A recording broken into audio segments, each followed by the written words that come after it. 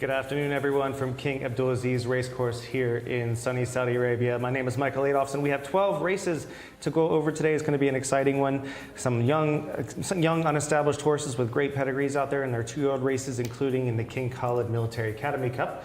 We also have a local Group 3, the Jcsa Board of Directors Cup, that's going to end the day. We've had some great racing, some great jockey performances this week, just a lot to go over and to look forward to. And with me today is Tom Collins, who's going to take us through some of the analyses today, but also, what are you looking forward to today? Just the whole card. It's a really exceptional card, actually, when you compare it to yesterday and the day before. We've only got one maiden today. Lots of non-winners of 2, non-winners of 3, open races, cup races. It's a good mix of different contests, lots of talented performers. Whether we see Alex Moreno ride out of his skin again, we'll see, but he's already had 7 so far in 2 days. And here are 3 horses that I'm looking out for today. This is Alatabi, who runs in the non-winners of 3 event, our second race on the card. Farmer Al Dahani's 4-year-old won a 0-90 handicap last week and has quickly turned out again in search of another success. Don't dismiss Badr Al-Alaya in the featured Group 3 Board of Directors Cup under that man, Alex Moreno. The 96 rated colt won the Al Masif Cup in Taif and should be primed for this contest after 2 creditable performances in the last 2 weeks. And finally, this is Istitea, who runs in the King Khalid Military Academy Cup. Race 11 on the card. She romped home over a mile on debut and is the choice today of Camilo Ospina. So yes, some excellent horses to look forward to today. I'm looking forward to especially the young horses out there. For me, I'm definitely looking forward to this first race we're going to get to in just a moment. These young horses with the great pedigrees, and just it sort of starts the day properly. So we're going to go. Oprah is Chicago to what Enzo is to us here in Riyadh. We're going to go up to him. He's going to take us through today's racing and the runners and riders as well for the first race. Yeah, thank you, Michael, and very good afternoon to you and Tom and everyone watching on YouTube. Yeah, great to be back in the hot seat in the commentary position here, and here's our schedule for today. Look at that. The opening race is for non-winners of 3. That's for fillies. Non-winners of 4 in the second race. Then we have a maiden race and a couple of maidens. We've got also the apprentice jockeys hands and heels race. That is a handicap. A locally bred horses open race before that, and then the other Arabian race at 6 o'clock local time. And then we've got the locally bred horses maiden at 6:30. And then, of course, we get better as the meeting goes on. Arabian horses open after that. Then we've got the 725. That's a big race. The Sheikh Hamoud Al Faisal Al Sabah Award Stakes. And we've got the King Khalid Military Academy Cup. And the other cup race is the Jcsa Board of Directors Cup, the Grade 3 at the end of the card over the 2,000 metres. So a decent card culminating in that stakes race at the end there. Right, race 1 for fillies, 2-year-olds. Number 1 is Ruan, ridden by Abdullah Al Hussein. They're going 1,200 metres, by the way, 6 furlongs. Number 2, Al Shurek for Hamza Saad. 3, Wada Al Khair, Fahad Al Faradi. 4 is Mogalibar, Abdullah Al Kradis has been booked. 5, Alamyar, Alex Moreno. 6, Banadeg for Azuz Al Yesh. 7 is Snafia, used to be trained over here. First by George Glowy, then went to Alice Haynes, had some fair form. Mohammed Al Habail rides. 8 is Safa, Adel Al Faradi. 9 is Manaya Al Khair for Luis Viquez. 10 is Mumayaza for Naif Al Anazi. 11 is Bint Al Ajwad, Camillo Ospina. And 12, Madak Karim for Victor Gutierrez. So we have a full field of 12 for the opening race. Nice easy start for me, just the 12 runners. And we saw the jockey of Snafia on the way out. Let's go back to Michael and Tom. Yes, we're going to go through these runners and riders one by one here. We have Ruan, who's the first one up here. He's a Nyquist out of Malibu Stacy. Great pedigree. Yeah, she finished 4th on debut in a maiden, now upped into a non-winners of 3. Tricky contest for her to win, but she's got promise. Al Sharik is an Invincible Army filly, over 2 thus far. Just hasn't shown up in either start either. She's bred to sprint. The 6 furlongs should be fine. Wada Al Khair is over 4 thus far. Yes, finished 5th over 1,400 in this grade last time up. We know this filly can contest. It's just whether the 6 furlongs is a little sharp. Mogalabi is a first-time starter by Scipion. Debutant who I think needs further. We have Alamya there in shot. It's a practical joke. Looks like it has a big shot today. Definitely. Finished 3rd in an open last time, dropping down in class today. Banadeg is number 6, a first-time starter. Debut, Holy Roman Emperor. You'd imagine this horse would get a touch further. Like to be better in the future as well. Snuffy will actually make her 8th or 9th start today. Two-time winner in the UK, as Enzo's already pointed out. Both wins came on soft ground. We're going to go to Shamila real fast and see what she thinks out there. Shamila, what are you looking forward to today? Thanks very much, Michael. Good afternoon, everybody. Thank you for joining us on the last day of racing this weekend. And what a cracker it is. We have loads of prize money on offer.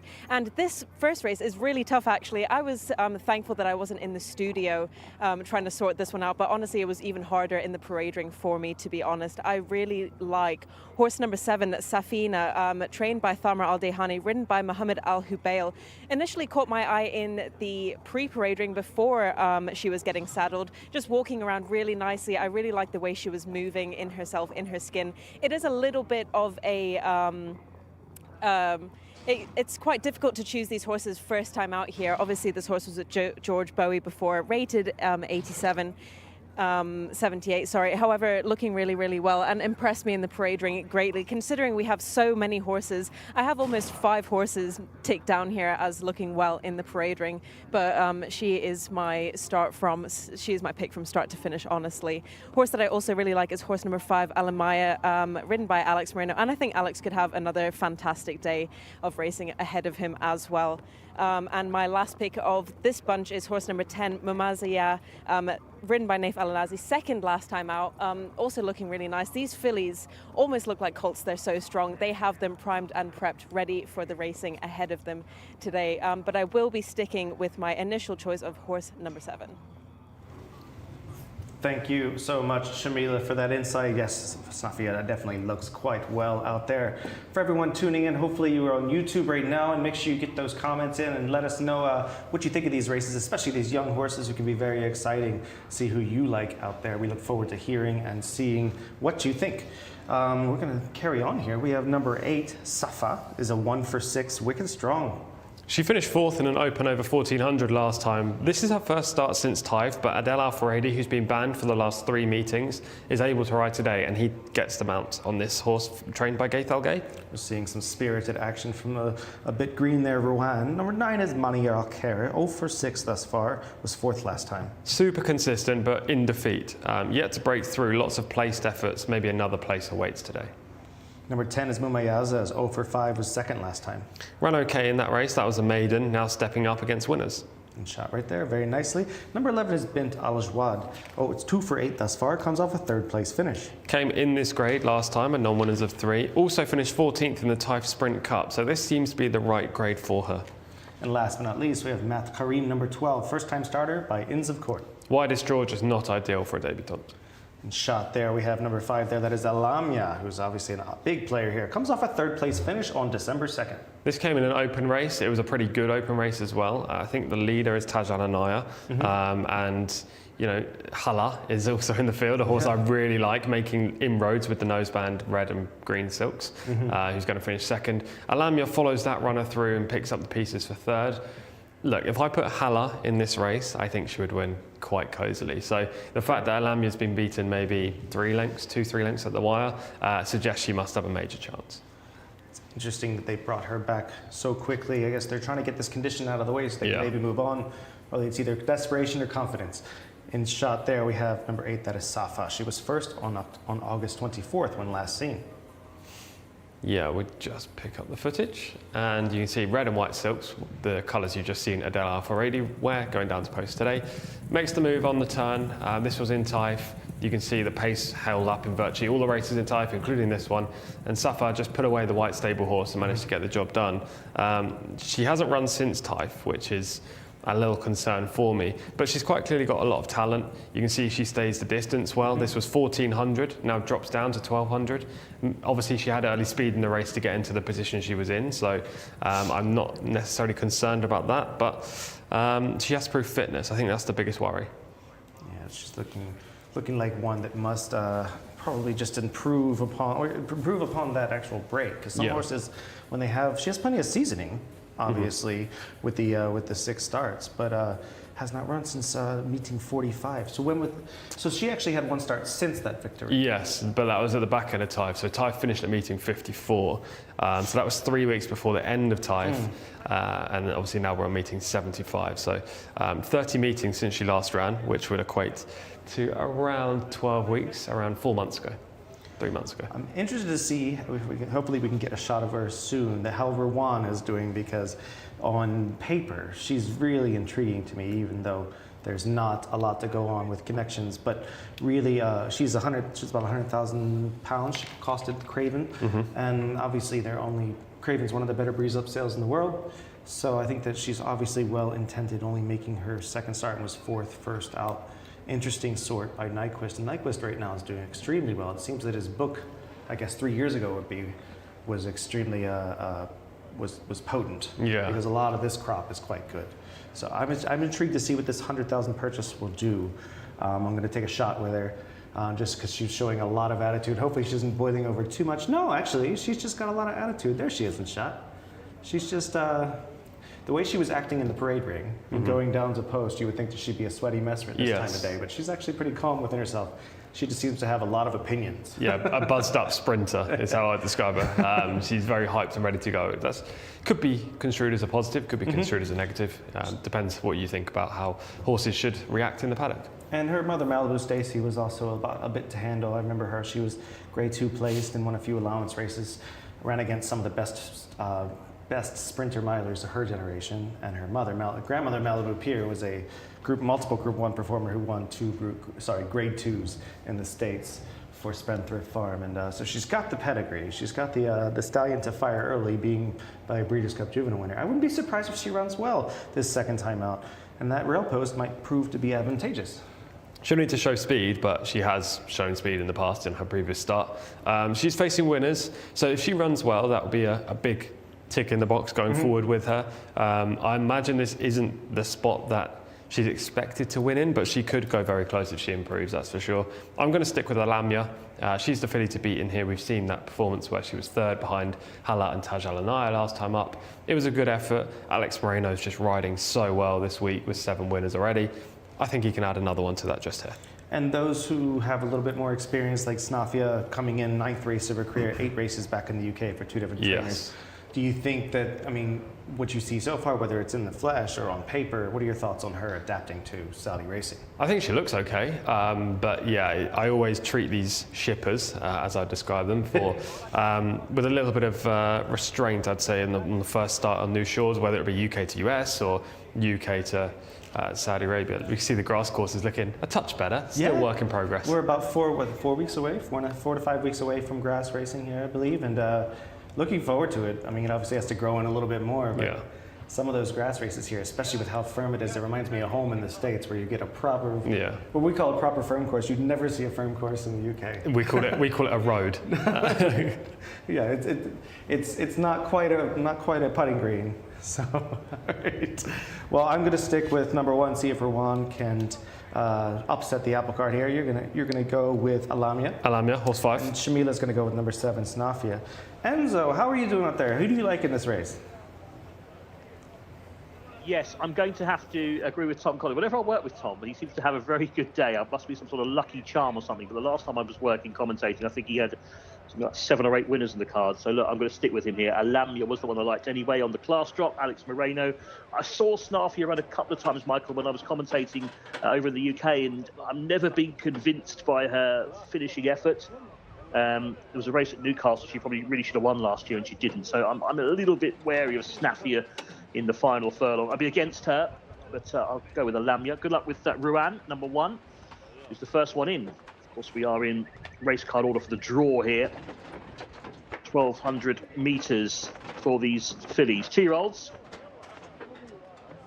And they are going in. And goes number 7 there. That's Snafia.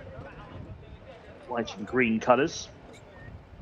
Waiting for number 2 now. Black and white for Al Sharek. Hamza Saad rides his daughter of Invincible Army, who did really well actually as a freshman sire over here. Had a few 2-year-old winners. I think he'll have more winners with his next crop as well, Invincible Army.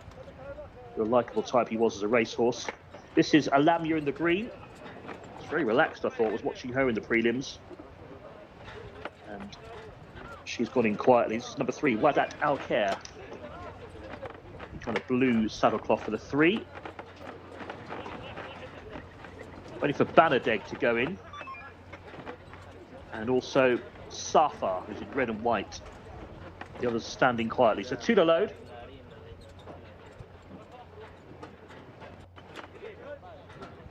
Last one in. Set for the opener. Ready.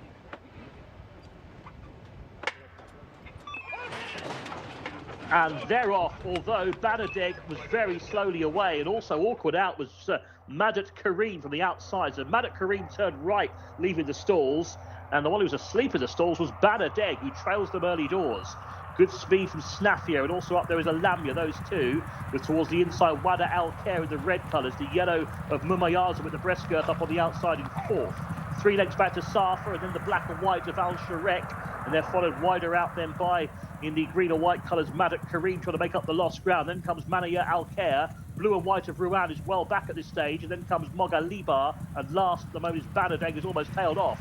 Round the home turn there, they're thundering for home here, and here comes Alamia in the 2 path, the green colours, to come and tackle the strong travelling Wada Al-Khair. These two, Snafia now starts to come under pressure in 3rd, and then comes Mumayaza. On the near side though, Alamia has now hit the frontier and goes on for Alex Moreno. Trying to fight back is Wada Al-Khair down the outer. Mumayaza's got a say in this, and Mumayaza it is, who's going home 2 for their 1, and now picks it up late on to Alamia in 2nd place, and Mumayaza storming home for Naif Adanazi. Mumayaza, too good for Alamia. 3rd place Snafia, to her credit, kept on well, and they were clear of Wada Al-Khair in 4th. That was some finish, wasn't it, by Mumayaza. Naif Adanazi enjoyed that. Number 10, the winner for the Al-Shamri stable. 2nd place going to number 5, Alamia. Thought it was going to be a winning start for Tom Collins when this horse hit the front a furlong out, but just didn't have the finishing kick to repel Mumayaza, who wins the time of 1 minute 13.92 seconds. I think this race might work out quite well from a form perspective. Snafia was 3rd. I questioned her finishing effort before, but she's actually found a 2nd win late on to get 3rd, so all credit to her, as Wada Al-Khair got tired. 10, 5, 7, Mumayaza, Alamia, Snafia, 1.5 lengths, the winning margin. Mumayaza, Naif Adanazi makes the perfect start.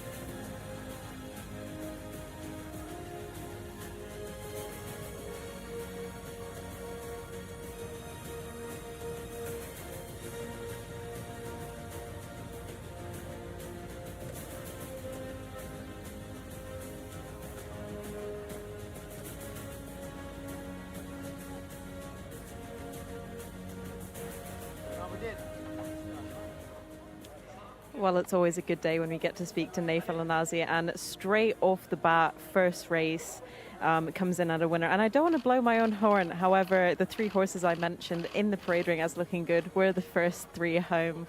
Tom Collins. So, yeah, really delighted with that. Mumayaza and Naif El Anazi, both really, really strong there. Naif knows this horse really well. Second on her last time out and third the time before that. Great result for Sabah Al Shamri as well, the trainer, who didn't have a great day yesterday, but that's just racing, full of ups and downs. So really great to see. And Naif, just as always, spreading the love, giving everybody on the team a hug, and the horse a well-deserved pat as well.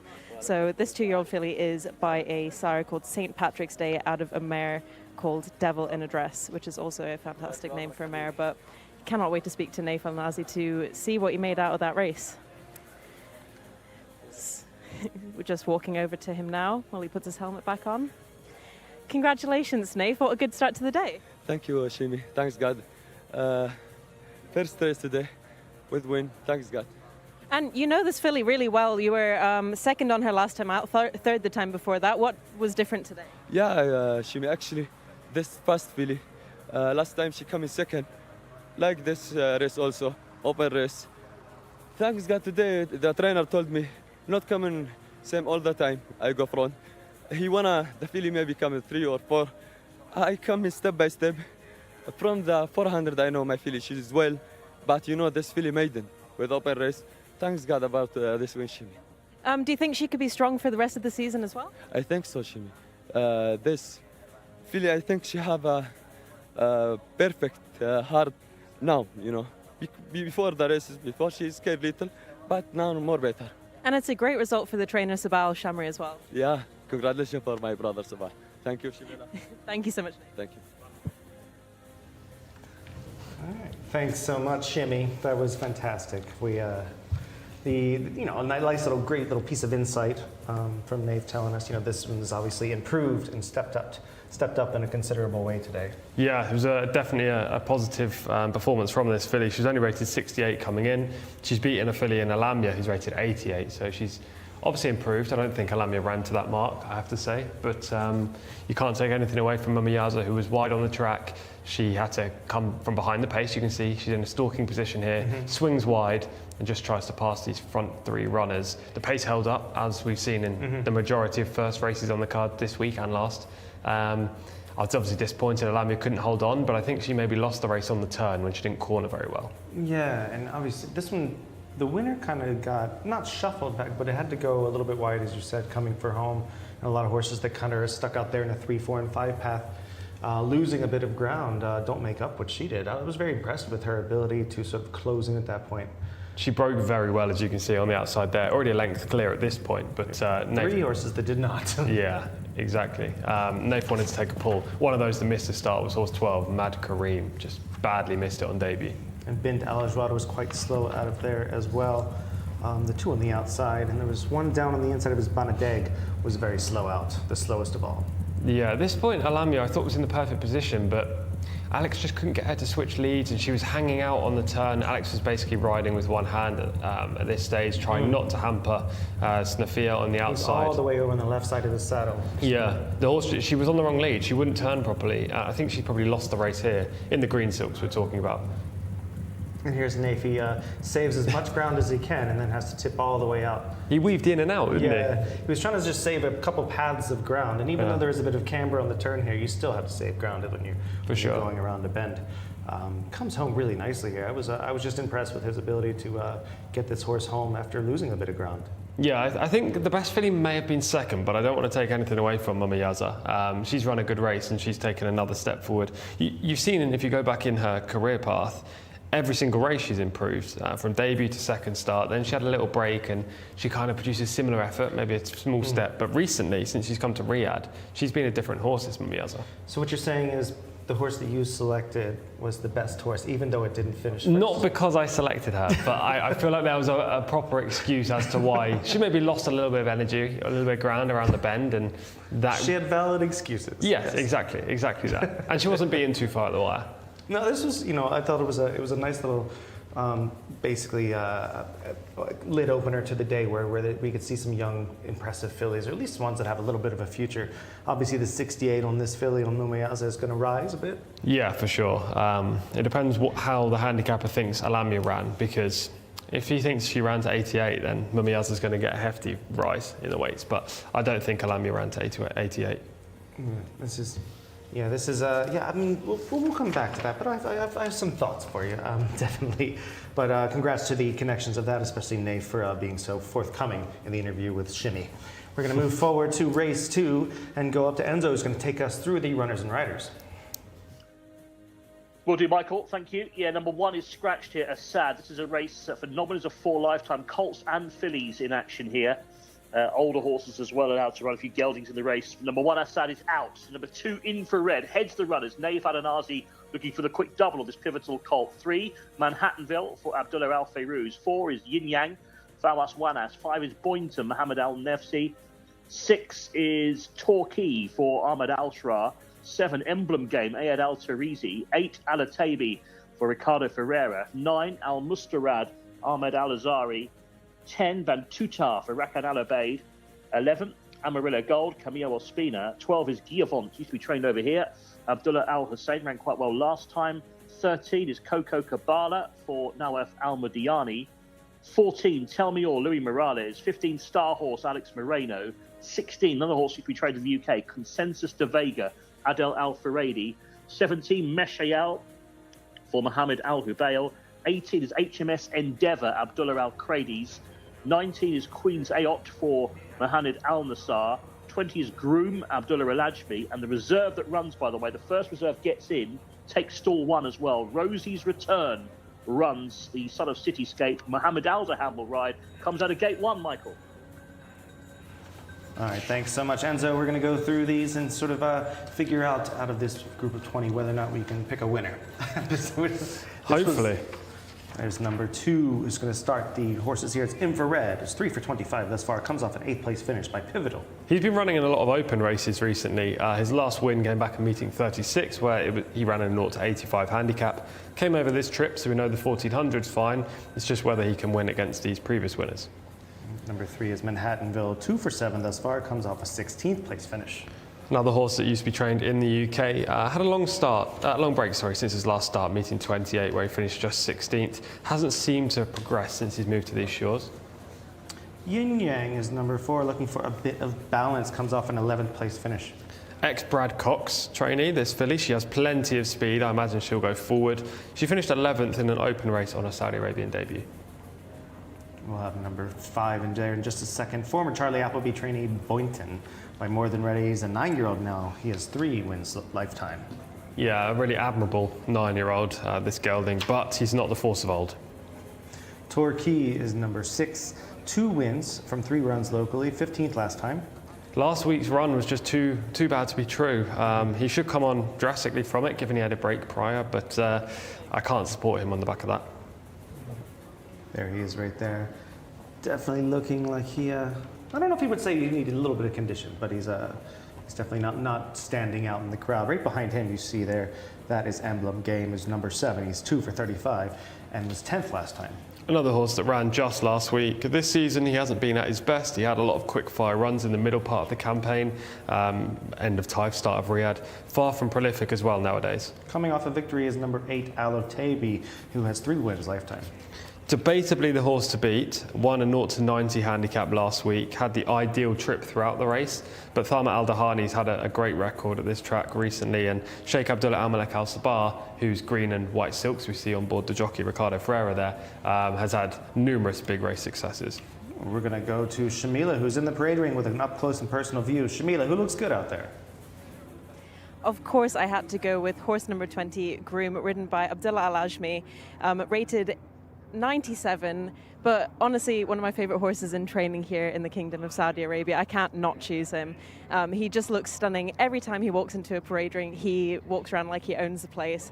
And he was fourth last time out under Mohammed Al Ajmi, who is Abdullah's brother. So Abdullah is back off a ban and back on board groom. So that is great to see. And hopefully they can go a few more better this time in this race. A horse that I also really like is another Thamra Dehani trained horse, Alotabi, horse number 8. Thamra just has his horses really well turned out in all of the races. So, I mean, it's hard not to choose any of theirs. And another positive is horse number 2, Infrared, my little pocket rocket. He is absolutely stunning every time as well. He just doesn't look the best in the parade ring, I would say, especially compared to Groom. Groom looks absolutely stunning. I only have 2 paddock negatives today. Horse number 6, Turkey, who is carrying a little bit too much condition for my liking, and horse number 14, Tell Me All, is getting very hot behind the saddle. All right, thank you so much, Shamila. So she is leaning toward groom number 20, who did, I agree, did indeed look excellent. Let's carry on. We had number 9, Al Mustarad, is 2 for 28, was 8th last time. He's been below his best this year, and a mark of 68 suggests he's going to find at least 1 or 2 too good. Bantuta, 4-year-old filly by Flashy Bull, number 10, 1 for 19 thus far. Not good enough, and the recent run was pretty dismal. Amarillo Gold is number 11, 3 for 22, comes off a 2nd place finish. Produced strong efforts all year. Camilo Ospina regularly rides this 3-year-old gelding. Don't discount him. G1 is number 12, 3 for 16, 2nd last time. Flew home behind Alitabi last week. He's ready to win a race. Okay. Coco Cabala is 3 for 6, makes his first start locally. Finished 18th back in January, last run. That was 11 months ago, obviously. We need to prove fitness and that he can compete with this lot. Tell Me All is number 14, 2 for 12. 25 months off the track since finishing 16th in this grade.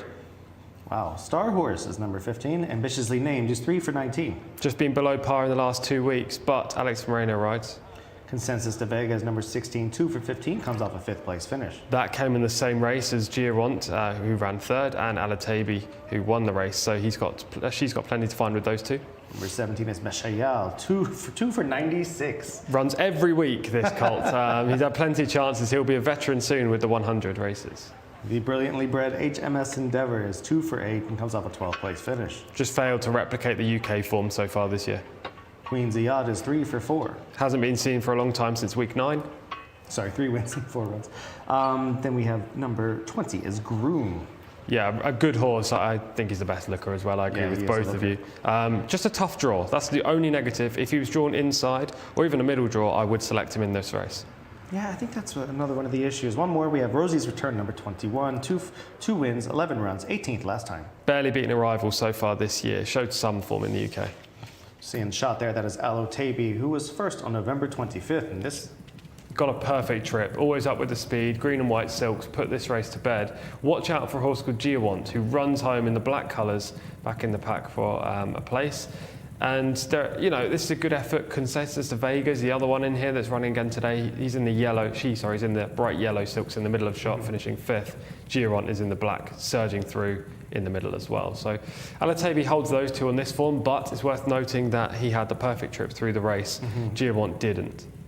The aforementioned Groom, who obviously is quite the looker out there, you can see in shot, it's number 20. He was 4th on December 1st. We'll see this footage in just a second. He's run very well all year. Taif, Riyadh, doesn't matter. In this kind of company or in handicaps. He's a stalker, comes from off the speed. You can see him here with the light blue saddlecloth on the outside. Lovely looking horse. He just can't match the winner, who was Rebellious Stage. Good race. The horse in the white with the blue cap is Akfiq, who won yesterday. So the form has been boosted since. And you know, if Groom can match this display, then he is by far the most likely winner. As I say, the only negative is still 20. And do you think, I mean, just looking at his, you know, his connection, the jockey booking, everything, does it give you confidence that maybe they can work their way over? Because we've seen in the last few weeks that a few jockeys in particular, Moreno, etc., have been able to ease their way over nicely. Does this booking, do you think that Al-Ajmi is going to be able to do it? I have confidence in the rider because he knows exactly how Groom should be ridden. He regularly rides his horse.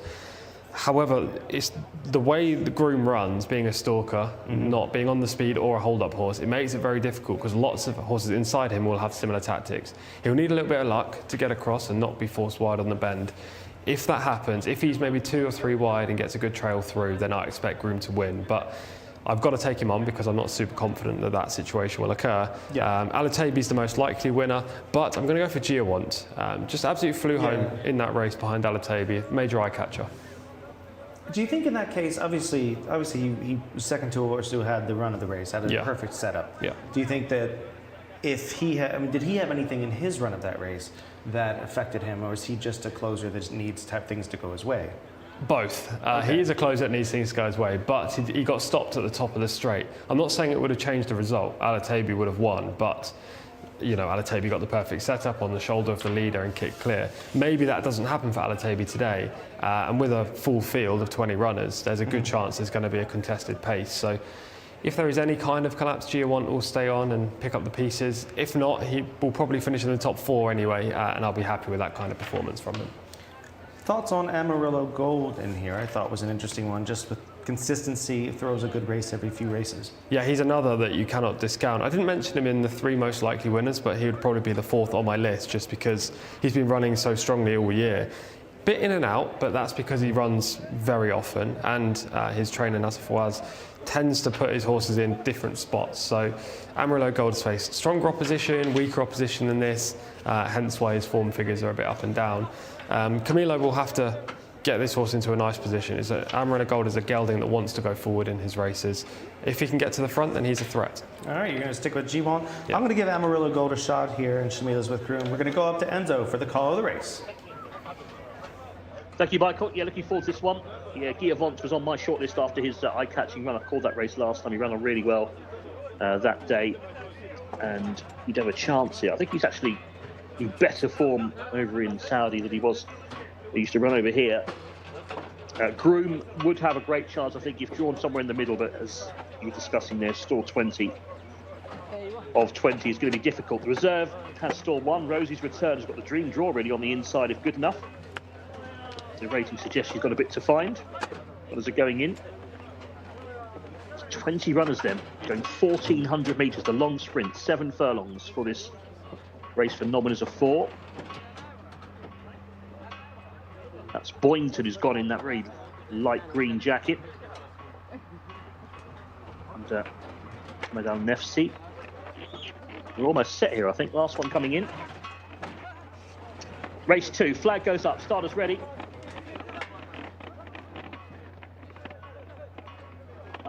Flag's gone down, but nothing's happened there. With a hold. Now the flag goes up again. And this time they're off and racing. Pretty good break, actually, for the size of the field. Starter caught them in a pretty good line. A little bit slow to go was Queen's Eye Out from the outside in the light blue. Breaking well towards the inner was Infrared in the pink colours. And also Rosie's Return, the reserve, got out quickly. Blue sleeves and cap. Yellow and black of Emblem Game isn't that far away. Looking for the red colours of Tell Me All with Coco Cabana, who's in mid-pack. On the outside, trying to advance, there is HMS Endeavour with the red sash. HMS Endeavour on the outside. More towards the inside is Rosie's Return, goes the shorter route. Then the white and green of Yin Yang is right up there as well.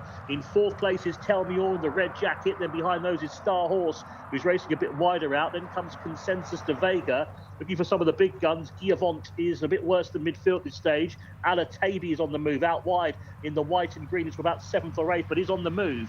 Round the turn, Yin Yang has kicked on here, has gone for home by about 3 lengths. Yin Yang for Fawas Wanas says, catch me if you can. On the outside, Alatabi is quick to try and counter that move. And then comes Infrared, who's in there pitching too, with Groom, who's got a chance now, the red and white. But it's all about this horse, the outside, Alatabi, who's now gone for home. Chased hard by Consensus de Vega down the outside, who's trying to pick up. But inside the furlong they go, and this Alatabi's away.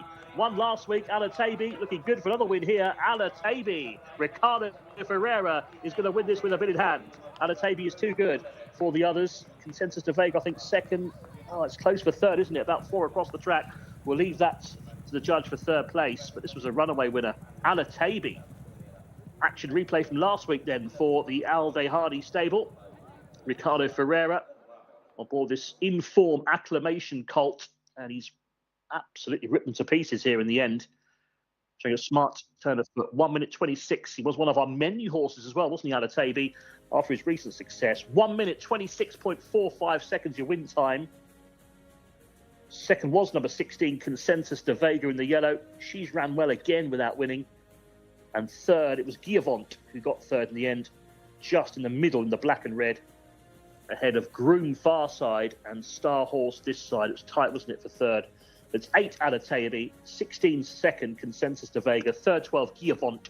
1 minute 26.45 seconds, 4 1/4 lengths, the winning margin.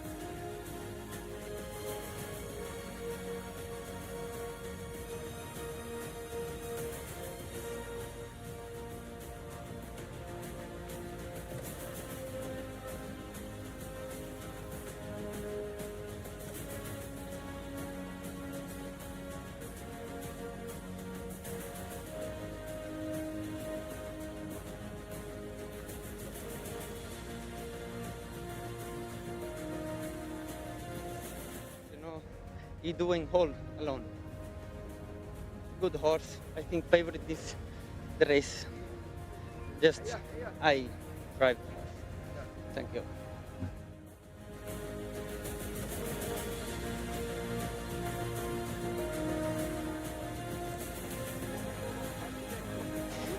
Alatabi wins our second race of the day. This was a contest for 3-year-olds and more, horses who won 1 to 3.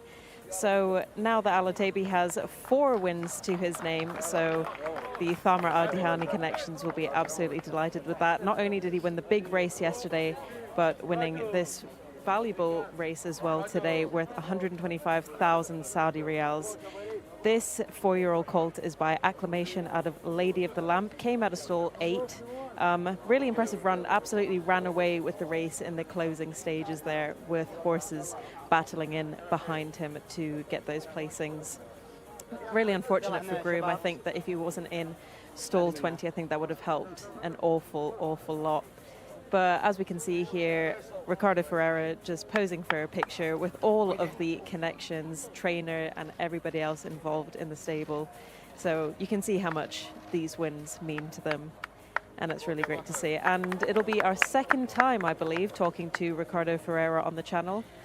He was fantastic last time, gave some great insights of the race. He is a jockey from Portugal. So yeah, really great to talk to him and just get a jockey's perspective, and hopefully we can grab Thamar Al-Dihani as well after him, just to tell us a little bit about this horse, how he's been training.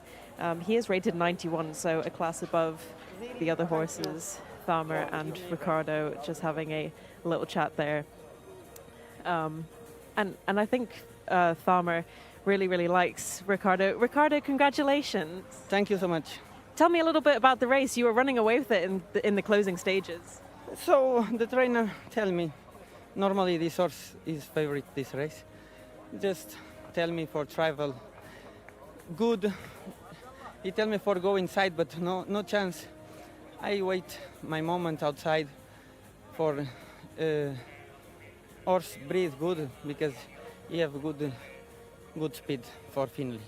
And were you worried at the beginning of the race? You were kind of closed in a little bit? Yes, but I keep relaxed, you know. Too much long the finish. I wait my moment, breathe good, easy riding, you know. Horse like this, very easy. And are there any other horses you're looking forward to riding today? Yes, I think I have good horse in race Arabic, inshallah win. Thank you, Ricardo. Thank you so much. Thank you so much, Shamila. That was a really insightful, actually, interview, giving us a nice sort of perspective on how this horse ran, Alotabi, and how impressive he got it done. 126.45 is quite a decent little time for these horses going these 7 furlongs, 1,400 meters. The race as well that Ricardo was just talking about there that he's looking forward to is race number 7, the Arabian Horse Open, where he rides a runner called Umran. All right, looking forward to that as well. Here we go, so running in the race. You see third out, I think the key horse, and obviously Shamila had mentioned this, is Groom, who made 3 or 4 race moves throughout the entire race, but I think that took its toll, obviously. Yeah, I don't want to take anything away from the winner, Of course because I think he was the best horse in the race. I agree with Ricardo that he was the favourite, technically, going into the race, the most likely winner, and he justified that on the track. There was no doubt about it. We're going to go back to Shamila with the winning trainer. I'm joined by Thamar El Dehani, who not only won the big race yesterday, but this valuable race as well with Alotabi. Tell me a little bit about this horse. He's in a good form, really in a good form. You know, since we came from Taif, I see his form and his training. I tell the prince, our horse is coming back, and he won the last, race, and today he progress again, and he won. He's in a good form. He will be from the best 7 furlong horse in Saudi Arabia. And what did you think about the ride Ricardo gave him? He's a good jockey. Believe me, he's a good jockey. And I have to thank Mr. Yusuf Al-Traif and Mr. Sami Al-Harabi, because they allowed the jockey to ride my horses. And it's a good idea to give like this jockey. He's a professional jockey. And are you going to keep Alotabi at 1,400 meters, or what's the plan with him for the rest of the season? He will not go more, and he will not go less. This is his distance, 7 furlong. Since he was with John Gosden, he was good in 7 furlong. And your stable is flying this season, taking all the big cup races. You must be really happy. Yeah, I'm happy because my horses, 1 year now with me. I know them very well, and we are happy, And we hope the big races, to be the same, Well done, Thamar. Thank you so much. Thank you. All right, here is the running of the race from the start here. Thank you so much, Shamila, by the way. Not too many bad, sad stories out of this. You see the 20 on the far outside. That is Groom, who has to get all the way over. Yeah, red and white silks halfway down the field right now. Rider is still looking to get across, Just takes a pull here, and then you'll see a drastic move to the inside, the horse right at the bottom of your screen. And he's like, left turn, please. And then, once he does make that move, he suddenly rushes the horse up in between the gap. And, I don't know if that was... it's just not the right way to ride this horse. Yeah, you cannot do that. I think he's trying to put the horse into position to have a chance, but... Look at him surge up the field right now. White and red silks, moving into round 6th, now 5th, moving up in between horses into 5th now, about to go 4th and then 3rd. It's just a huge move early in the race. Also, watch this horse at the bottom of your screen. This is my selection, Jcsa, black silks, red spots. I think we may have just missed it, or is it here? He gets tightened up just there. Just he's trying to make his run, and he's a 1-run closer. So to lose momentum like that was tough for him. Eventually finishes 3rd. He runs nicely. You see up in the front, the winner is sort of taking over, has had everything go his way, but obviously was the best horse on paper and in the race. Yeah. How close do you think it would have been if Groom didn't have to deal with all the adversity, whether it was self-imposed with the rider or from the post? It's difficult to say, but he's run a very good race in defeat considering what happened at both the post and the rider, as you say. I think if he's more efficiently ridden from an inside draw, he would press Alotabi, but we will never know. This is all just conjecture. He ran a nice race no matter what, and next time out, he's a horse definitely to follow. As is Jcsa. I do think he was unlucky. He wouldn't have won, and Groom actually shaped better than Jcsa did, but the fact that Consensus de Vega finished 2nd, I think Consensus de Vega was probably the 4th best horse in the race. It's just she managed to get a perfect trip, whereas the horses that finished 3rd and wherever Groom finished 4th or 5th weren't given the best trips. Agreed on that. Definitely with Groom, I definitely think the jockey has made a confident move, and that maybe he's saying that he thinks this horse can win next time. Well, hopefully so. We're going to move on to the 3rd race, the 1,400-meter 4-year-old maiden. We're going to go over to Enzo, who's going to take us through it. Thank you, Michael. Yes, as you say, 1,400, 7 furlongs for this maiden, colts and fillies in this, and geldings.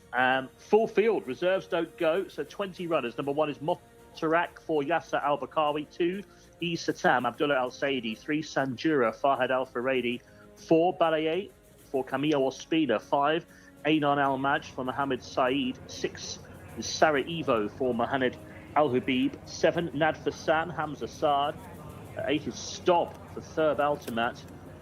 Over the page for 9 every day. Ayad Al Tarisi. 10 is Lazama, Abdullah Al Khridi's. 11, Sense of Dominance, Louis Morales.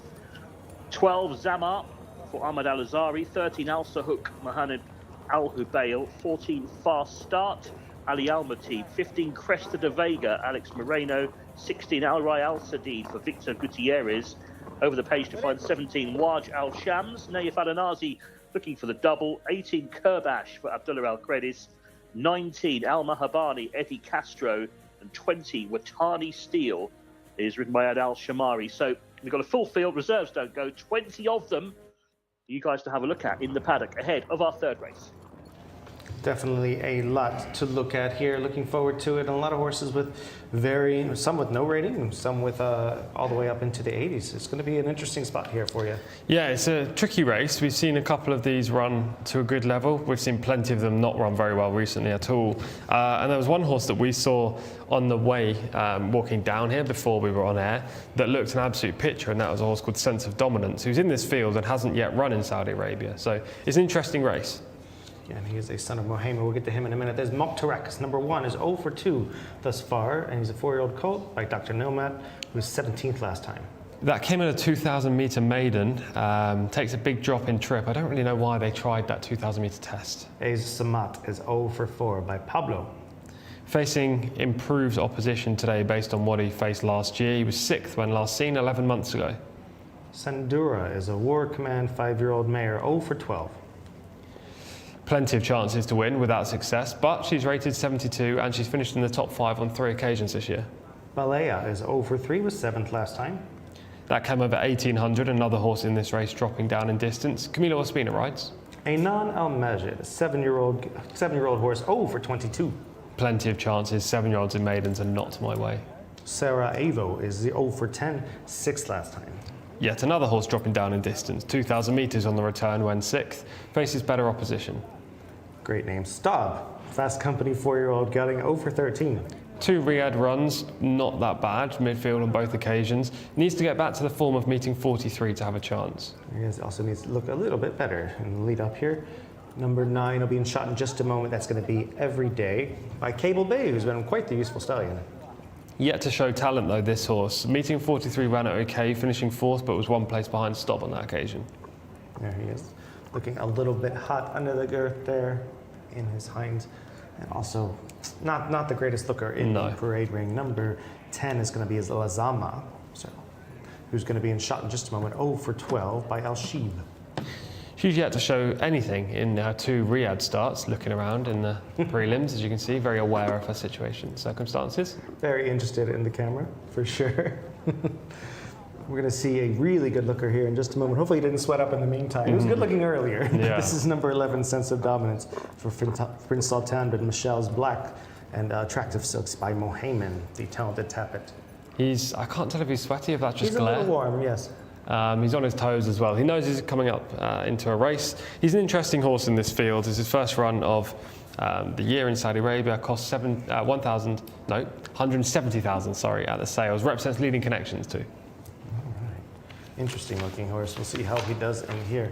Zamar is number 12. Over 5 has shown some ability. He has, but he's just very one-paced. He's also been in winning opportunities and just hasn't managed to get the job done. They also haven't booked one of the leading riders for the Red Stable, so there are a lot of signs with Zamar that today's not the day. Yeah, it looks like he's earned every bit of that 66 rating thus far in his 5-race career. Number 13 is Al Sahuk, is 0 for 11, was 6th last time. Very, very slow, 6-year-old. Needs 2,400 metres. Yes, needs something. We're going to head over to Shamila and see what she thinks she's down in the parade ring. Thanks very much, Michael. Really competitive maiden we have on our hands here. It was a toss-up for me because initially I really liked horse number 6 and then I saw horse number 12, Zamar, so I will be going with horse number 12, Zamar, as my paddock selection in this race because Tom won't let me have 2 horses. So I will be siding with the 66 rated Zamar by Frozen Power, 4th last time out. And I think today is his day. After 6 runs, I think he can break his maiden today easily. He looks really strong and ready to go. I also really like the look of horse number 11, Sense of Dominance, who will be ridden by Louis Morales, a first-time starter. Do I think that he will win first time out? I'm really not sure about that. He looks like he's almost going to boil over. However, Zamar looks cool as a cucumber. floor. A little bit sweaty, but nothing to worry about too much. The jockey Ahmed Al-Zahari looks really cool, and Prince Faisal bin Khalid in those colors. So, I mean, it's a winning match, isn't it? But yeah, also shout out to horse number 6, Sarajevo, for trainer Turki Alatabi, for looking really nice in the parade ring as well. Just probably not as strong as some of the other horses in this race.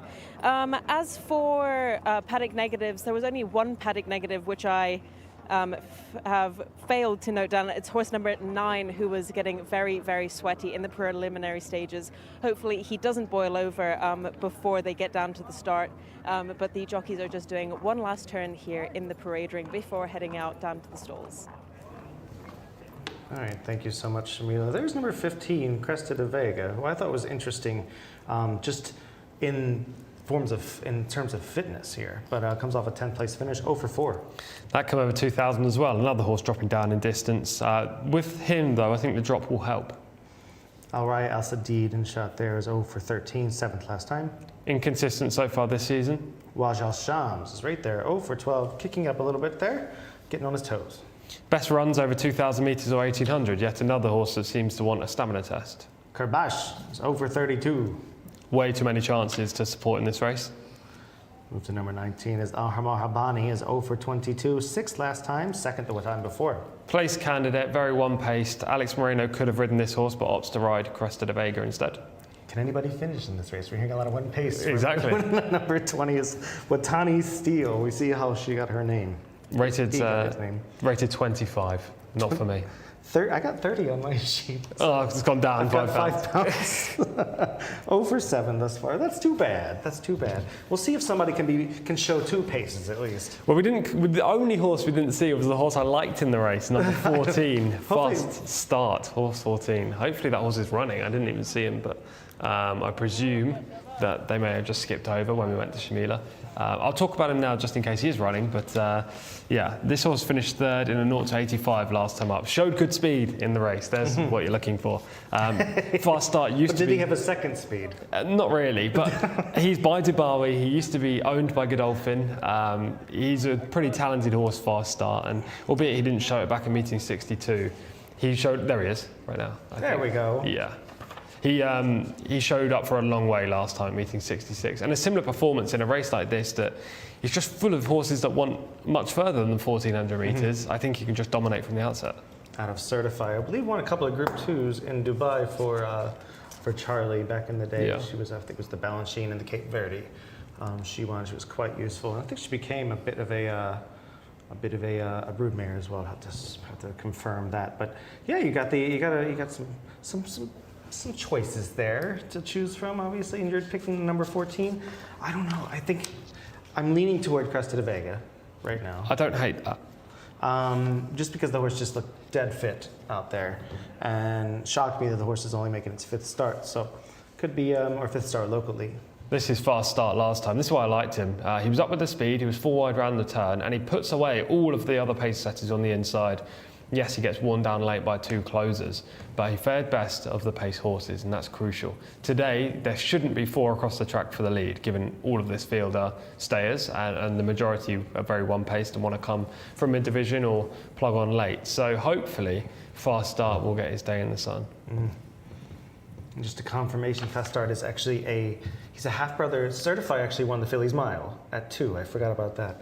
But he's a half to Law of Peace, who's a really good horse in Dubai for Nazar Askar and Bhupat Seymour. He was a very unlucky 2nd in the Godolphin Mile, probably should have won the race this past year, and it's one of the better dirt horses in UAE. So looking forward to seeing whether or not his little half-brother, Fast Start, can improve off that 72. I think that's just way too much, way too many positives for him. Ooh, horse number 13, Al Sahouk. Going down, just looking at... He's been full of beans since the parade ring. Yeah, Mohamed Al Hubayl. I've probably not enjoyed that trip down to post. but the horse seems to be under control now. Keeping him on his toes, keeping him awake this third race of the day. Yeah, I'm going to lean toward Cresta de Vega. Maybe improves upon the 10th and the 14th in the last two. Hasn't done much, but as you say, the drop in trip might help a bit. Yeah, big drop in trip, good jockey booking in Alex Moreno. The wide draw may be a slight concern, but he's drawn just outside Fast Start, who should go forward, so could potentially track that one across.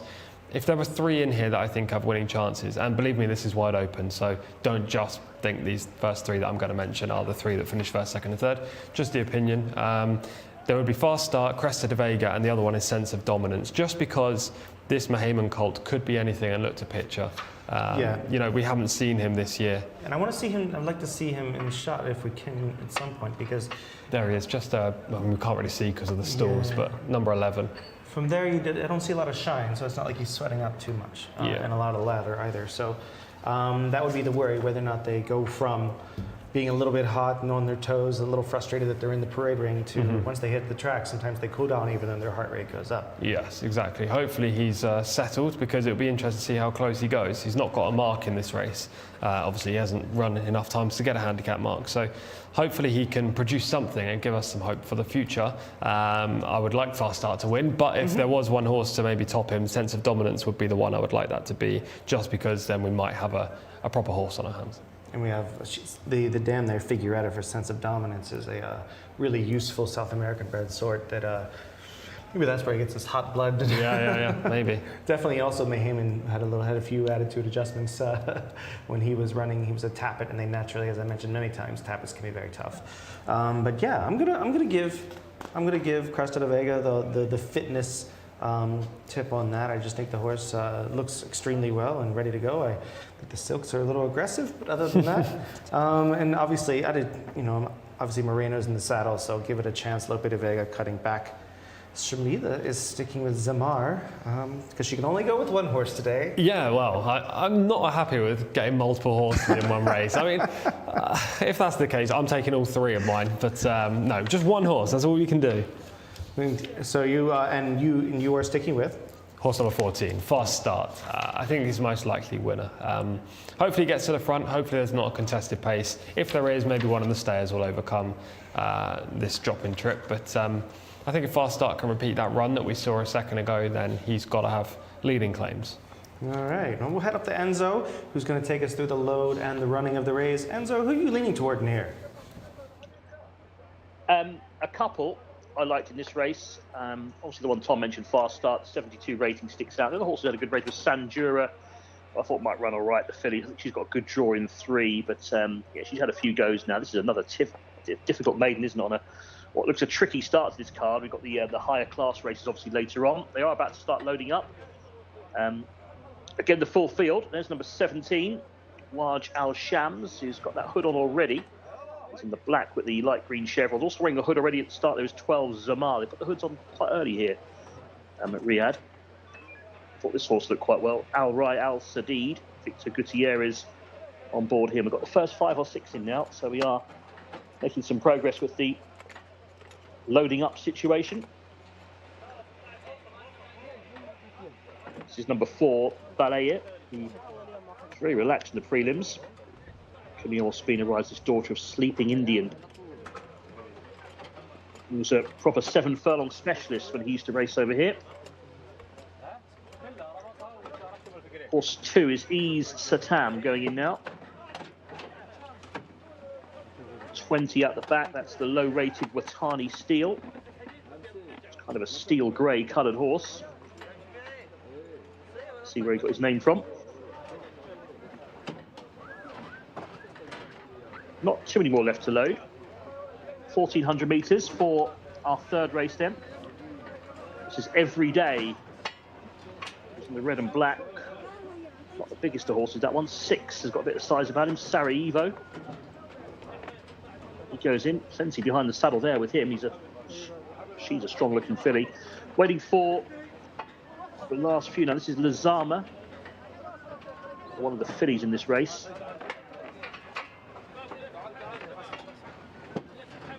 Sense of Dominance in. I think we're just about there. Starter is almost ready for them. Flag goes up. Here we go, 20 runners. And they're off. They've jumped away over 1,400 metres. Jcsa broke quite well towards the inside. Also, Aynan Al-Majd got off to a great start in the red and cuts across towards the paint. Every Day is up there as well, and also Nad Fasan. Nad Fasan coming forward now with sense of dominance in the black. Meanwhile, out wide, a Fast Start did just that and is advancing in the black and gold checks. Towards the outside, then Cresta de Vega in the luminous green sleeves and cap. Wider out of that runner is Al Mahabadi from the wide draw, and then comes Watani Steele. But Fast Start has got across the fence and leads them past the 800-metre peg. So Fast Start by a neck to Sense of Dominance, the black and white in second. Three wide Al Mahabadi, yellow, red and blue colours. Back in fourth is Cresta de Vega as they swing around the turn. Watani Steele now starts to drop away, looking for anything making ground. Sarajevo trying to get a bit closer, but they're well strung out here, and the front two have got away. Fast Start and Sense of Dominance all of a sudden open up on the field, and they are 8 lengths clear of the chasing pack as they turn for the money. And up front, it's Fast Start by a neck. Sense of Dominance looks the big threat on the outside. The front two are clear. Sense of Dominance near side for Morales has now just poked the nose in front to Fast Start, who's come under pressure in second. And Sense of Dominance is dominating in the final 200 and is now pouring it on here. This Mohammed colt, Sense of Dominance. Strong performance, wins going away. Fast Start tried hard, finished back in second place. Sarajevo might have got third in the end, and they were clear of the others headed by Jcsa. Quite impressive. Sense of Dominance, 11 for Luis Morales. Has beaten Fast Start. He ran well for a long way, Fast Start. But he is a front runner, and he just ran out of petrol late on. This horse won this with a bit in hand, I would suggest. Sense of Dominance. That was impressive, wasn't it? Lovely way of going about him on the dirt. 1 minute 26.47 seconds. Quite an eye-catching winner, that. Sense of Dominance. Second was Fast Start, number 14. Winning margin 2 3/4 lengths. And confirming it was Sarajevo in third, number 6. So it was 11, 14, 6. Sense of Dominance, Fast Start, Sarajevo in our third.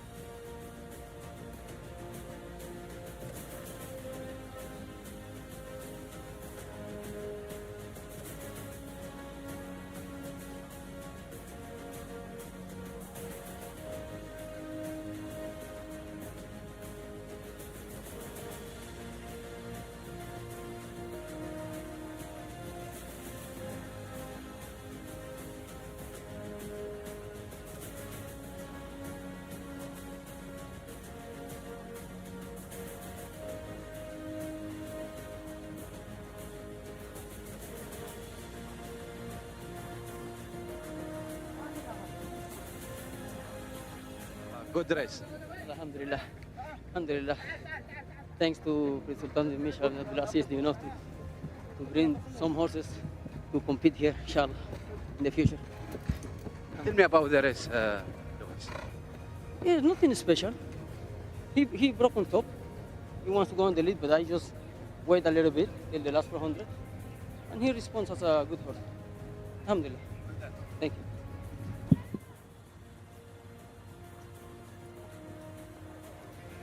First winner of the day for Luis Morales with horse number 11, Sense of Dominance, breaking his maiden first time out on his debut run for Prince Sultan bin Michel bin Abdulaziz. For trainer Shala Al-Dehani. And of course, all of Shala Al-Dehani's kids join in for the picture like usual. And obviously not a great deal to say here form-wise because it was his debut run, but very, very impressive 4-year-old colt by Mohammed out of Figuereta. And Louis quite regularly rides out for this stable, so it would be interesting to see if he's galloped this horse before, if he was expecting to win. Obviously, jumping out of stall 11, midfield, not a bad shout. Got a really nice, clear run from him. Louis just weighing in there now. And it's always great to talk to Louis after these races. He always gives us great interviews. Congratulations, Louis. Obviously, not much to say in terms of form because it was his debut run, but what did you make of that? Well, he was working well in the morning, so the last gallop from the start, he did really good also. So I wasn't surprised from him from my side to see the performance for him now. I was about thinking about if he jumped well, bad or something, but he's very smart and I think in the short distance he'll be right. And were you pretty happy to get a clear run with him from stall number 11? Yeah, he just brought on top. And then I hold him a little bit, because first time out, I don't know, probably a year without running. So, I try to bring him step by step. What do you think? What type of class of horse is he? Do you think he's definitely above these horses anyway? Yeah, he can be better. He can improve a lot. He's still, first time after a year. We're working hard on the horses to make them take the weather. First of all, and all the dedication and the feeding and vitamins, all the things. So the horses, they are responding very well. And did the trainer give you any specific instructions, or did he just trust you to know about this horse? Yeah, he's great if he don't trust me. But yeah, he said take it easy. If he jump in the lead, okay, take it easy. If not, just bring him step by step. But alhamdulillah, he was sharp. And it's only our third race of the evening. Are you looking forward to any of your other rides today? Hopefully, inshallah. Thank you, Louis. You're welcome. Thank you so much. Thank you so much, Shamila. That was quite the interview. Getting some information, as always, from Morales on how the horses, how the performance came together. And this was a horse that looked. We mentioned obviously off the air. I mean, this horse looked like either a winner or a second. There was no way he was running out of the top two all the way around. No, he travelled nicely, broke well for a first-time starter. And I did say beforehand, he was the one horse that we saw, but prior to coming on air, that walked past us on the walkway, that really took my eye. Fortunately, he managed to prove on the track that he was a good looker, as well as just being a good looker in his physical appearance. I'm a bit gutted. I did say if one horse was to beat Fast Start, hopefully it was this one. I'm gutted as well, because I thought that in my mind, I thought that one of you had chosen this horse, and there's no way I'm just tired of you guys just riding my coattails to victory, so I was going to choose another horse. But I should have chosen this one. Yeah. I mean, this is a former Bob Baffert trainee, made 4 starts for him in the States, was with a third, so obviously he's been through, obviously, I wouldn't say through a tough regimen to get him nice and fit throughout his career. And Prince Sultan bin Michel has a few horses with Bob, but we see him down in the black silks. He is about to get sort of passed to the outside by your selection. Yeah. Fast Start, and then he gets a nice little spot here. Louis is smart, and he basically reserves his spot between horses. Exactly, angled out just before the bend so that he wasn't squeezed out, and the horse really showed at this point that he was full of run. There were no excuses for Fast Start. He broke well, moved across to the rail as anticipated against horses that were generally stayers. And he had every shot of winning. It's just a sense of dominance was a little bit too strong in the closing stages. I got nothing wrong with that, nothing against that whatsoever. And actually, he's traveling so well. Actually, it's good that this horse won, because look, Fast Start has a great pedigree, but he's a 5-year-old maiden still, and he's probably not going to progress a great deal. Whereas Sense of Dominance could come on quite a lot for this performance. First up in Riyadh, and he could be way better than these in a couple of months' time. Yeah, it's been almost a year to the day since he had last run, and that was at Losail a while ago, finishing third there. 91 Equibase speed figure that day, which is pretty good for a horse at that time in his career. He's coming forward in a right way here. I think he's going to fit perfectly into the Saudi Arabian regimen. Yeah, for sure. The way he breaks, the way he travels, The fact he just devours the ground as well. He's a lovely looking horse, isn't he? Yeah. Heyman was beautiful. Or Yeah. is beautiful. He's still alive. Yeah, he's got good action as well, this horse. Well, Heyman had a nice horse run yesterday at Maidan, actually. They finished second, named Riyadh, who's from the same crop. So we're probably seeing like a slightly underrated stallion right now for Shadwell. Definitely. I like this winner quite a bit. It wasn't the best of maidens. Obviously, older horse maiden, where Fast Start was the clear standout, rated just 72. So he's maybe run to 76, 77-ish. Be a nice place to start for him. Exactly. Won't overwhelm him at all. And he's definitely going to come on for the run. All these horses first up come on for the run. He could easily be maybe a 90 rated horse in time. How important is it for you when you see them distance themselves from the rest of the field? Yeah, very. Fast Start was miles clear of the rest, and Sense of Dominance put distance between himself and Fast Start. So those two were quite clearly the best two horses today. I think Fast Start had the ideal setup. So the fact that Sense of Dominance could go by that rival and really open up a gap suggests that he's pretty smart. So this was the pre-paddock pick. Yeah, exactly that. It was the pre-show pick. We don't get many of those, but there was one actually a couple of days ago, or maybe it was last week, that Shamila and yourself mentioned. I think that horse might have won as well. Well done. We'll keep it up. We're going to go to Enzo for the runners and riders for our fourth race, 1600 meters, 2-year-old maiden. Thank you, Michael. Yeah, got a few changes here as well, a few scratchings. Take out 4, 12, 15 and 21. We'll go through them. Number 1 is going to be Samua for Ahmad Al-Shra. This race for fillies and colts, 2-year-old maiden, 1600 metres, the mile. Number 2, Tahaseen, Abdullah Al-Khradi. 3 is Modahima for Fawas Wanas. 4 is Morkib, Ayad Al-Tarisi on the grey. 4 is out, Max Nuke doesn't go. 5 is Morkib for Al-Tarisi. 6 is Bala Al-Sham for Abdullah Al-Saidi. 7 is Yaflan for Ali Al-Mamoni. 8 is Moad for Fahad Al-Faradi. 9, Midrak Naif Al-Anazi looking for a double. 10, Al-Yabani, the jockey is Abdulaziz Al-Musa. 11, Al-Rahawi, Victor Gutierrez. 12, Alaham with Berto Ramos. 13 Alaham. 12 is out, Mountain Top. 14 is Almshay for Louis Morales looking for the double. 15 is out, scratch 15. 16 is Dazman for Adel Al-Faradi. 17, Al-Jude Ali Al-Matib. 18, Karam Alanaya for Abdullah Al-Fayruz. 19, Hamoud Al-Khair, Mohammed Al-Daham. 20, Diamond Shadow, is ridden by Youssef Al-Hazin. 21 is out. 22 runs, Mushtarek, Mohammed Al-Habail. And 23 gets in as well, Princess Yara. And that will be ridden by Alex Moreno. I've just seen he's picked up the ride on that one. So quite a few changes here. Without 4, 12, 15 and 21, 22 and 23 get in. So still a big field of runners for this maiden. Back to you, Michael and Tom. Thank you so much, Enzo. Yes, keeping you on your toes with all these changes. 4 out, a couple of them get in. We're going to have an interesting field of horses, wide open again. Yeah, it really is a wide open contest, this one. You don't normally see 4 non-runners, in any Saudi Arabian race. Well, Saturday's the end of the week. Yeah, a lot sure. of things can happen. Yeah. Entries go in Tuesday. But lots of these horses are desperate to run, as we see big fields all the time, big group of horses here, and actually getting a run is something. So the fact there's 4 non-runners is interesting. 2 reserves filled 2 of the gaps, but still an 18-horse field. In just a second, we'll go through the runners one by one, but just peeking off on my shoulder here.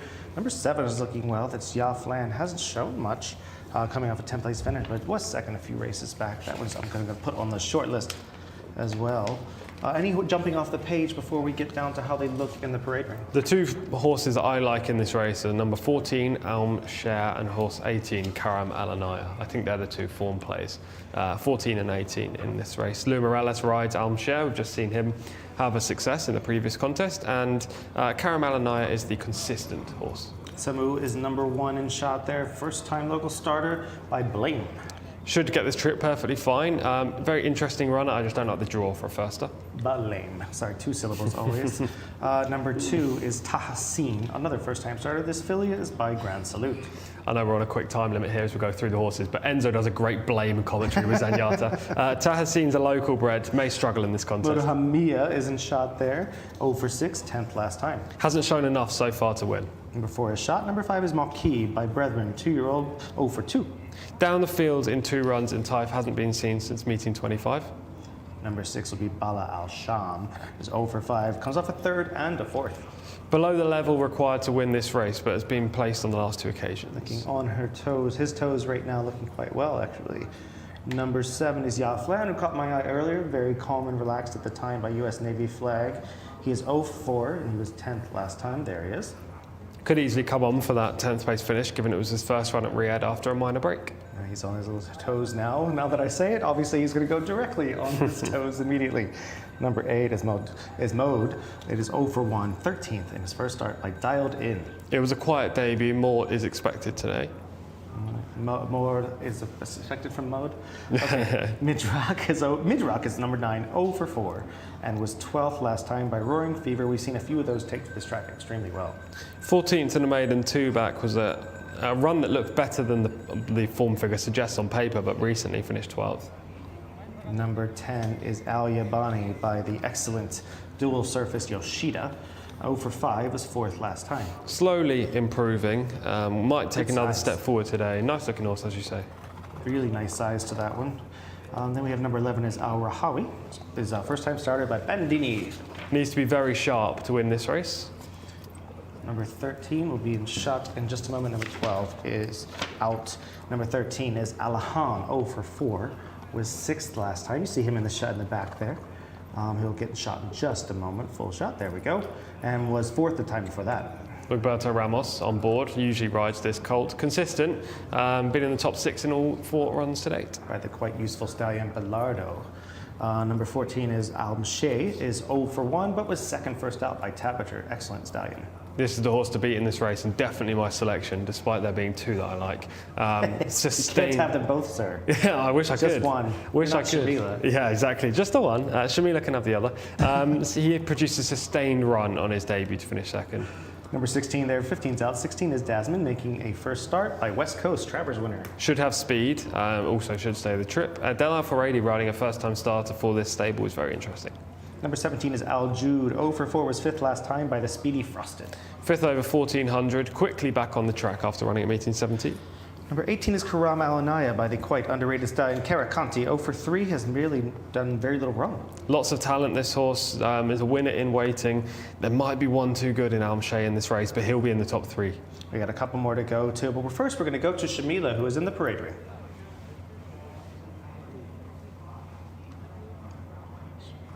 Thanks very much, guys. I have my eyes firmly set on this horse number 18, Karam Alanaya, for owner Tariq Mohammed Alanaya, who we had a great interview with not that long ago, telling us about how he breeds all his own horses here.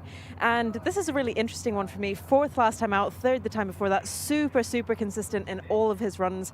Only 2 years old. I really think he can break his maiden today at his rating of 78 and carrying 58 kilos, which is the average of what these horses are carrying. The fillies will be carrying 56 kilos. But I couldn't take my eye off Karam Alanaya throughout the whole thing. In the preliminary stages, horse number 7, Ya Flan for Ali Al Mamoni, really caught my eye, as well as horse number 13, Alaham for Wigberto Ramos. I think that Wigberto Ramos could possibly be on the winner in this race, but as we're talking from a paddock's perspective, I will be sticking with Karam Alanaya. A only question mark for me was horse number 6, Bala Al Sham. I wasn't totally convinced on how he was striding out. He looked a little bit tight in his hindquarters, and as we said many times before, we need big, strong hindquarters to get through that dirt surface and over the finish line. So wasn't super convinced on him. However, I will be sticking with my initial thoughts with horse number 18. All right, thank you so much, Shamila. I called it. Horse 18. Yeah, you called it. You got it. You got her number right now. There's number 20 in shot right there. That's Diamond Shadow. 0-2 and a pair of thirds by Blame. Good run each time for this daughter of Blame. We have number 22 in shot there. That's Mushtarek.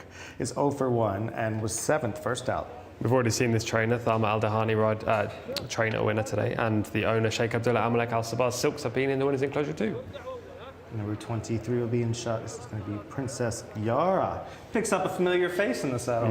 Major player in this race as well, getting in as the 3rd reserve, 4th in a 0-2 event last time up when facing winners, rated 80, highest rated horse in the race. Coat looks outstanding on Princess Yara.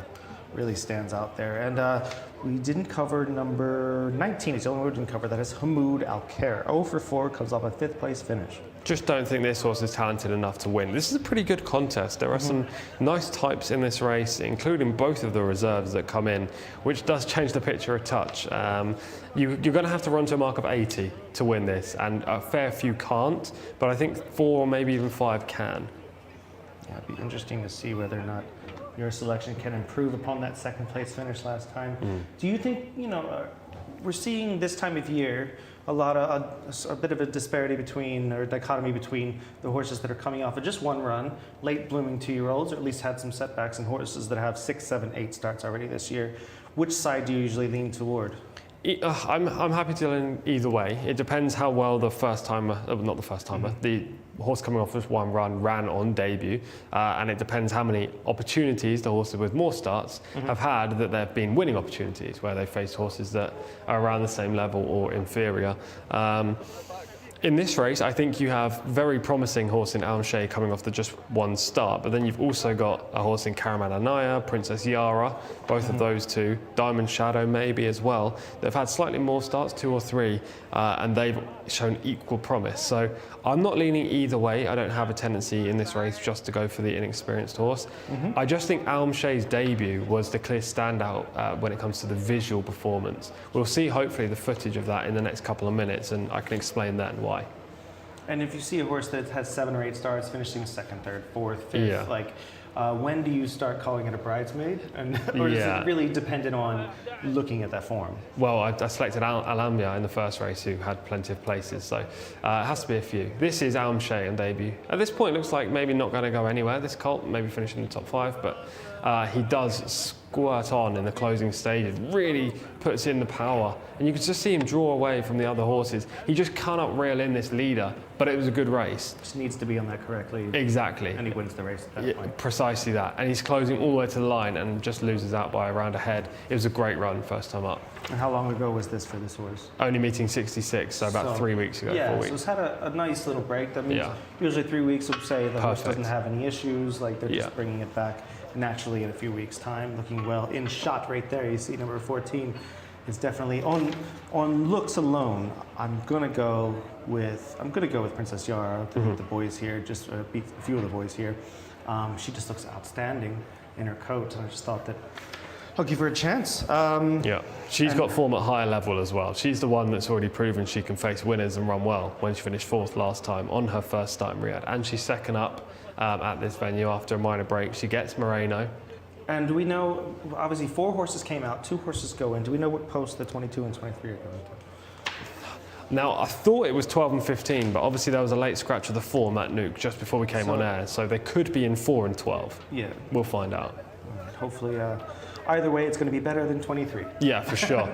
Definitely won't be that wide. It's not like in the States, sometimes they will draw into the outside. All right, we're going to go, Shamila is going to go with Karam Al Anaya.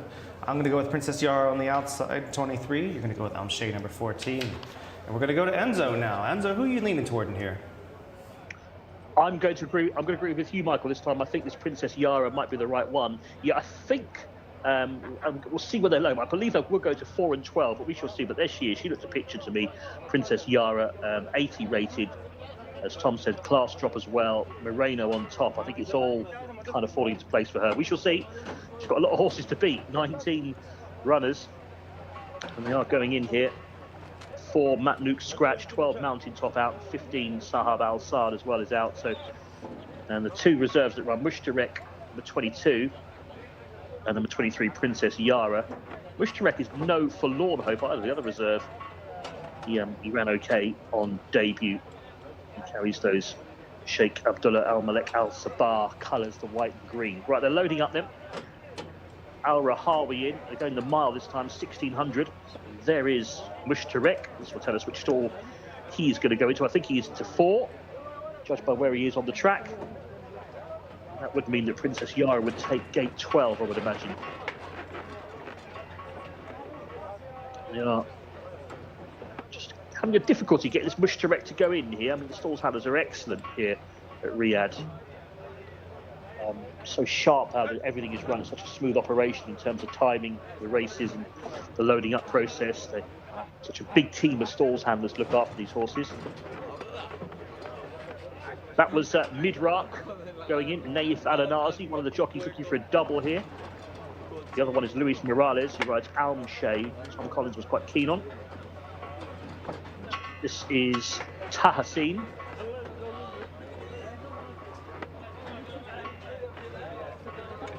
Tahaseen goes in, and they've got the gate shut.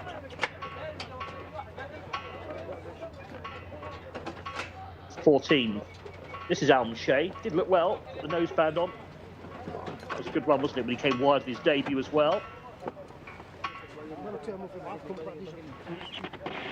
Princess Yara in. He's getting closer to a start here for our fourth race. Just about set. And the starter hits the button and they're off. And we have a faller unseating the rider, leaving the stalls there. Looks to be Yaflan, I think. Yeah, Yaflan, I believe it is. Who's got rid of the jockey in the early stages. So drama. The jockey's up, horse continues riderless. So hopefully both none the worse for that. Meanwhile, more Kib is out well towards the inside. The black and gold colours. Also up there too is Mushtarek from stall 4, the green sleeves and cap. Another one handy is Midrak through these early stages. A little bit wider out them to pick out Mode in the blue and white colours, looking towards the outside for Al Jude.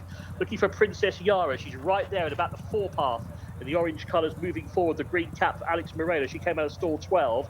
Out a bit wider of those is Almshay in the white and blue with a noseband as they head around the turn. Another one that's up there too is Alaham in the kind of purpley sleeves as they make the turn towards the inside running round Mushtarek. Alaham wider out. Mode is right there too, and then comes Princess Yara, who's just lost a place. Orange and green colours shuffle back there to about 4th place. The pace is really on here. They are tanking around the turn at around 58 kilometres per hour as they make the swing. Mode is going strongly and now picks it up, goes a neck clear to Mushtarek in 2nd place on the inside. Looking for some closers, trying to make up some ground is Alaham towards the outer, and then comes Almshay. Princess Yara's not got much room. The loose horse is right up there on the outside. Yaflan into the final 250, and the leader now is trying to kick on his Mode. Pressed hard by Almshay down the outside with the noseband. From the back, staying on his Tahaseen, and also picking up his Hamoud Al-Khair very deep. But Almshay has got to the front, deep inside the final 100, and Almshay driven out to score. Almshay's going to win it. Mode's getting tired. I think he's got caught for 2nd in the end by Alaham. That we will confirm the places, but Tom Collins is back. Almshay, number 14, has won. There was Yaflan, the loose horse, who was right up with them on the outside. Deposited poor old Ali Al-Mamoni on the dirt, leaving the stalls. But the winner was Almshay. But so much eyes everywhere there in the final 250. There was the loose horse. We had the horse on the outside running on Hamoud Al-Khair. Mode was getting very tired, and I think it's got caught for 2nd. It was Alaham who was coming through. But 14, the winner, Almshay. The winning time I can give you, 1 minute 41.41 seconds. And it was Alaham who got up for 2nd, number 13. Far side, the kind of bluish cap. Mode was just 3rd ahead of Hamoud Al-Khair. And then came Al Yabani, who ran on quite well. Might be one for the notebook, but well done to 14 Almshay, 13 Alaham was 2nd, 8 Mode was 3rd, 2.5 lengths the winning margin. Winner for Tom Collins, Almshay, number 14, wins.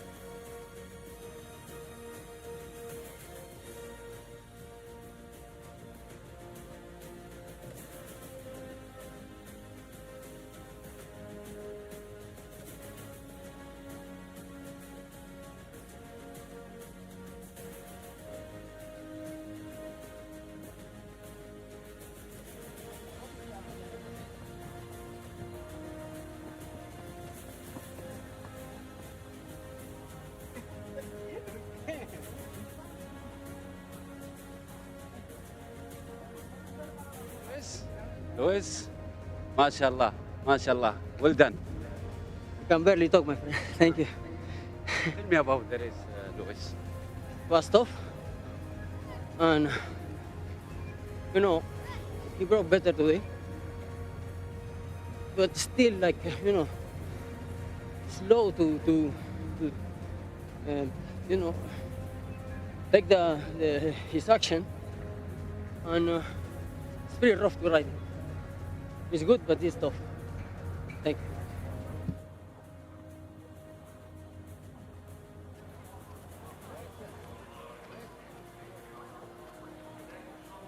A very quick double there for jockey Louis Morales, this time on horse number 14, Jcsa, and tipped up by Tom Collins, so very well done there, Tom.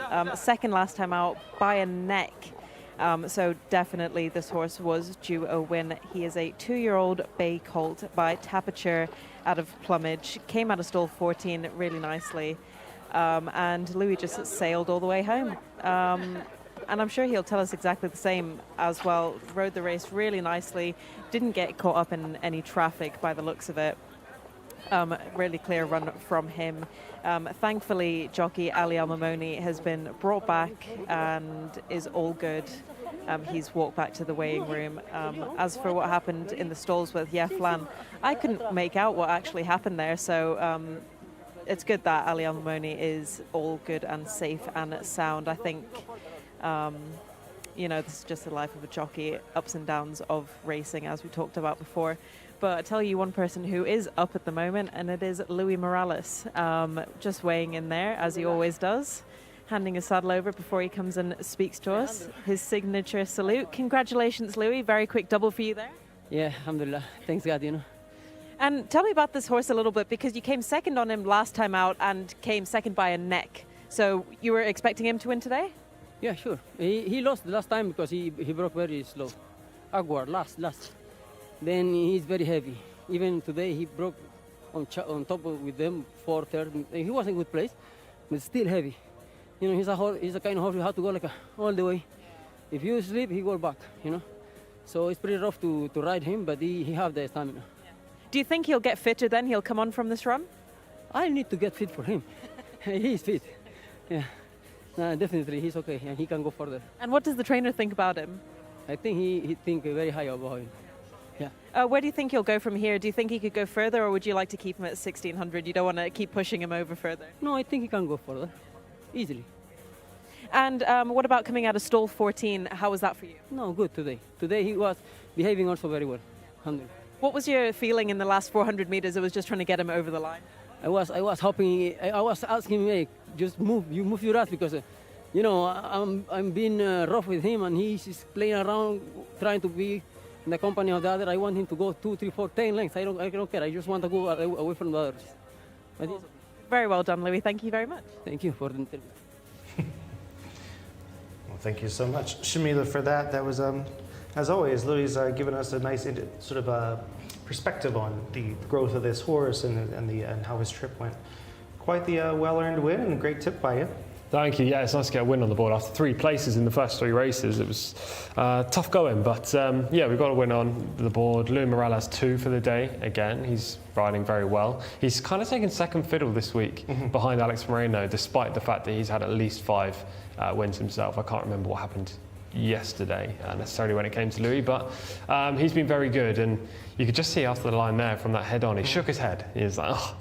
He must have, I don't know whether he was annoyed about this horse not really going as far forward as he wanted to, or whether the loose horse was causing a little bit of an issue, or what, but he wasn't happy crossing the line despite winning the race. Yeah, as he said, he needs to get fit for this horse. Yeah. The horse just might be hard work to get him going, a big, you know, just a well-striding grinder that doesn't really have a change of pace, just has an extension of stride. Yeah, we'll see that shake of the head just in about a couple of seconds, hopefully. As they cross the line. Okay, they cut it off. They cut it off. Unbelievable. Slow start from the inside. Yeah, slow start horse number. One, Samu. Yes, and Yaflan, horse number 7, also unshipped the rider. That was the drama at the start. Ran well without him. Yeah. One to look after next time. For sure. Obviously didn't have the the weight on his back, but yes, he seemed to enjoy the job. He's He's pricked his ears. He was very happy. The winner right now is right in the, I mean, there was about 10 across the track going forward. He is 7 off the rail, white silks, just outside the eventual runner-up, Alaham, who's in the blue and yellowish kind of silks. So he's wide on the track. Louis did have to kind of negotiate the bend on board this winner, but he had plenty left in the closing stages.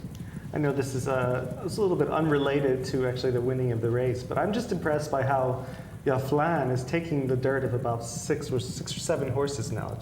It shows his desire to actually race. Yeah, he really wants to be a racehorse, this horse. This is the part of the race that's interesting because the winner loses a couple lengths, just in 5th at this stage, also losing he's lengths. scrubbing along. Too. Yeah, it's the same for the runner-up on his inside in the blue silks. That's Alaham. And Princess Yara inside of that one in the orange. Now, Princess Yara doesn't finish off her race as well as the other two, but Alaham and the eventual winner, Almshay, do manage to regain their stride and pick up in the home straight.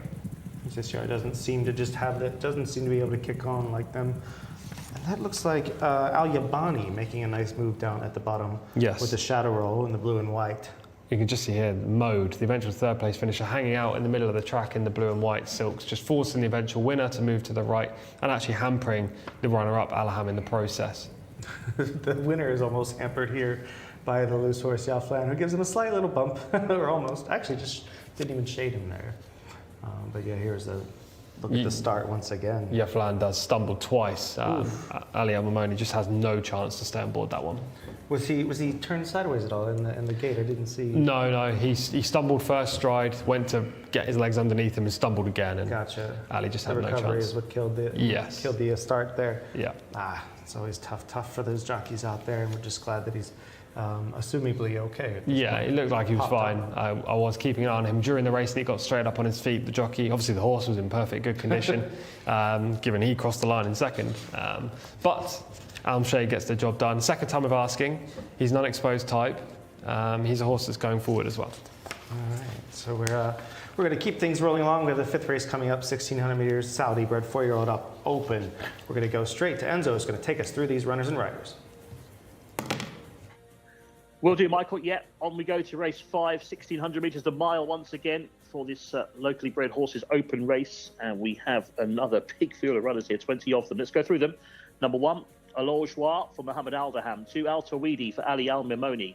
3, Ashkar Asaf for Jimmy Carrion. 4, Lawajan, the treble-seeking Louis Morales. 5 is Saif Al Fala for Fahad Al Faradi. 6, Dadan for Fawas Wanas. 7, To Al Atlal, Naif Al Anazi looking for a double. He won the first. 8, Al Jamani, Adel Al Faradi. 9 is Aras, Mohammed Al Hubail.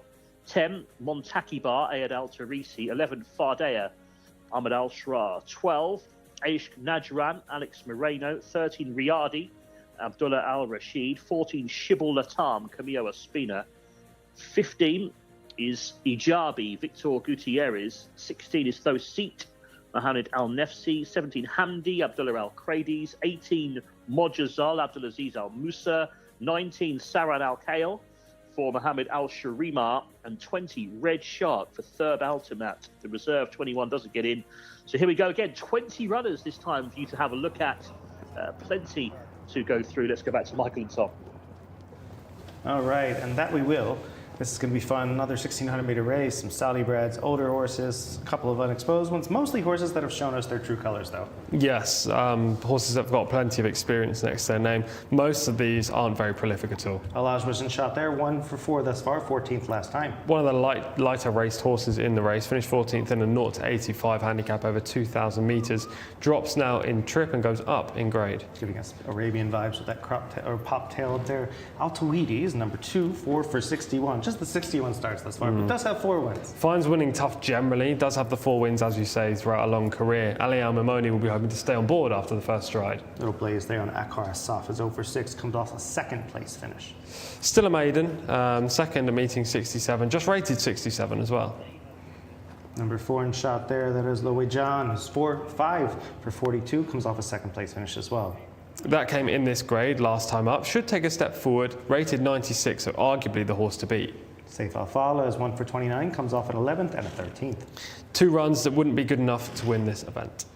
Probably so. Number 6 is Dadan, is 1 for 9, and has been well back in the last few runs. Yeah, from 17th, 19th and 15th this year, very hard to recommend he'll go forward.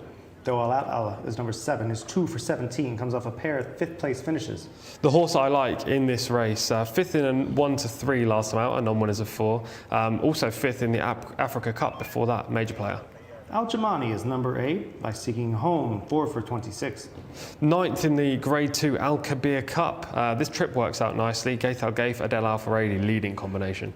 Number 9 is Ahras, is 3 for 34. Just refused to run last time, so I don't know whether this horse is going to jump out the gates. This is a former white stable horse. Yes. Okay, thought so. Number 10 is Montakaba, is 4 for 35 by Blue Burner. Hasn't won for a long time, and the form seems to be regressing this year. Fade is number 11, who's 1 for 21, comes off a 15th place finish, sorry. Rated just 67, another horse in here by a premium tap, probably going to struggle given that strike rate. Number 12, Aish Nazran, is 8 for 38, has the most wins in the field. Yeah, won in this grade last time as well, so this is the one to beat. I like Thawal Atlau, who we've already covered, but Aish Nazran was good last time up. Alex Moreno takes the ride. He loves winning of late. Riyadh is number 13, 6 wins to his credit out of 42 starts. Hasn't won a race since 2021, that puts me off. Shibalatam is number 14, who is going to be in shot in just a moment. Shibalatam, 4 for 38, was 3rd last time.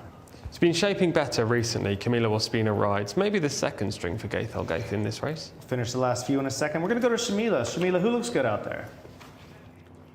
Thanks very much, Michael. This is our 5th race of the evening, and I am siding with the beautiful 4-year-old colt by Decorated Knight, horse number 7, Tho Al Atal, ridden by Naif Al Anazi, for champion trainer Bidden Al Sabai. And I feel like we haven't seen Bidden Al Sabai in the winner's enclosure in a while, to be honest. So it'd be really great to see him, and Naif is chasing that double as well.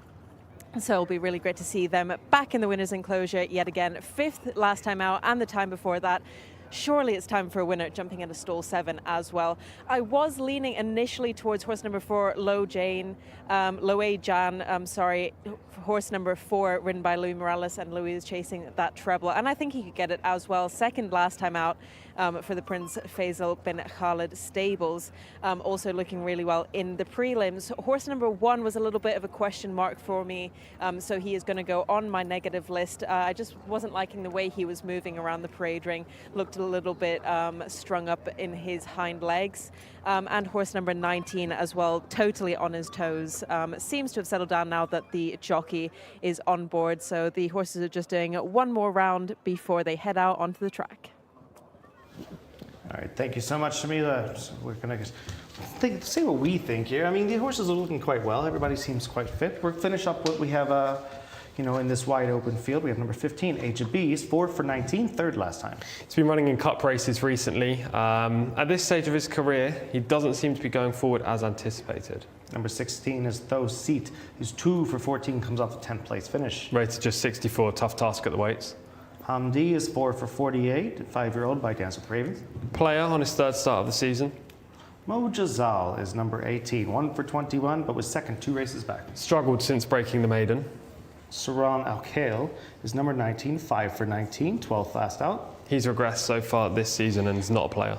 And last but not least, number 20 is Red Shark, who has 2 wins from 14 starts. Needs to be running in handicaps, rated just 57, not an open horse. All right. So, I hope that made you shorten your list a little bit. So you're leaning right now to number 7, Tho Al Atal. Yeah, there are 3 horses in here I think are the major players. I seem to say this every race so far today, apart from.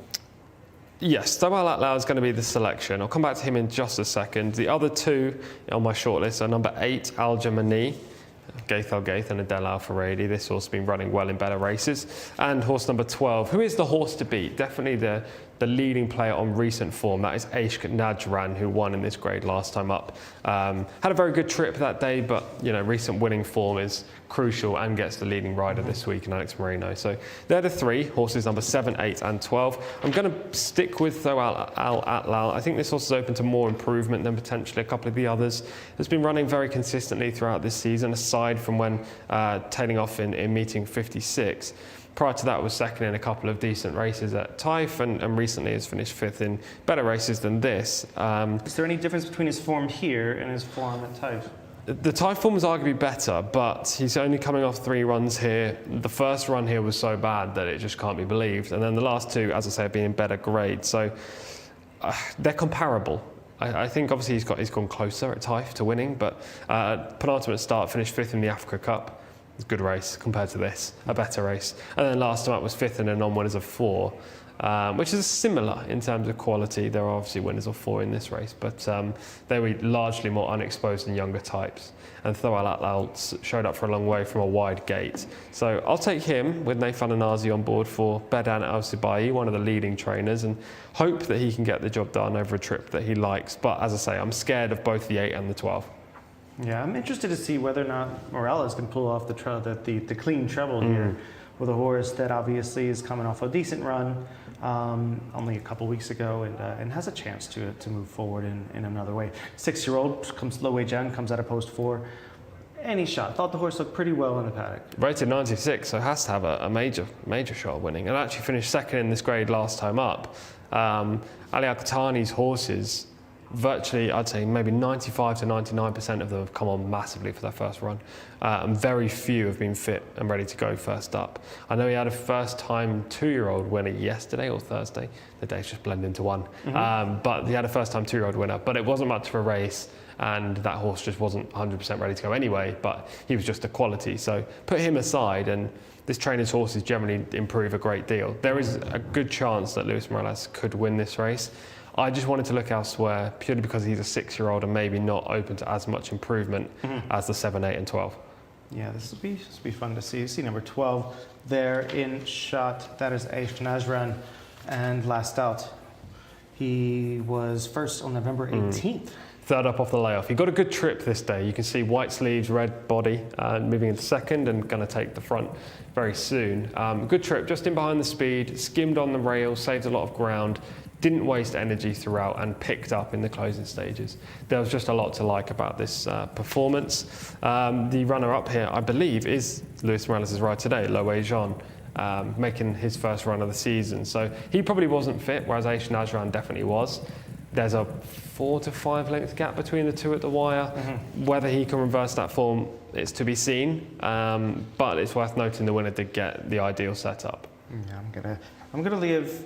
I mean, he just looked fantastic in the warm-up. I'll give Lo Wei Jian a shot here today. Anybody else sort of the unders? Anybody who could probably improve upon their rating in here?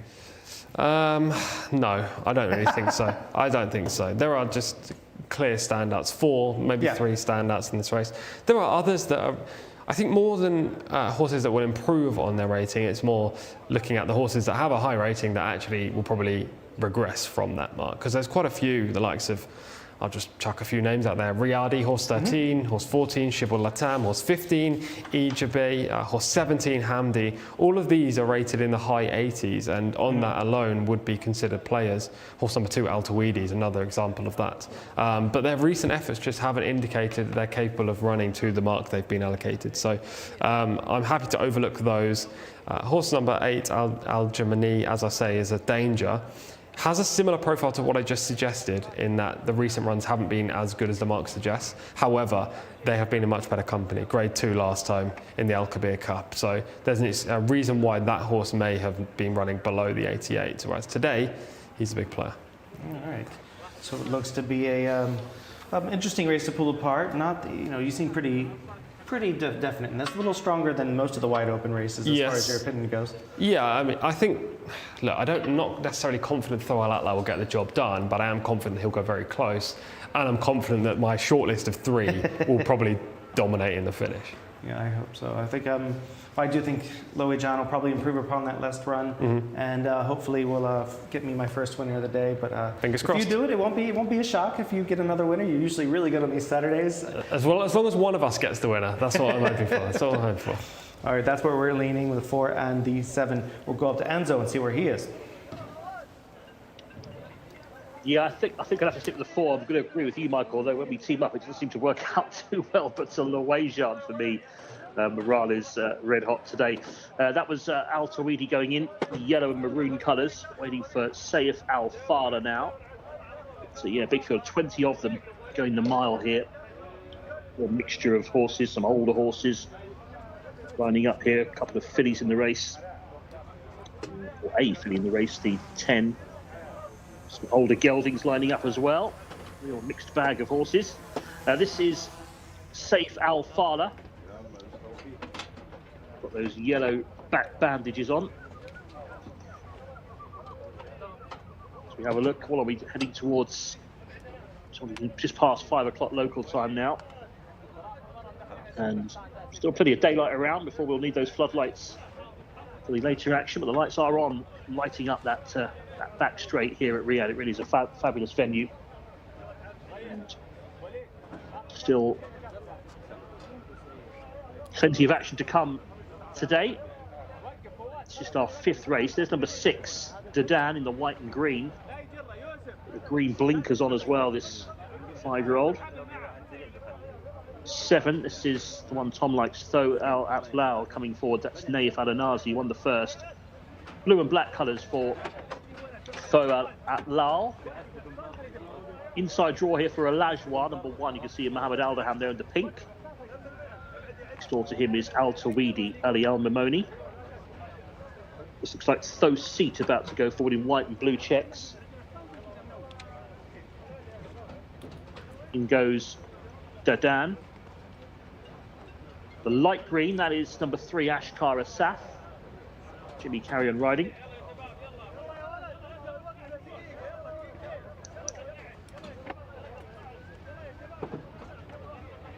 So, last few about to be led forward then. 4 is a Loejan, the red colours. 6-year-old goes in, 43rd lifetime start. So they've experience to call upon. That was Riyadi going in. Aras is still to go forward, the light blue and black. There's those blinkers. Son of Premium Tap, Mohammed Al Hubayl on board him. I think he's the only one out of line now, Aras. Aras into 9 then completes the lineup. We're just about ready for a start. Blindfolds thrown away, we're ready, and they're off. Starter caught them in a pretty good line there. A little bit slow to go was Al Jamani from stall 8, breaking well towards the inside up there early on. In the light colours is Saif Al Fala. Slow away Al Tawidi, and Loejan wasn't that quickly to stride either. It trails them early on, breaking well from the outside. It's Red Shark in red and white colours, but up there towards the inner, we have Tho Seat, who's coming across towards the fence from stall 16. So Tho Seat is going to go on here to Saif Al Fala, who's racing in 2nd place. The green blinkers of Dadan is in about 3rd place. The yellow and green of Faydeh is a little bit wider out. Then the red and white of Aishq Najran under Alex Moreno. Racing wider is Ejabi in the yellow colours, and then towards the extreme outside is Saran Al Kale as they make the turn. That horse is obliged to race 6 wide though as they go 6 deep around the turn. On the inside is still Tho Seat. In the 2-path, Dadan has every chance. The 3-path for Faydeh under Ahmad Al-Shra, the yellow and green. Then the red and white of Aishq Najran, and still around the outside goes Ejabi. Looking in behind, Tho Al Atlal starts to creep a little bit closer. Is upsides the ridden along Saif Al Fala. as they turn for home. 12 the leader, Aish Najran. Here on the outside is Ijabi in the pale colours. Now running on is Tho Al Atlal, switches course, and then comes the yellow and blue of Saif Al Fala. Towards the outside, sticking on quite well is Mojazal as they race deep inside the furlong. And on the outside now, picking it up in the yellow colours is Ijabi. He's pressed hard though by Al Jamani, who was last early. Al Jamani from a long way off the pace, ridden cold, is going to pounce. Al Jamani, Adel Al Faradi gets his name up in lights too. In second place, Ijabi, and third was Tho Al Atlal. Came from a long way off the pace. Didn't break that well, but showed loads of late speed to win it. Number 8, Al Jamani for Adel Al Faradi in the Al Gaith barn. This horse rated 88 has pounced and has won it. Second, number 15, Ijabi, was up there early on. Just couldn't find enough to hold off the deep closer. And third will be number 7, Tho Al Atlal, who ran well for a long way. 1 minute 39.71 seconds. 8:15.7 the numbers on the board. 3/4 of a length the winning margin. 8 Al Jamani beats 15 Ijabi with number 7 in third, Tho Al Atlal.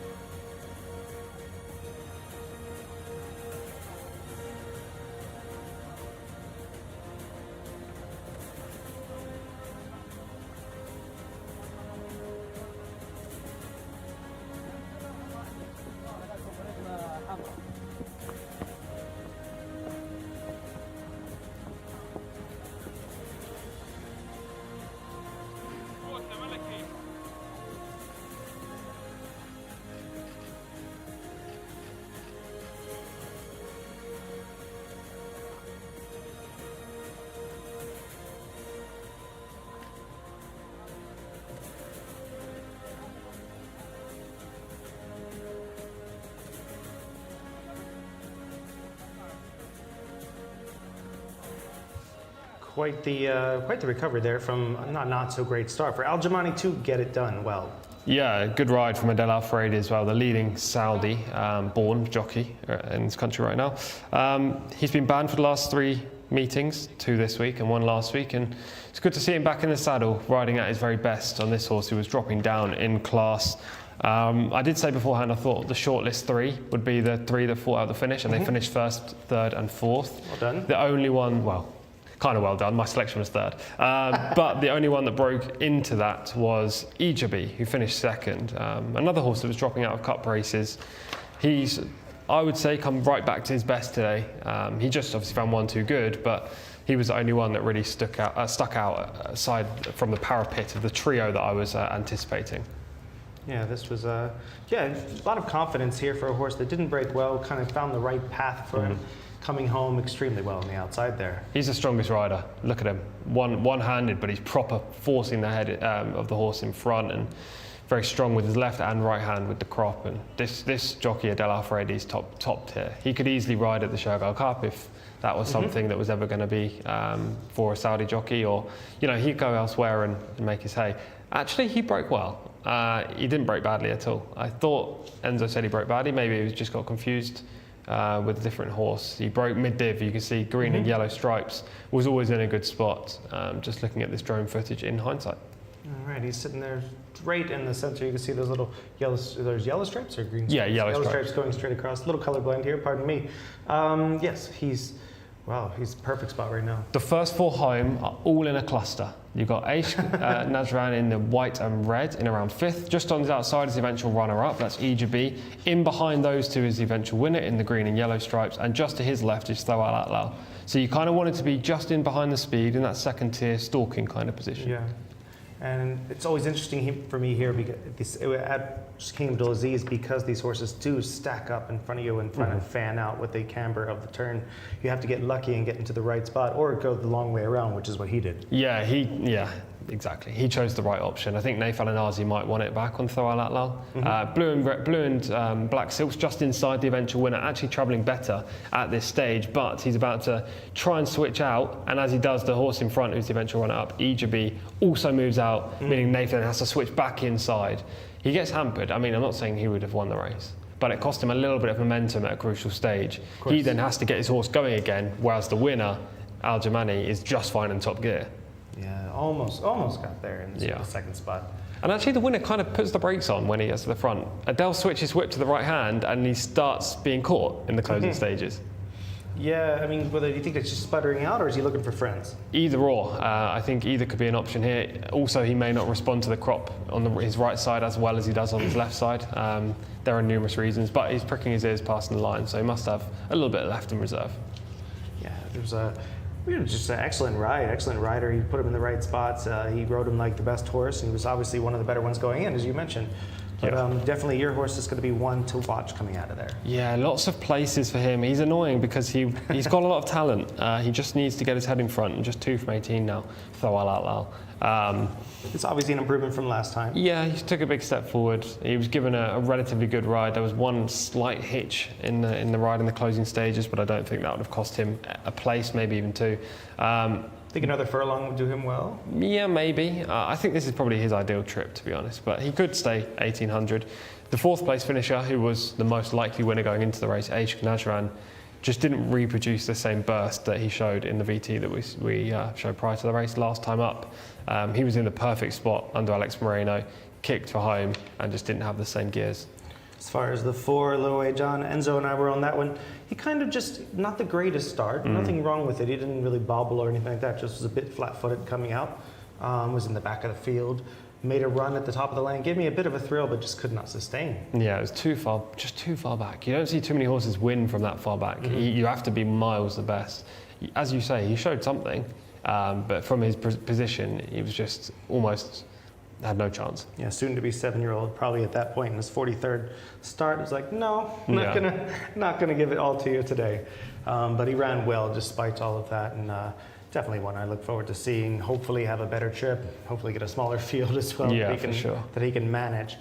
And that, interesting race. I think you take a few stories out of this that could move forward in the next run, and hopefully hopefully the winner Al Jamani will come forward in a nice way. Off of that 88. Where does he go? What do you think? Probably back to a cup race, I imagine. He's a hard horse because he's a 4-year-old, and when you go up in grade, he can't win. He seems to struggle. And then when he comes back down to this level, he does win, but obviously the prize money is lower, and they want to be striking in these better races. So he's a difficult one. I think they'll go back to a cup race, see if they can rack up 2 consecutive victories. If not, he'll eventually come back down to open level and win again. Yeah, he's going to have some options. Rating-wise, 88. Where does he go from here? Probably 92, 93, I think. Thawal Atlal, who finished 3rd, maybe a length back, is rated 88 as well. The runner-up's rated 89, so he's probably run in the low 90s. Yeah, he's kind of run the races run to form, and he's run a couple pounds better. Exactly. All right. Well, that was a fun one. I thought interesting race. Gave us some form, and you gave us some great tips. Just didn't quite get there. Yeah, the That's wrong okay. one. Just 3 times I've done it today. 3 times picked the wrong one off the shortlist. We'll do better in this next race. This next race is going to be an 1,800 meter 3-year-old up handicap for 0 to 80. We're going to go to Enzo, who's going to take us through the runners and riders for this apprentice jockeys only race. Will do, Michael. Yes, looking forward to this one. 14 of them going this time. The scratching here is operating. So number 1 is Gakali Warrior, Rakan Al Abay. 2, Al-Aya Al-Ilm for Mohammed Al-Sharima. 3 is Tabath, Ayad Al-Tarisi. 4 is Mutashim, Muhammad Al-Shamari. 5, Swinton Noon for Azuz, as he's known as Al-Yayesh. 6 doesn't go, so scratch operating. 7, Rajil Abdullah Al-Kradis. 8 is round 6, Thurb Altimat. 9, Ardal Abdullah Al-Hussein. Over the page for 10, Desert Man, Sultan Al-Mamoni. 11, Laith Al-Ami, Abdullah Al-Kradis. 12, Billy Bats for Selman Al-Rashid. 13, Taking Names, Mohammed Al-Hubail. 14, Never Alone, Ahmad Al-Shra. 15 is 965 for Tariq Al-Hassan.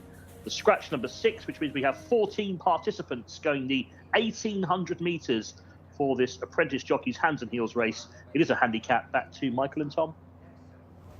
All right, thank you so much, Enzo. We're going to look at this apprentice only.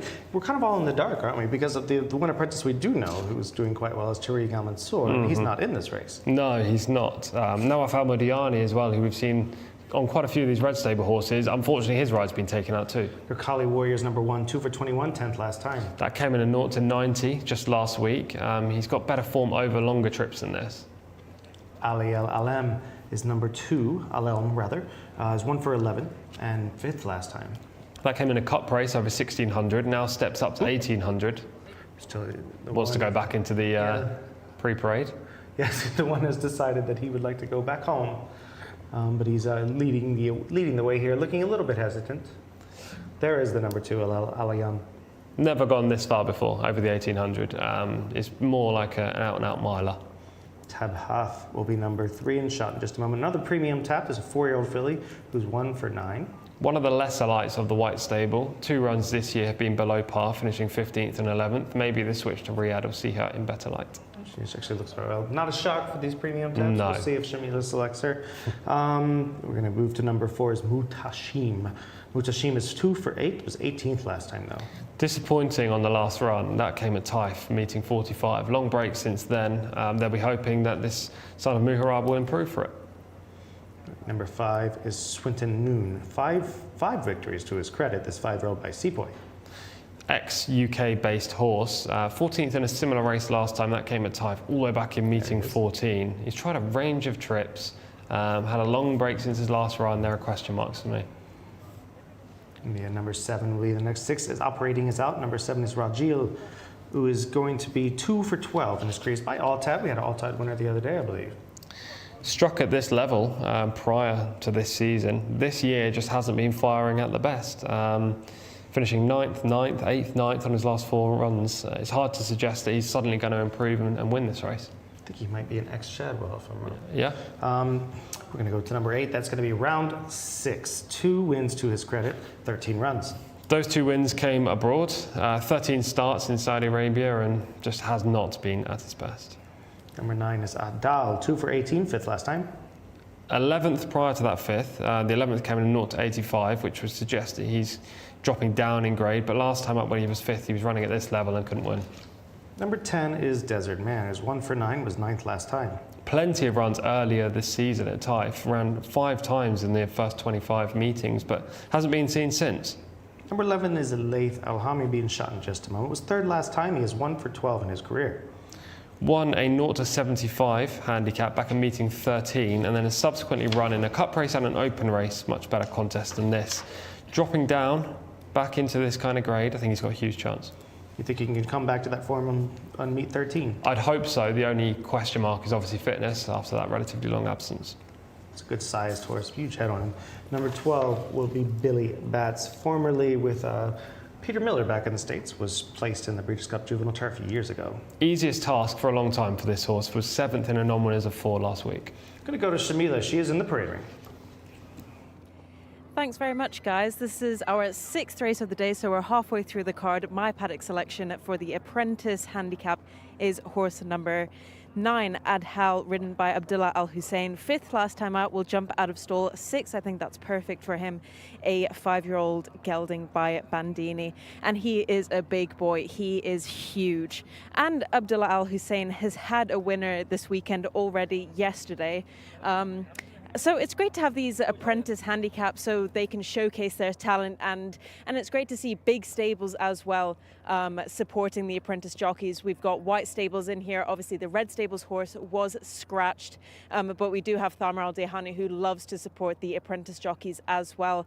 And if you want to put these down on your list, apprentices to look out for this season: Eid Al Sharisi, he's riding horse number 3, Abdullah Al Hussein, who is on my pick, horse number 9, Sultan Al Mamoni, who is on horse number 10, and Mohammed Al Hubail, who regularly gets rides in big races as well. He is riding horse number 13, Taking Names. Another horse that was catching my eye was horse number 11, Laith Al Hami, 3rd last time out, ridden by Abdullah Al Kredis. So best of luck to everybody in this race.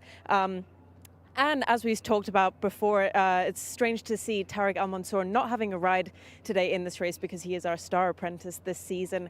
However, it looks like he is on a ban because he doesn't have a ride in the whole card, which is very unusual to see. So that tells me that he's definitely on a ban. Otherwise, he would be riding the winner of this race. Absolutely. I will be sticking with horse number 9. All right, thank you very much, Shamila. There's number 14, Never Alone. 2 victories to his credit. Just an average performer in the UK. Finished 11th on his Saudi Arabian debut. 965 is number 15, 1 victory from 3 runs here. Not the nicest looking type, that's for sure. Finished 10th in a 0 to 90 8 days ago. He's a player if he's in form. I don't know whether he looks like he's that interested though. Yeah, one thing I will say about the main mass is sometimes they don't look like much. Like he was a tiny little thing, and but they do run. They do. A lot of them do. Number 13 is Taking Names. The only one we did not see Taking Names is another tiny horse. He is 1 for 9. 9 runs here, but has 1 victory to his lifetime. That penultimate second back in meeting 61 was good and probably would be good enough to win this race. However, last time up I selected him just last week in meeting 72, last Saturday, and he faded badly when he was near the speed. So with that in mind, I have to look elsewhere. As I say, I'm not the most loyal when it comes to selecting horses, and if one horse disappoints like he did, drastically disappoints, then I will avoid him next time. Sometimes you have to be decisive. I am not that way. I'm going to go with Taking Names again. I'm going to give him a chance. Hopefully he can show the natural speed he has. I think, here's a good question. So you have only hands and heels in this race. Does that, for me, I would think that would automatically make closers and maybe even mid-pack stalkers add even more of a disadvantage than usual. Potentially, yeah. For sure. It depends how quick they go up front, but I would agree. You can't really ask for maximum urging. What I would say is that the crop is used, in my opinion, to keep a horse at the same speed rather than to increase the speed of a horse.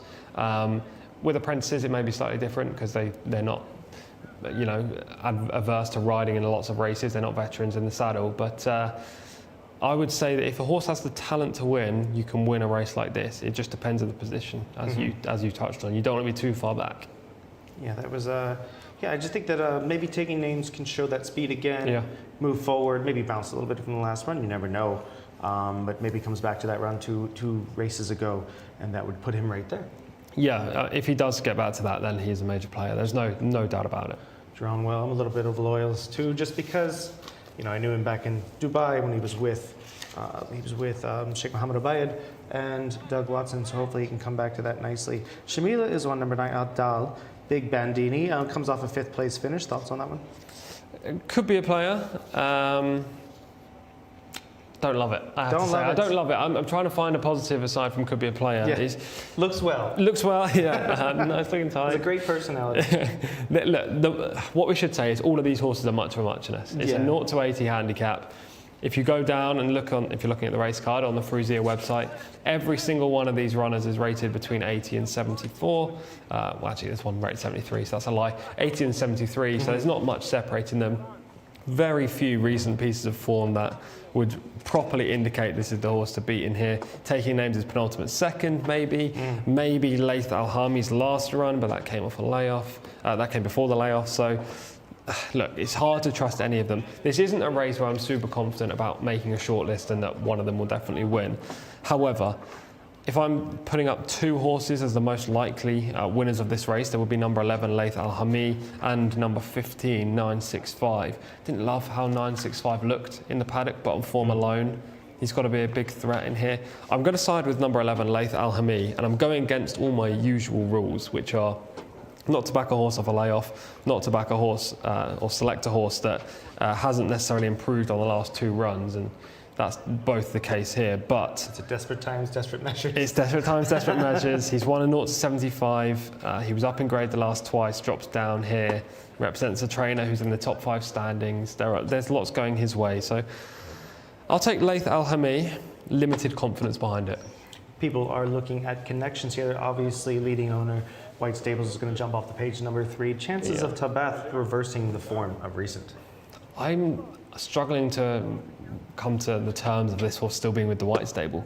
Showed one good performance when she won, but since then it's just been pretty disappointing. It's including both runs in Taif, where 15th and 11th. Camilo's not ridden at either of those occasions, so I know obviously he can't ride in this race, but the fact that he would opt not to ride in the past is a pointer in its own right. I think this might be the last chance for this filly for the White Stable. All right, yeah, I'm gonna. Let's look at this 12. This 12 is a fool of himself right now, creating a little bit of a little Billy Bats. He's always been a bit full of beans his entire career, even when he was in California. But you'd think after 22 local runs, he'd calm down a little bit. Yeah, definitely. At least he's hyped and ready to run. He could be a player if he gets back to his best, but again, he's a regressing type. He draws from the rail, which is never easy if you were in bad form. Exactly. There are reasons to take him on for sure. I'm gonna stick with taking names. I hope he does well in here. Obviously, this is a tough spot, but you know, hopefully the draw in 8 gives him a chance to get out and have some options. Doesn't have to go to the front, can sit behind in a nice spot. We've seen that run consistently today, prove victorious. Yeah, just in that stalking position. Mohamed Al-Hubail is one of the more experienced of these riders as well. So taking names has that on his side. Just depends which taking names turns up. I think he's definitely a player. I'm not writing him off by any means. I actually think the most likely winner is 965, drawn on the outside, but you know, I didn't like the appearance and the last run was below par. So yeah, Laith Al-Hami for me. It's definitely of note that you look at this distance, this 1,800 meters, this 9 furlongs. It's very rare to see that in general around one bend in the States. Here you see it, and it also means that there's a tempting aspect of it to be a bit of a sprint out of there for these horses. And a lot of times we've seen over the last few weeks they've gone too fast in these 9 furlong races, and it's burned them. Yeah, it really has, both over this trip and 2,000 metres, which also comes out of the chute, but obviously 200 metres further back. You can see these horses go a little bit too hard early. With apprentice riders as well, you never know. Never know. So that's something to look out for. The sectionals, I believe, are on screen, so look out for those, and you'll be able to make a judgment from there whether they're going too fast or not during the race. And explain to people who are watching, they say it's a hands and heels race, but they still do have a crop in it. Yeah, I think they can use it for steering circumstances if there's a need to use it, but not as a persuader. Shout out to Jose Martinez. Good morning from the USA. Hopefully he's doing well. I believe he's in New York. And keep it up, Jose. We're glad to see you on the chats on YouTube. Yeah, we're winding up here for the 6th race. We're going 1,800 meters, 3 yards and up handicap. This is an apprentice jockeys only if you're just tuning in. So it's a hands and heels race. We're going to see some of these, hopefully, stars of tomorrow, at least in the Saudi Arabian scene as far as jockeys go. Horses rated 0 to 80 and very little separating a lot of these. You are going to stay with Laith Al-Hami? Yes. Shamila is with number 9, Afdal. I'm going to go with number 13, taking names. And if it's okay with Enzo, we'll go to him a little early and let him take us through the running of the race. But first, I'd love to hear in this wide open race who he likes. Thank you, Rashid Michael. Yeah, this is really tough, isn't it? I thought that I was looking at numbers 2 and 4. I thought they might run well. Alea Al-Elm and Mutashim. They've both come out quite well in the draw. Interested in Tom's thoughts about Laith Al-Hami as well. Yes, this is a decent race, but again, it's been a tricky card today, isn't it? Lots to look out for. Again, in this, they're loading up. By the way, the next race, the Arabian race, race 7, number 7, has come out there. Hammurabi is quite a late scratching. Right, loading up. So we're getting closer to a start at the 1800. And first couple are in. This fillies and colts race. The apprentice riders, hands and heels then. They are, as you were hearing, carrying the crop, but they're not allowed to use it. This is for steering. For horses rated 0 to 8, it's a handicap, so the horses do have a draw to operate from that's not by the race car this time. So we're looking for some of those that have strong claims. Alea Al Elm is in stall 3, number 2. Gakali Warrior, horse 1, comes out of 4. This is Ardal, who's about to go forward there. The light blue saddlecloth, wearing cheek pieces. 14 is going to be next. Never Alone. Goes into stall 11. Ahmed Al-Shra on board. The light blue, that is round 6. Who could he win round 6 of the day? Possibly could, couldn't he? Horse number 8 here for Thurb Altimat. Orange and black, that is number 2. Alea Al Elm. White stable colours is Tabath. Premium tap filly for Ayad Al Tarisi goes in. Just about set, I think. Starter's got the flag up. We're ready for them. Starter hits the button and they're off. Jumped away for race 6 for the apprentice riders. This hands and heels race. Got off to a pretty good start. A bit slow though from the outside draw there in the green colours. A little bit slow to go in these early stages. 965 is the one who trails them early on. He was the slow starter. One that broke well towards the inside was Tabath in the white with the green cap, also the noseband. Carries the head slightly higher, but she leads Tabath early on to Aya Al Elm, who's racing in second place, now advancing up on the outer, Taking Names in the green, who wants a piece of the action. So Taking Names moving up then to have a go at Tabath early on. They race 1 and 2 ahead of Aya Al Elm, who's racing in third place. The light colours of Never Alone is 4 wide. Then the yellow and black of Desert Man, who's next in the field, racing just ahead of Ardal, who's in the dark blue with the orange armlets. Blue and white to his inside is Gakali Warrior, who's next in the field. Looking further back to find the likes of Billy Bats at this stage. He's trying to get a bit closer, in fact. He's up into about 5th or 6th now, is Billy Bats. And he's racing ahead of, in the red, Laith Al-Hami, who's quite wide on the course. They make the turn. Round 6 is the back marker, and Rajil is 1 from last around the turn. And Taking Names is taking no prisoners here, has gone on. So it's Taking Names, Mohammed Al-Habail, who now tries to get them on the stretch and is tanking at around 56 kilometres per hour. Has a look in behind here, Mohammed. He likes what he sees. He's travelling well on board this gelding. Taking Names has a clear lead, although on the outside now, here comes Mutashim with a sweeping move to go off in chase. Mutashim is the one who's giving chase now in second place. Behind those is Billy Bats in third. 200 to go. Can Taking Names see it out? The big danger on the outside is Mutashim, but Taking Names has a kick and still has the lead. 150 to go. Taking Names driven out, leads by 3 lengths. Mutashim got within 3 lengths but couldn't get past, and Taking Names drifting off the rails, but it's nicely clear and will win. Taking Names to Mutashim in second place. Billy Bats in third, and 4th was Rajil. Well done to Michael with the winner there in our studio. Good performance too. Taking Names for the Nefal Mandil stable for Mohammed Al-Habail, the son of Arrogate. There's the American connection. Well done to Taking Names, who wins. Number 13. Second, number 4. I've had a go at him. Mutashim, the horse I liked. He's finished an honourable second. And another good run by Billy Bats, number 12 in third. Rajil ran on in eye-catching fashion in behind them in the end. This horse was just too good. Taking Names, number 13. Second, number 4. Mutashim. 1 minute 54.76 seconds the winning time, 2 lengths the winning margin, confirming 12. Billy Bats was third. So it's 13 Taking Names, 4 Mutashim, 12 Billy Bats, the 1, 2, 3.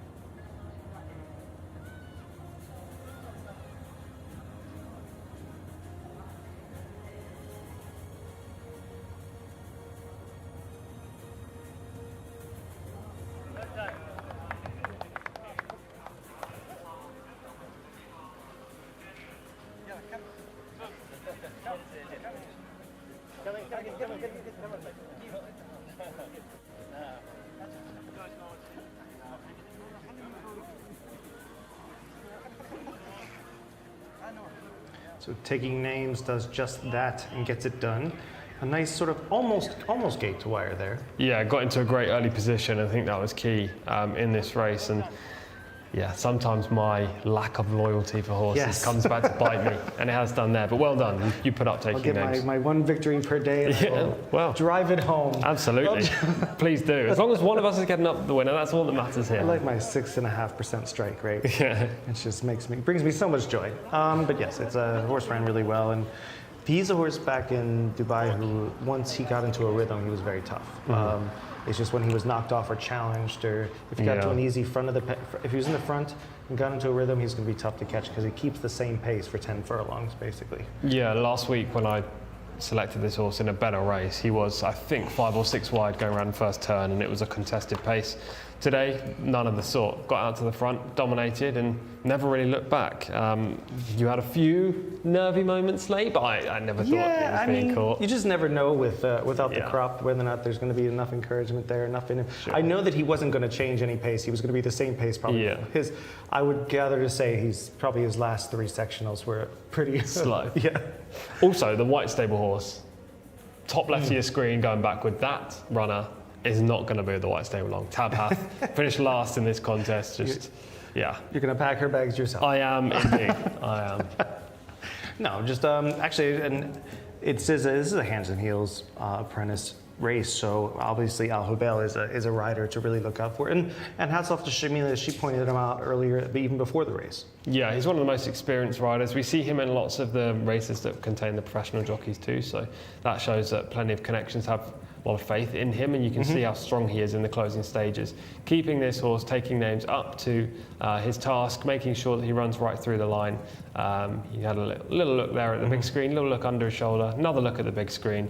He obviously felt that taking names wasn't overly applying himself late on, but he had enough. There was no deep closer in the race. Yeah, and he's a half to closing bell. We've seen a couple of those run here. Is he now in Saudi Arabia? I think so, because lots of local breds are by him, so he might be. We should have talked about slow starter, 9.65. Oof. We said in the paddock beforehand he did not look good. No, he didn't look good, didn't look keen, not even to walk around the paddock, and then the stalls opened and he didn't jump out for a while. He just looked disinterested, and what did Shamila say yesterday about another horse? Has interest in anything but running. Yes, that was one of the ponies. Yeah. And this horse, just 9.65, had nothing to do with this race. No, he actually ran on late for, I don't know where he finished, maybe 7th or 8th, but somebody had to pass him. Exactly, there was just nothing in the early stages from this horse. He's one. Going forward, you need to make sure you factor in that he doesn't really want to take part. Without the urging of the crop, you're seeing a lot of horses spread out a whole lot more in this race. Yeah, big gap there you can see between the top 7 and the rest of the field, though that second flight is trying to make a move at this stage. I think the runner-up actually comes from the second flight, just making a move past the white stable horse on the inside and the horse in the yellow and black silks, which I think is Desert Man, also going backwards at this stage. The eventual winner, though, right on the burner up front. Yeah, Al Hubail's you can see he's doing everything he waited for a while to take him down to the rail because he knew that's going to speed up the horse just a little bit. And he does everything he can to nurse him along and allow him to finish basically at the same pace he was the entire time. Yeah. Muhtasim made that big move wide from the second tier. He was already within in a length and a half here. Just can't sustain it. Yeah. Cannot sustain the run. Finishes very one-paced. You tend to see that with horses of this quality. Look, they're rated mid-70s, so they're not the sharpest horses we've got in the country, but if you burn the energy early on, it's very hard to maintain it all the way to the wire. Winner comes out and finishes well, gives them a few kicks of dirt for good measure. Yeah, hanging off the rail, left to right. I presume that was tactical and not just the horse doing it himself. I think he's steering appropriately. The horse number 7, Rajil, maybe one for the tracker, finished off very nicely. Put that one in your notebook for a similar kind of race next time. So that's the son of Al Tad out of Kadira. So really, really well-bred sort. He was, sorry, Go ahead. He was the only horse to make any kind of inroads in the closing stages, apart from the very reluctant 965, who made up some ground. We didn't see in the overhead shot, but there were only two, really. Yeah, and I made the point earlier that anytime you see anything closing without the crop and without the urging, the extra urging, that is quite impressive. For sure. He's definitely one that I would be interested in next time. Much better performance than we've seen so far this season from him. And I'm not saying this is a good race, but if he runs in a similar 0-80 handicap next time, he'll probably come up against, these same horses, and therefore he has to be given a shot. Nice little adjustment there to get the horse on the right lead. This jockey obviously knows what he's doing. He won't be a princess too long. No. He's very good. I'd be interested to see if Tariq Al Mansour would have ridden this horse, because Tariq does ride in these colours of the Al Mandil colours, and I don't think I've ever seen Mohammed Al Hubail ride in them. So maybe it's a bit of a spare ride, and he's locked in. Yes, very much so. And it's only going to be a matter of time before we see him in the standings, hopefully in the top 5 and top 10 of these jockeys. Definitely, he's an up-and-coming rider, that's for sure. There are plenty of them in that race. We might not know some of them as well as others, but the fact that they're out here and really pitting their wits against one another, just really, a bit of sportsmanship as well. Talking about standings, we're going to take a look at some of our championship standings right now, starting off with the jockeys. And obviously, we saw a nice apprentice rider there get it done. Hopefully, he'll be in this top 5 soon. We have Ospina up top with 87 points, Alfaredi with 53 in second. Moreno, who's on fire right now with 45. Luis Morales is going to add 2 to that. Yep. It's going to be tied up with 45 now. It was 43 coming into today. And Ney Falanazi gets 1 this morning, or this afternoon, up to 36. Yes, some wins for Alfaredi, Morales and Al-Nazi there. Moreno not had a winner yet today, but as we've already said, 7 winners so far over the last 2 days. He's rocketed himself up there. And Camilo Ospina, I think he's only had 1 winner. Yeah, only 1 this week. I don't know if they're going to close in, but let's just say that they're going to if he keeps up this rate, it's going to be tough for him to keep his confidence up. That's for sure. The only thing that's on Ospina's side is that Alfaredi was banned for the last 2 days, so he wasn't able to erode. Trainers are Mahmoud with 53 points in front, Mutlaq with the Arabians with 39, Abada with 32. We have Al Gaith, who's on the rise with 26, and Al Mosa with 26 as well. Add another to Gaith Al Gaith as well, who had the winner earlier on with Al Jamani, ridden by Del Al Saredi. Clear 4th. Exactly, clear 4th. There's a bit of a gap opening up between the 1st and the 2nd, the 2nd and the 3rd, and the 3rd and the 4th. But in behind, with Gaith Al Gaith downwards, there's a big scrap for the remaining 2 spots in the top 5. Move over to the owners at this point, and this is, as we know, it's we've hit the 100 mark. We were worried about that yesterday. It was the highlight of the day. We were looking for White Stables and King Abdullah bin Abdulaziz and Sons to go over the 100 mark. 101 clear of the 40 for Red Stables of Prince Faisal bin Khalid. Al Khalidi and the Arabians with 29. Sheikh Abdullah Mahmoud Al Mak Al Sabah has 24 now. Yes. Earlier today got 1.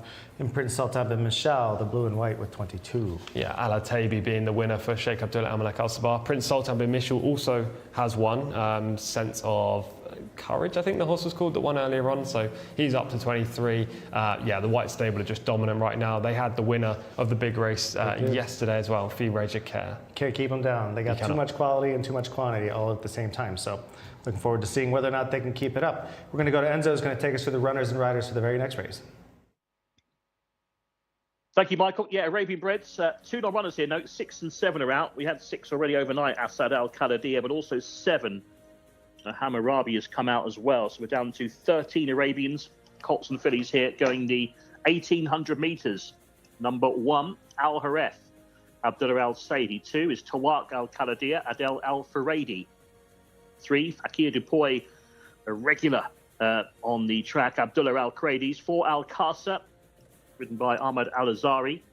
Number 5 is Hamdani Khalid Al-Qadadiyah for Naif Al-Anazi. 6 is out, 7 is out, so 8 is the next one. Just scratch Hammurabi there. 8, Umram, double-seeking Ricardo Ferreira. 9 is Gayad Azuz Al-Yayesh. Over the page to find Garad. The Yasser Al-Bakawi, number 10. Number 11, Jamran Al-Qadadiyah for Fahad Al-Faredi. 12 is Jade de Forst for Rahid Al-Fairuz. 13, Bariz, Camillo Ospina. 14, Sa'ima, Mohammed Al-Hubail. And 15 is Own for Mohammed Al-Laham. Do note 6 and 7 are out. We still have 13 participants for this race for the Arabian Breds. So we go back to Michael and Tom once more. All right, we are back with the Arabians. Pretty exciting. Obviously, open spot, 4-year-olds and upward. Horses with some decent ratings in here as well. Yeah, some nice types. Plenty of horses rated in the 100s, a couple rated in the 110s, and yeah, it's just a good race full of some nice Arabian horses. It's going to take a nice performance to win as well, and maybe a horse running to their mark, whether it be a 110 plus horse or a horse improving. Yeah, it's going to be fun. I think with the Arabians, we've had a good strike rate recently. We've been knocking them off left and right. And if not, we're finishing a good second. So exactly, we've landed on the same a couple times on these and done quite well. So hopefully it moves forward in that same direction. I'm interested to see whether or not, like you said, a couple of these can run to their rating, because a lot of them are coming in off of a few losses. They are. There's also a horse coming in on the back of 2 consecutive victories, who may be my selection in the race. Maybe. No shocker there. But plenty of the others are having to prove something today. There's been a couple of inconsistent performers in this field. And actually, with the scratching of number 7, Hammurabi, there's only 2 horses now in this race that I would say cannot possibly win. There could be a big scrap between the remainder. They've all got plausible chances. The only 2 that I would say can't win are horse number 9, Gayard, and horse number 10, Garad, very closely named. Right. They are coming out right now. They are circling behind us and all looking pretty well, to be honest. These are classy Arabians. Looking at the flesh of them as they walk around, I'm sure Shamila will touch on this a little bit. I don't see many that look poorly at all. They are just well kept within themselves. Yeah, some nice looking types. Umran always catches my eye, horse number 8. Just the way he looks. He's got a very yellowish kind of mane. He's a grey horse as well, and it's just not something I usually see. Ricardo Ferreira mentioned earlier when he won that he was looking forward to riding this horse. And obviously at 92, not rated over the 100 like a lot of these, hasn't hit that century mark quite yet. Do you see the possibility of that today? Yeah, I think there's a shot that this horse could win. He would be my second selection in the race, Umran, behind my main pick, which is going to be horse number 11, Jamran Al Khaladia. Actually, we're just talking about all the horses looking well. And then earlier on I mentioned the 2 horses that I didn't think could win this race, horses 9 and 10. And they probably look the best. No, actually the opposite. And this doesn't normally happen, but the opposite. They were quite notably smaller Arabians and didn't look as good. So, you don't normally see that. It doesn't, how a horse looks doesn't normally always translate to how good the horse is. But in this case, I think it does. And we're seeing the powerful Khaladia stables in here with a few chances, as always. Hasn't been, as you mentioned, I think a couple of days ago, it hasn't been as dominant as it was at TAFE, but it doesn't mean they can't win a few races like they did on Thursday. Yeah, exactly. I think this is a good spot for them to get another win on the board as well. Mutlaq bin Mishrif currently on 39 as a trainer for the season. The leading trainer, Ahmed Mahmoud, on 53. So he's 14 behind. He'll be hoping to erode that to 13 in this race, and he's got 2 representatives, Hamdani Khalid Al Khaladia, horse number 5, and my selection, Jamran Al Khaladia, horse number 11. Very interested to see whether or not Hamdani Khalid can move forward off that run, because I believe I chose him that day. And it was just because just a little bit of back class, thought the horse would run to it, just didn't have anything really go his way. So hopefully he does look really quite well and a little bit fitter today. So hopefully I can get it right this time. I very much doubt it. Well, maybe. Especially against Jamran, because obviously your horse is in top form right now. Yeah, exactly. That's why I like Jamran Al Khaladia. The 2 recent wins, you just don't see any other horse in this race have that kind of strike rate from their most recent starts. And when a horse is firing on all cylinders, whether it be a thoroughbred or an Arabian horse, you've always got to take extra note. So let's start and just go down the field. I believe the camera will catch up eventually with us.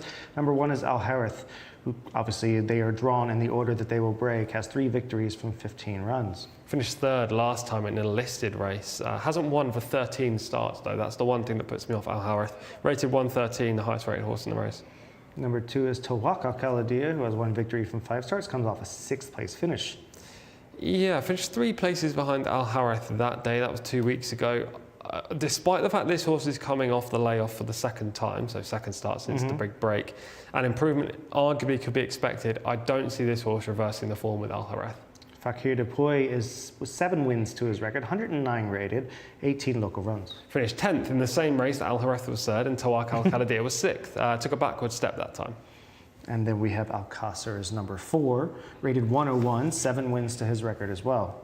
Finished 7th in the same race that Al Harith was 3rd. So many. Tawak Al Khaladia was 6th, Fakir Depoy was 10th. So has to reverse the form with Al Harith and Tawak Al Khaladia. Right.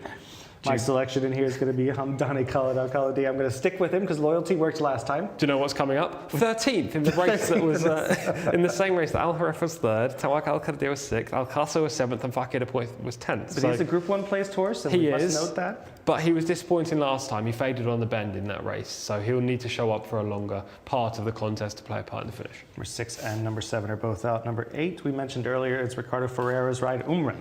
Didn't run in that race. I can only apologise. Oh, good. Yeah, it was a strong stay. I finished a good second. Almost got up on the line actually that day. And if there is a minor pace collapse in this race, then he will be the one that picks up the pieces. Number 9 is Gayad, Qatari bred, 2 wins to his record.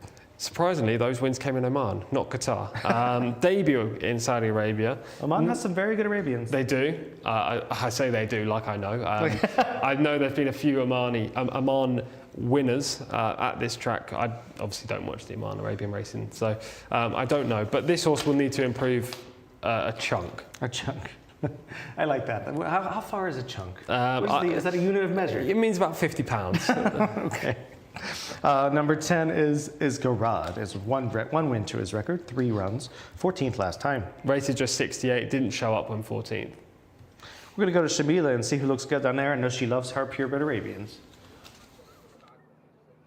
I do indeed, Michael. And as you can see, the horses are just coming out behind me now onto the track. And as you said in the studio, all of these horses look really well. There are 0 paddock negatives here for me today, but that just makes my job even harder choosing my paddock selection. And my paddock selection, I mean, I'm staying away. I'm going to say first off, I'm staying away from Jamran Al Khalidiyah rated 112 because I don't want Michael to bite my head off and say that I've chosen the most obvious horse in the race.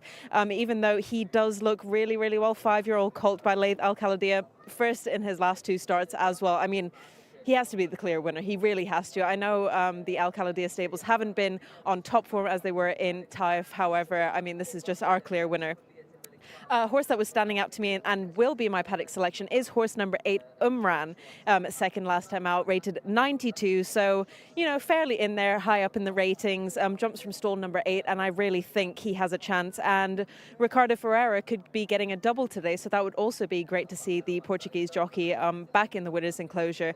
I also really like horse number 14, Sir Amr. Has not done a great deal this season, form-wise, but I mean, he's just absolutely stunning. So I have to mention him for my paddock selection, in my paddock selection slot, should I say. But I will be sticking with horse number 8, Umran, my clear standout in the paddock, and I am taking on horse number 11, Jamran Al Khalidiyah. Thank you, Shamila. Yes, Jamran Al Khalidiyah is in shot right there. And there he is. He looks extremely well. She is right. And there's no faults in picking this horse to get the hat trick, and we'll look at a piece of his form last out. I'm glad you said that because he's going to be my selection in the race. He got a lovely toe through, you can see he was just on the rail coming for home, tracking through the other Al Khalidiyah stables horse, just being nudged to go through with the run. No use of the crop at all to get this horse in front, and then once he's in front, then the rider asks for a little bit more and he produces. This came over 1,600 metres. He stayed the trip pretty well, as you can see here, and I quite like him over the longer trip. I think 1,800 will see him even better light. He's got a lot of natural tactical speed in the race and should be able to get a good trip. Number 12 is Jade de Faust, who comes out of a second place finish on December 2nd. This horse is regularly ridden by Camilo Ospina, but Ospina's decided to jump ship today, which I would consider a negative. This filly's also a regular on the course. We've seen her a lot recently. This was a fair run down the outside. She made a bid in the closing stages. It wasn't the best of races. I think the horse in the red is Hatama Al Khalidiyah. The horse in the green is I'm going off memory. It's Kesar Athba, I think, rated 103. Jade de Faust ran a good race. It was couldn't quite. Yeah, just couldn't get there. The winner was a better horse. So, you know, this is kind of what we come to expect from Jade de Faust. Yeah, very much expect her probably to do the same thing today. Yeah, exactly. exactly. The top 3 or 4, and exactly with one pace at the very end.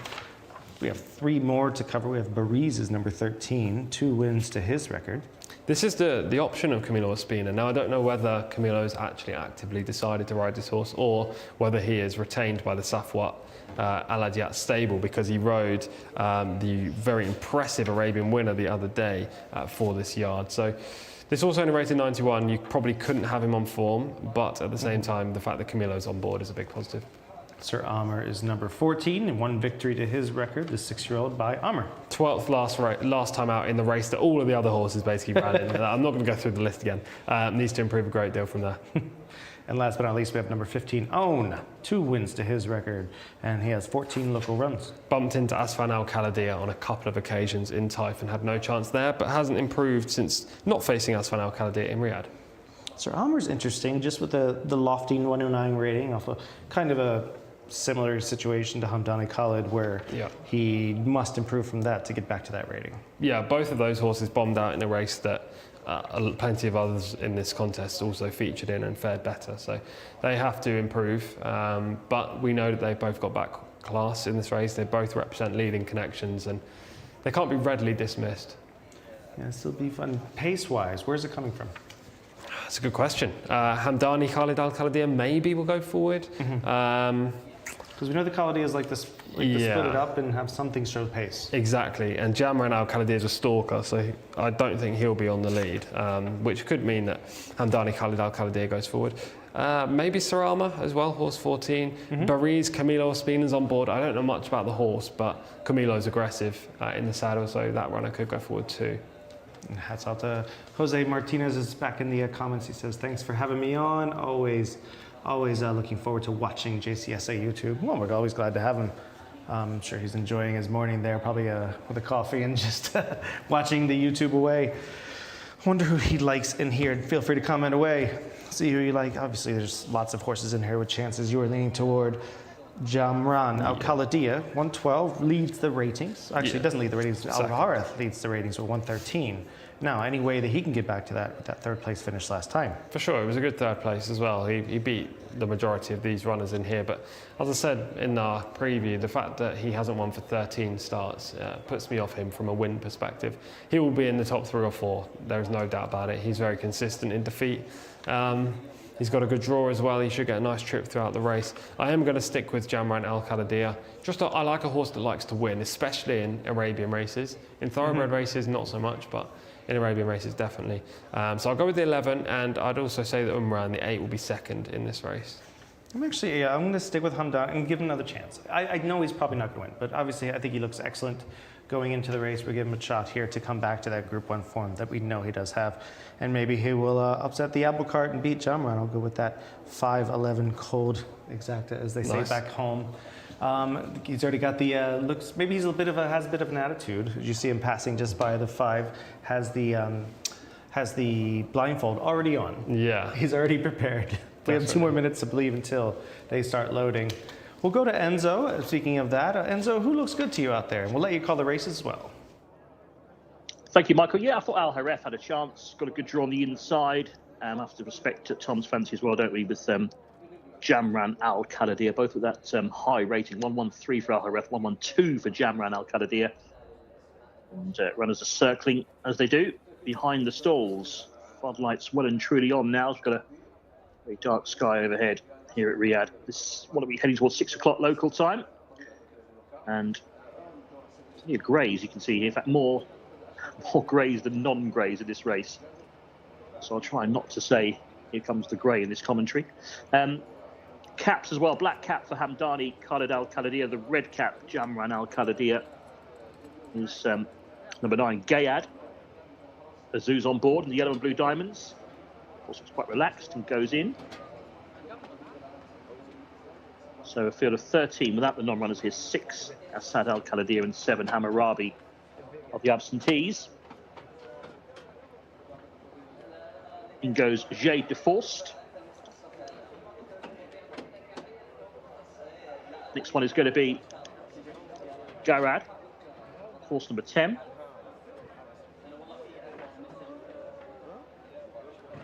Followed in the orange colours by Umran, Ricardo Ferreira, for a riding double on the day. Fakir Depoy, course, we've seen plenty of times here on our JCSA coverage. Al Hareth, white with the green stars. I thought he looked really well in the prelims. A little bit of sweat between his legs at the back there. He's gone in under Abdullah Al Saidi. This is 11, Jamran Al Khalidiyah. Fahad Al Faradi on board. Black and white for Hamdani Khalid Al Khalidiyah. Naif Al Anazi. This horse wearing the blindfold for stalls entry, just being kept calm. As I say that, he backs away.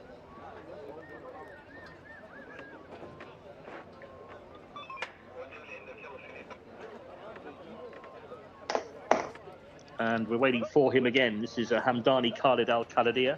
He's rather reluctant now. Oh dear, I think he wanted to go into reverse there. Rear up, yeah. They've got to be careful here. With this horse, oh dear, he's trying to go. I think he's presenting the blindfold. They must have tried a different tactic with that horse. Bariz has got in. Camilo Espina's been unusually quiet, hasn't he, so far today? And he won winner this week as well, I'm hearing Camilo Espina, so his usual standards. Right, this horse is getting quite worked up here. I'm not sure the blindfold's really helping Hamdani Khalid Al Khalidiyah here. So that they've got him in. So again, hats off to the stalls handlers there. They do a great job. Al Qasa, red and white, goes in, and then it's going to be Tawak Al Khalidiyah into gate 2. Still a bit restless, that Hamdani Khalid, but keep an eye on him.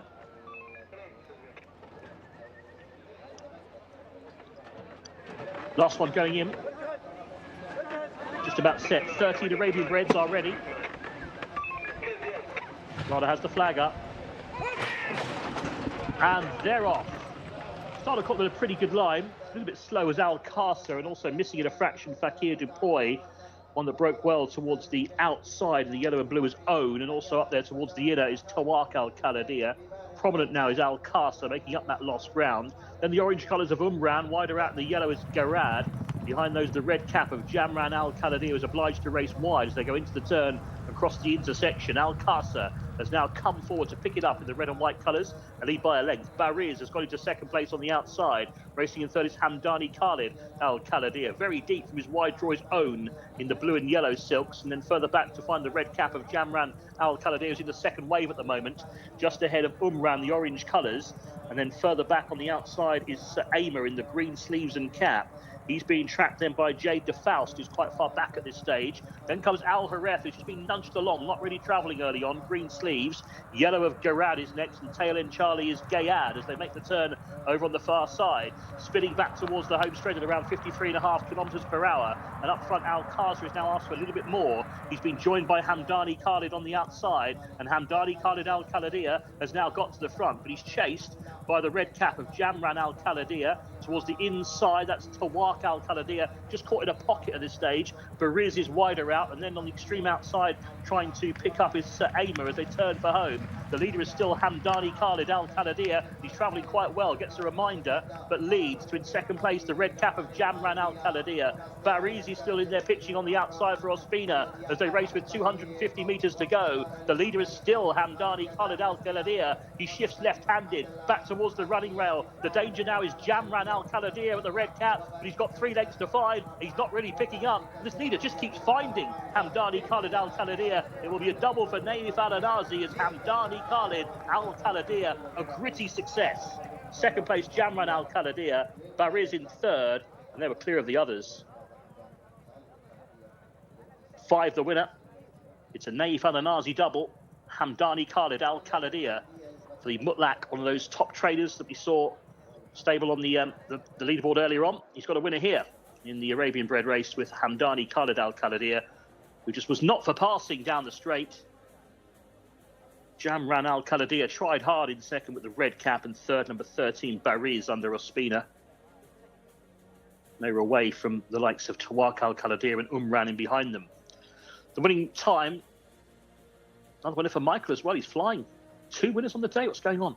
Hamdani Khalid Al Khalidiyah in a winning time of 2 minutes, 2.31 seconds. 2 3/4 lengths he won by. Second, number 11, Jamran Al-Khaladia. And confirming third, number 13, Bariz Hamdani Khalid Al-Khaladia wins.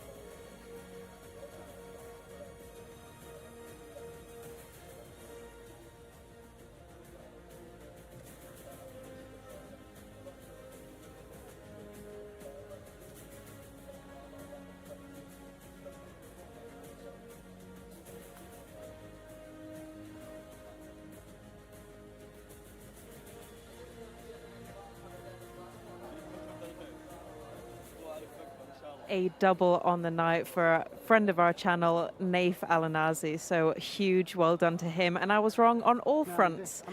Horse number 5, Hamandi Khalid Al-Khaladia, takes race number 7 in great style. And it's great to see Naif back in the winner's enclosure after a bit of a dry spell, I would say. But Naif knows this horse really, really well. He's ridden him 6 times now. I think last time out, it wasn't the distance for this horse, probably a bit too far for him, over 2,000 meters, when he came 13th in meeting at 69. However, absolutely annihilated the field today. So it's great to see, and great for the Sheikh Mutlaq bin Mishrif team as well. So all smiles and hugs all around there. Great to see them back in the winner's enclosure and back on the winning train as well. As we said, every Arabian race in Taif they were winning. So we do love to see the white and black stables back in the winner's enclosure, and it'll be interesting to see what Naif has to say about that race and if it was difficult for him at all. Congratulations, Naif, a double on the day. Yeah, thanks God. So tired for win this horse. I ride him maybe 5 times before. He's not well mind, you know. Today more better, thanks God. I come so close, 2nd or 3. From 600 here, I know my horse is win because this horse like a diesel horse. He went all the way. You help him. Congratulations for Prince Khalid bin Sultan, Khaldiya farm, and all son the Prince, and my brother Mutlaq Mishrif, all the team Khaldiya. And what does it mean to you to ride in these silks and win in them? So proud about I ride for Khaldiya. Khaldiya big farm, not for Saudi, for the world, you know. Thanks God, and I hope so, inshallah more future for me in the Khaldi, inshallah. And just quickly, this horse last time out was 13th over 2,000 meters. Do you think he likes this distance better? Yeah, Shimi. But I think about Hamadani, this horse, maybe this horse coming so close, second three, all the time, I think more better for him. Thank you so much, Naples. You appreciate it. Well done. That was quite the ride there, quite the performance by a Group 1 proven sort. Yeah, good effort. Much better effort than what we saw back at meeting 69. I liked what Nave said there. He's not well mentally. Fair enough. Did you feel attacked personally by that comment? Yeah, well, this horse has really bounced back, and it's good to see. You know, he's got that back form. Good selection from yourself. Not an easy one to find, so well done. Beating my selection, yeah, another place today. So frustrating, but they're all running well. Yes. You're not being routed by any means. How many wins do you have today? Either one or two. Two, I think, Two? and So we've got 5 seconds or thirds, which is so frustrating. We have what, 5 more races to go? Yeah. So there's every chance that I could beat you. I'm Yeah, on a roll potentially. right now. We're level. No, I'm not actually- going to. The 2 is probably going to be my limit. The barometer for me, I always say, if we can get 4 winners, that's kind of fine. So hopefully we can get at least 2 more for the remaining races. Jamran Al Khaladia, no excuses, by the way. No. He Had ran every his race. chance. Every chance. And he was coming out of a slightly weaker race as well. Yeah, exactly. Got a good trip through right in behind the eventual winner. Just couldn't match that horse, Hamdani Khalid Al Khaladia, in the closing stages. 5 wasn't rushed. Nate just had him ready to break really well, and he took it from there. Yeah, broke nicely, was on the inside. You can see 2 off the rail in the white silks, black chevron, in around 3rd or 4th right now. The eventual runner-up is just on his outside with the red cap, similar silks, back in 5th. Those 2 kind of fight out the finish. Alcácer has the lead. Look on the inside there in the red and white silks, and it looks like he's happy to just sit off of them. Yeah, he seemed very happy to take a lead, but he didn't want to be in behind horses, so he took the lead, sitting on the shoulder. We've seen this is the prime position all day where you want to be. You don't want to be too far back, but you arguably don't want to be in front, aside from the apprentice race, where they went slow apart from the leader who just dominated. So, yeah, at this point, you know, Naif's in the perfect spot on the winner in 2nd, in the middle of the 3 at the front, and the eventual run-up is tracking him through. Loyalty has paid off for me 2 races in a row. It has. Very excited about that. It has. Yeah, but just back to the race. Hamdani, he's already proven he was 2nd in the Obaya before, or 3rd in the Obaya, I'm sorry, behind 2 very, very good horses. And this is a race where he just asserted himself, asserted his class at this point. I thought coming off the bend when he hit the front here, and following him through was my selection, Jamran Al Khaladia. He has a dream trip come through. Yeah. I mean, he's got maybe we wish for a little more room at this point, but he makes his own luck here. Exactly, and I thought right about now he was going to make a challenge, but he just couldn't. He couldn't muster the effort. Ran in the orange silks back and forth, ran his standard race. Al Hareth in 5th also ran his kind of race as well that we see week in, week out. So, you know, these horses have all run to their level. 2 horses have improved. Hamdani Khalid Al Khaladia has definitely improved on the recent runs. And the 3rd place finisher, Camilo Ospina's ride, Bariz, rated just 91, took a big step forward to finish 3rd today. I was wondering whether Camilo was riding just because of his connection with the stable, but seemingly this colt has plenty of potential, and he could easily develop into a 100-plus horse too. And hats off to Nave. He was quite fair there to all the lanes between 2 and 5. He decided to give them all a try going down the lane. Veering left and right, but very much clear at that point, never bothering anyone. Little slight hurting, but just not close enough for it to be much of a hindrance. I can excuse it in an Arabian horse race, I think. They're not they are tougher to steer. Yeah, not the most reliable to run in a straight line. You don't normally see Naif celebrate like that. He pointed to the ground in the celebration, saying, you know, I'm here and this is what I'm doing. Usually he's super calm and composed after the wire, and he was happy to win that race. Yeah, and he obviously, he mentioned in the interview, he loves to do it for Al Khaladia Racing, and the fact that they are, if not the most powerful Arabian operation in the world, especially on the dirt. Exactly, they are dominant. They were very dominant in Taif, winning virtually every race they contested. Here, not as much, but they haven't had as many runners. Maybe after a couple of winners in the last few days, we're about to see them, their horses in these famous black and white silks, really leapfrog their competitors in their respective races and start to dominate again. So it's nice to see some stakes quality, some group race quality Arabians get it done. We're moving forward. As we move along, we have the horses behind us in the parade ring. We have a 2,000 meter Saudi bred 3-year-old maiden coming up. This is the 10 furlongs. It's not exactly the most cut and dry kind of a maiden distance either. You got to get creative with your selections here. Yeah, you have to be able to stay the trip. That's the key. Yeah, I'm looking forward to it. And for me, it's going to be difficult to, first of all, figure out the pace scenario, who's going to go forward, who's going to be ready to run the race here. Toughest race of the day in terms of finding the winner. I'm happy to go out on my sword by saying that there's one horse rated 77, the rest are rated 69 or lower. So it's not the best of contests, therefore you haven't got the most reliable of sorts. The horse that's rated 77 is only rated 77 based on the 2-year-old form and not the 3-year-old form, so that's not trustworthy. Super difficult. All right, well, we're gonna let Enzo take us through the runners for the 8th race. I will do, Michael. Yes, great selection there again. Well done to you. Right, we're moving on to race number 8. Now we have the reserves not going here. It's a big old lineup once again for this locally bred horses maiden, fillies and colts. And number 1, Malaye Al Rayyan, Nawaf Al Fayrouz. 2 is Al Wajez, Ahmed Al Azari. 3, Tafkir, Fahad Al Nusaytan is on board. 4, Layulain Lorraine for Muhammad Al Nasser. 5 is Thab Eddie Castro. 6, Abba Al Houm for Abdullah Al Hussein. 7 is Takni Ricardo Ferreira. 8, Mazarek Al Tayeb, Louis Morales looking for another one. 9, Siftar Camillo Ospina. 10 is Ikunt Alarin for Ayuz Al Yayesh. 11, I have got a jockey now. I've got Mohamed Al Nefsi on board that one. 11, Ibn Watani, we'll confirm that. 12, Weshar Al Nasser for Abdullah Al Kradis. 13, Rayed Al Wasal, Hamza Saad. 14, Ahmadi Adel Al Faraidi. 15, Salam Al Ayez, Alexis Moreno. 16, Al Metan Athakil, Ali Al Mamoni. 17, Wafi Al Ayez, Naif Al Anazi. 18, Skip Moon is ridden by Abdullah Al Musa. 19, 8th Bet Dana, Ayad Al Tarisi. And 20, Estahuz is also going to line up here as well. So they are the runners. Youssef Al Hussein is on board, number 20. So big field of runners again, 20 of them going in this maiden. Let's go back to Michael and Tom.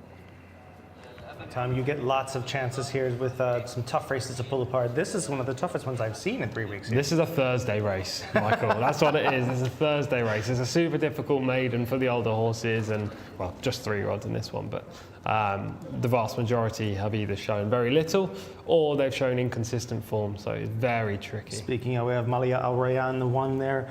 0 for 1 was 12th last time.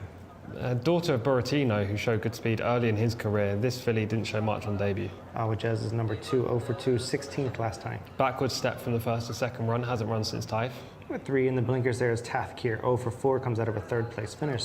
That came over 1,600 metres last time, can play a part if staying the trip. Layulain Lorraine is 0 for 7 by Pomeroy, the speedy Pomeroy. Best run was 3rd over this trip last year, so we know the distance is fine.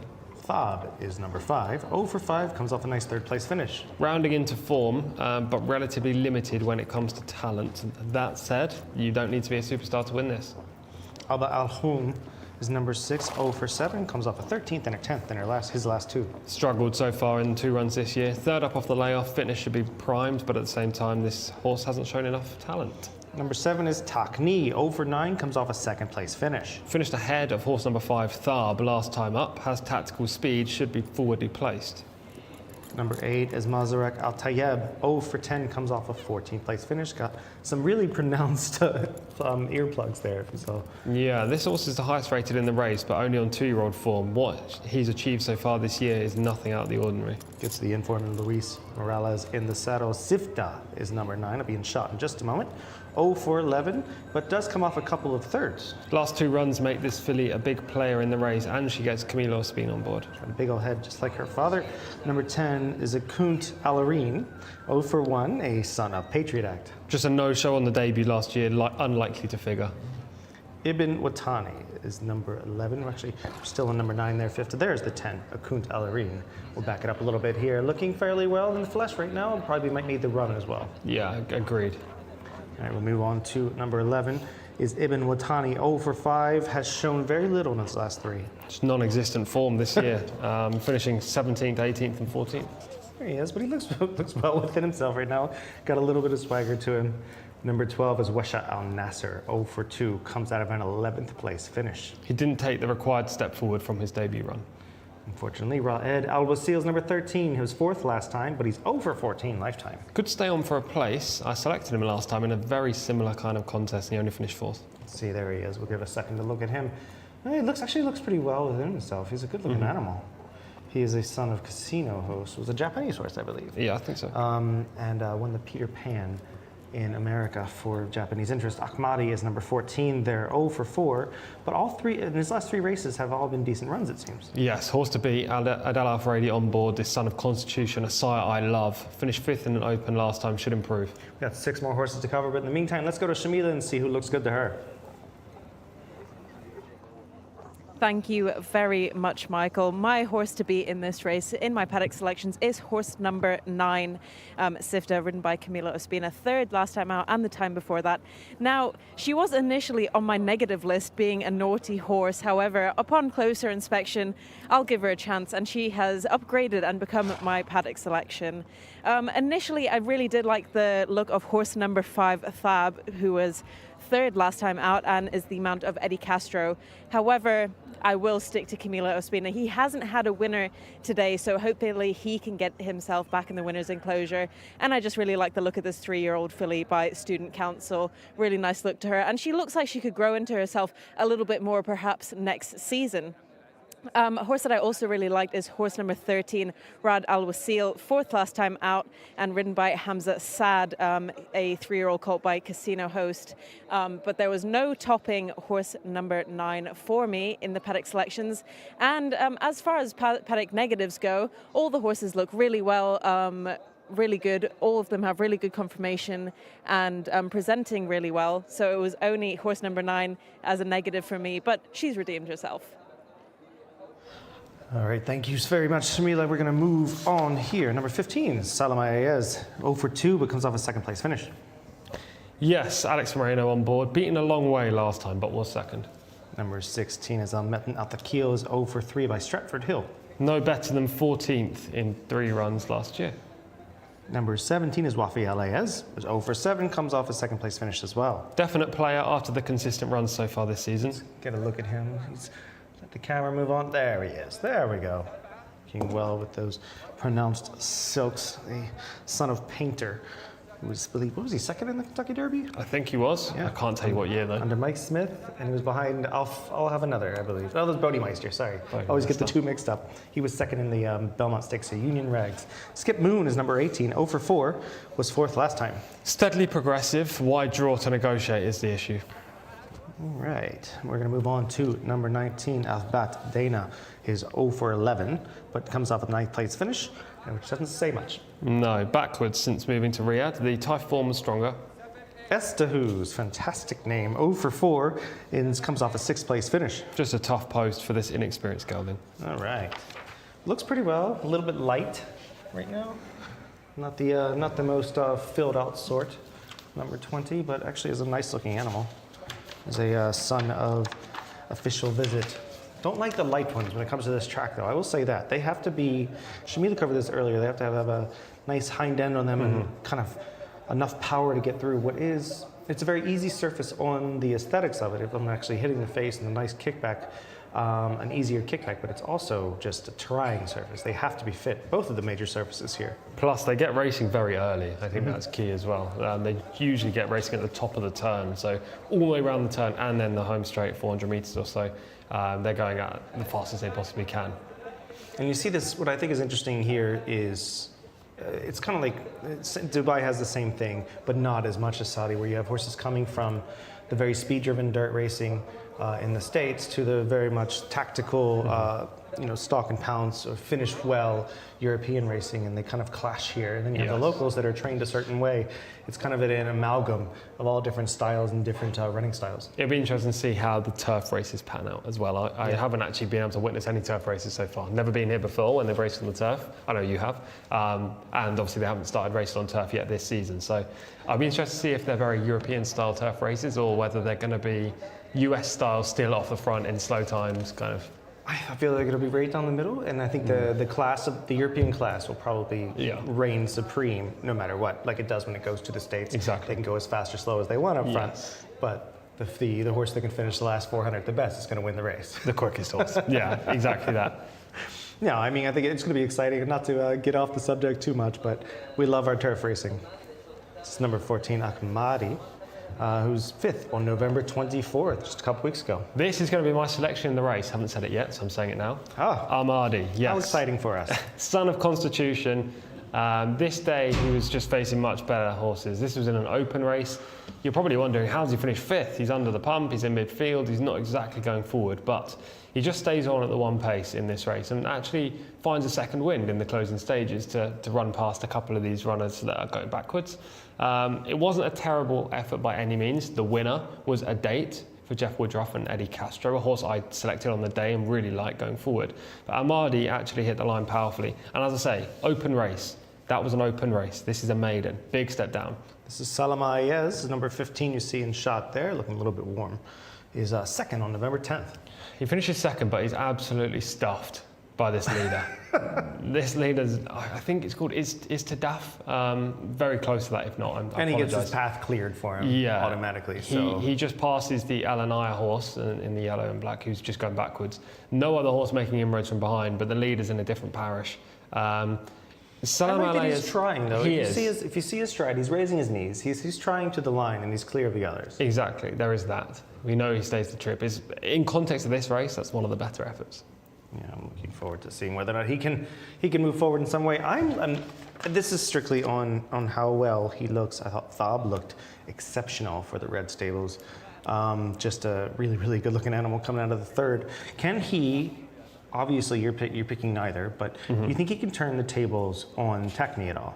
Yeah, potentially. It depends what the pace scenario is, because Takni is a forward-going type, and if that horse gets challenged up front, then Thab is likely to reverse the form. Not much separates the two. I just don't think that race that they ran in was the strongest, but neither's this. So, did Eddie ride him last time? I can't remember, to be honest with this one. I always love first Eddie on horses. It's one of those jockeys that does make a difference. He's very patient, and he knows how to ride all surfaces that way. So looking forward to seeing whether or not that works out. Obviously, the connections are there. This is a horse that I'll just pick on. I picked it on looks. I just didn't know who it was when he was walking around. Well, you're in fine form with the last 2 winners. Maybe you can get up the hat trick. That'd be nice. I doubt it. You're a pessimist. I don't have hair, much less a hat. But we'll see. We'll see how it works out. We have Sifta going for Shimmy. She's got. Obviously, this horse has claims as well. Obviously, the horse is 0 for 11. But seems to be moving in the right direction. We've seen a couple horses that fit that bill that have won this week already. Yeah, she's a player. Camilo Ospina rides a big positive, albeit he hasn't been in the best of form. I mean, I say that, it's not his fault. He's leading the standings, so you can't fault him too much. He's leading by 30, and it's not his fault that he hasn't been in the best of form. He hasn't had many white stable horses to ride this week for a start. He's just been picking up spares from other trainers. So don't factor that in. This filly does have a chance, as I say, but I think there are just stronger horses in the race. Plus, she's 0 from 11. There's been plenty of opportunity for her to win, and she's yet to do it. I much prefer Ahmadi, horse 14. All right. Ahmadi's going to be very tough there. He does lead. He is co-highest, I believe, in the ratings. Along with him would be... Aside from the 8. The 8 is to stand out, but wrongly, 77, pardon me, wrongly so, in my opinion. Wrongly so, why so? Just because the 2-year-old form that this horse had, it finished down the field. Still recovering from it. Well, that as well, yeah. Finished down the field in a couple of races that were open races, so the mark was inflated by the opposition rather than his actual performance. And what we've seen so far just has been nowhere near that mark of 77. Look, you could go out and win this and prove that I'm wrong, but I would doubt that's going to be the case. And so a lot of these horses, they're quite young, have yet to really find where their actual rating lies. Some have none at all. Well, the horses are going in. We're going to go up to Enzo for the call of the 8th race. Thank you, Michael. Yeah, the runners are loading up. So just a little bit of swatting up on the colours before they load up here. There is Les Oyun Lorraine, number 4. And there's the cheek pieces here. Mouthful to pronounce that horse's name. In a way, I'm hoping that she's not involved in the finish. But she goes forward, hopefully, to stall 4 in a moment. Already in the stalls is Tafkia, number 3.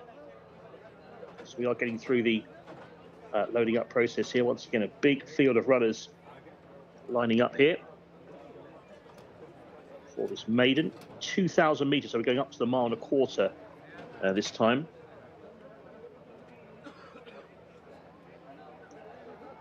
And working on the next couple of runners. There's not that many more to go forward here, so we're getting closer to a start. Red and white, that's Salam Alayez, Alex Moreno.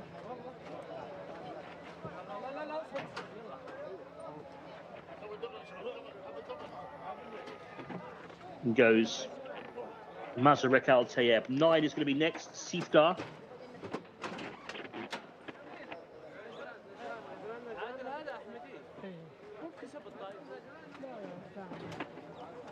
Awajez.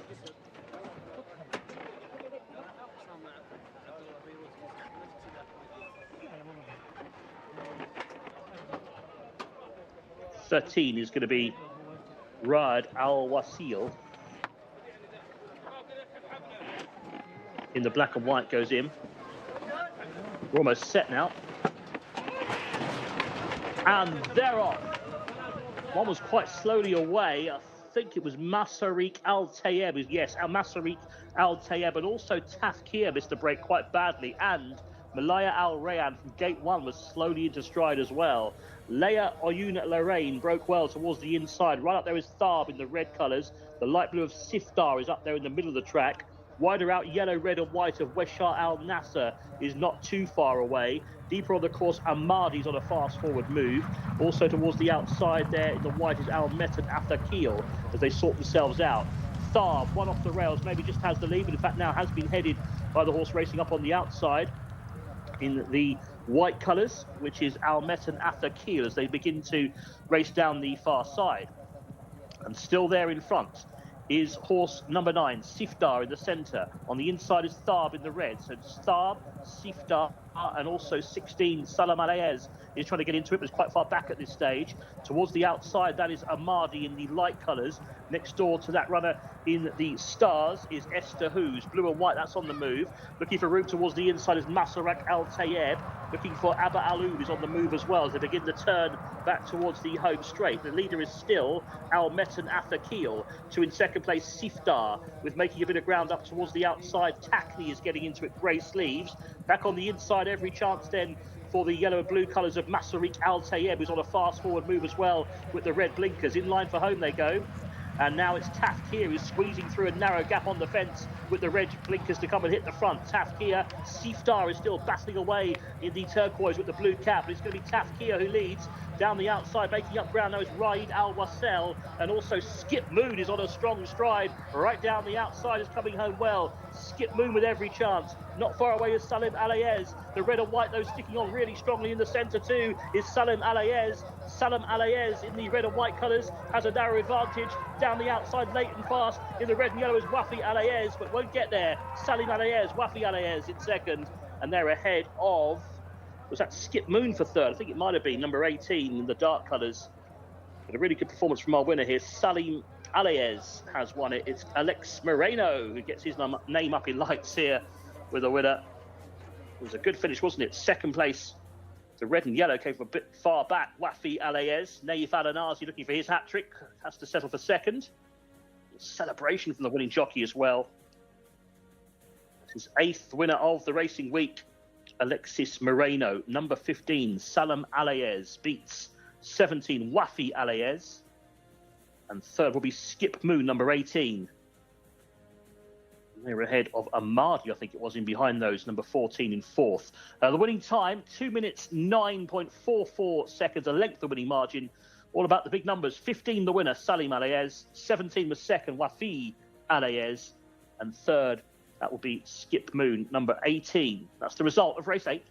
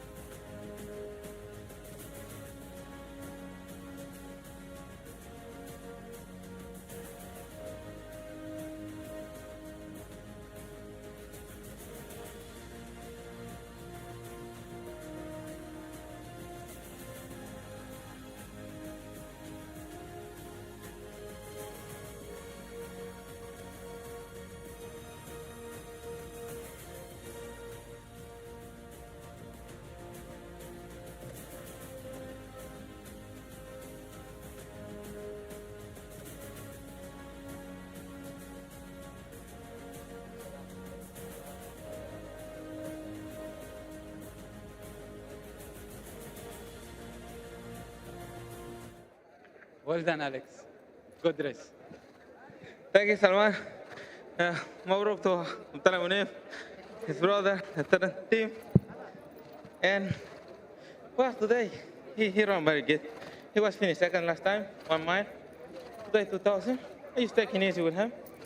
After last 800, he just come and he did well today. Thank you.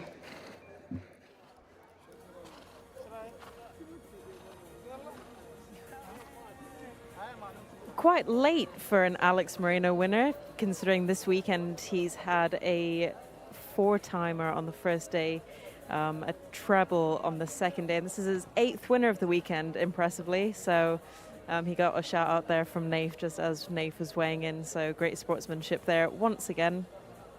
But no doubt that Alex Moreno is on an absolute roll. This horse was second last time out, over 1,600 meters. So it'll be interesting to see. And Alex was riding him back then as well. It'd be interesting to see if Alex thinks that he's a long distance horse through and through, or if it just wasn't his run last time out. But still, he was up there. I mean, this horse seems pretty versatile. And it's only his 3rd run, and has broken his maiden quite impressively there from stall 15 for Munif Mohamed Salah Al Munif. This horse is a 3-year-old gelding by no advantage out of Samhat Iqbal. So, I mean, it's great to see these local bred horses doing well as well. So hopefully this horse can step up in class after that. Alex is just weighing in the winner, as he has done now 8 times this weekend. So no doubt he will be all smiles, ready for our interview. Congratulations, Alex, 8th winner of the weekend. Yeah, thank you. What did you think about that race? Obviously, you rode this horse last time and came second. Do you think the distance was more suited for him? Yeah, I think so. He was pretty good, but the last time I think he was a little bit late. And today, he takes his time, and then after the last 800, he just come very strongly. Were you a little bit worried because in the closing stages there was a little bit of traffic? Yeah, was a little bit traffic, so I just take the decision to pass through, So I just pass away and did the what.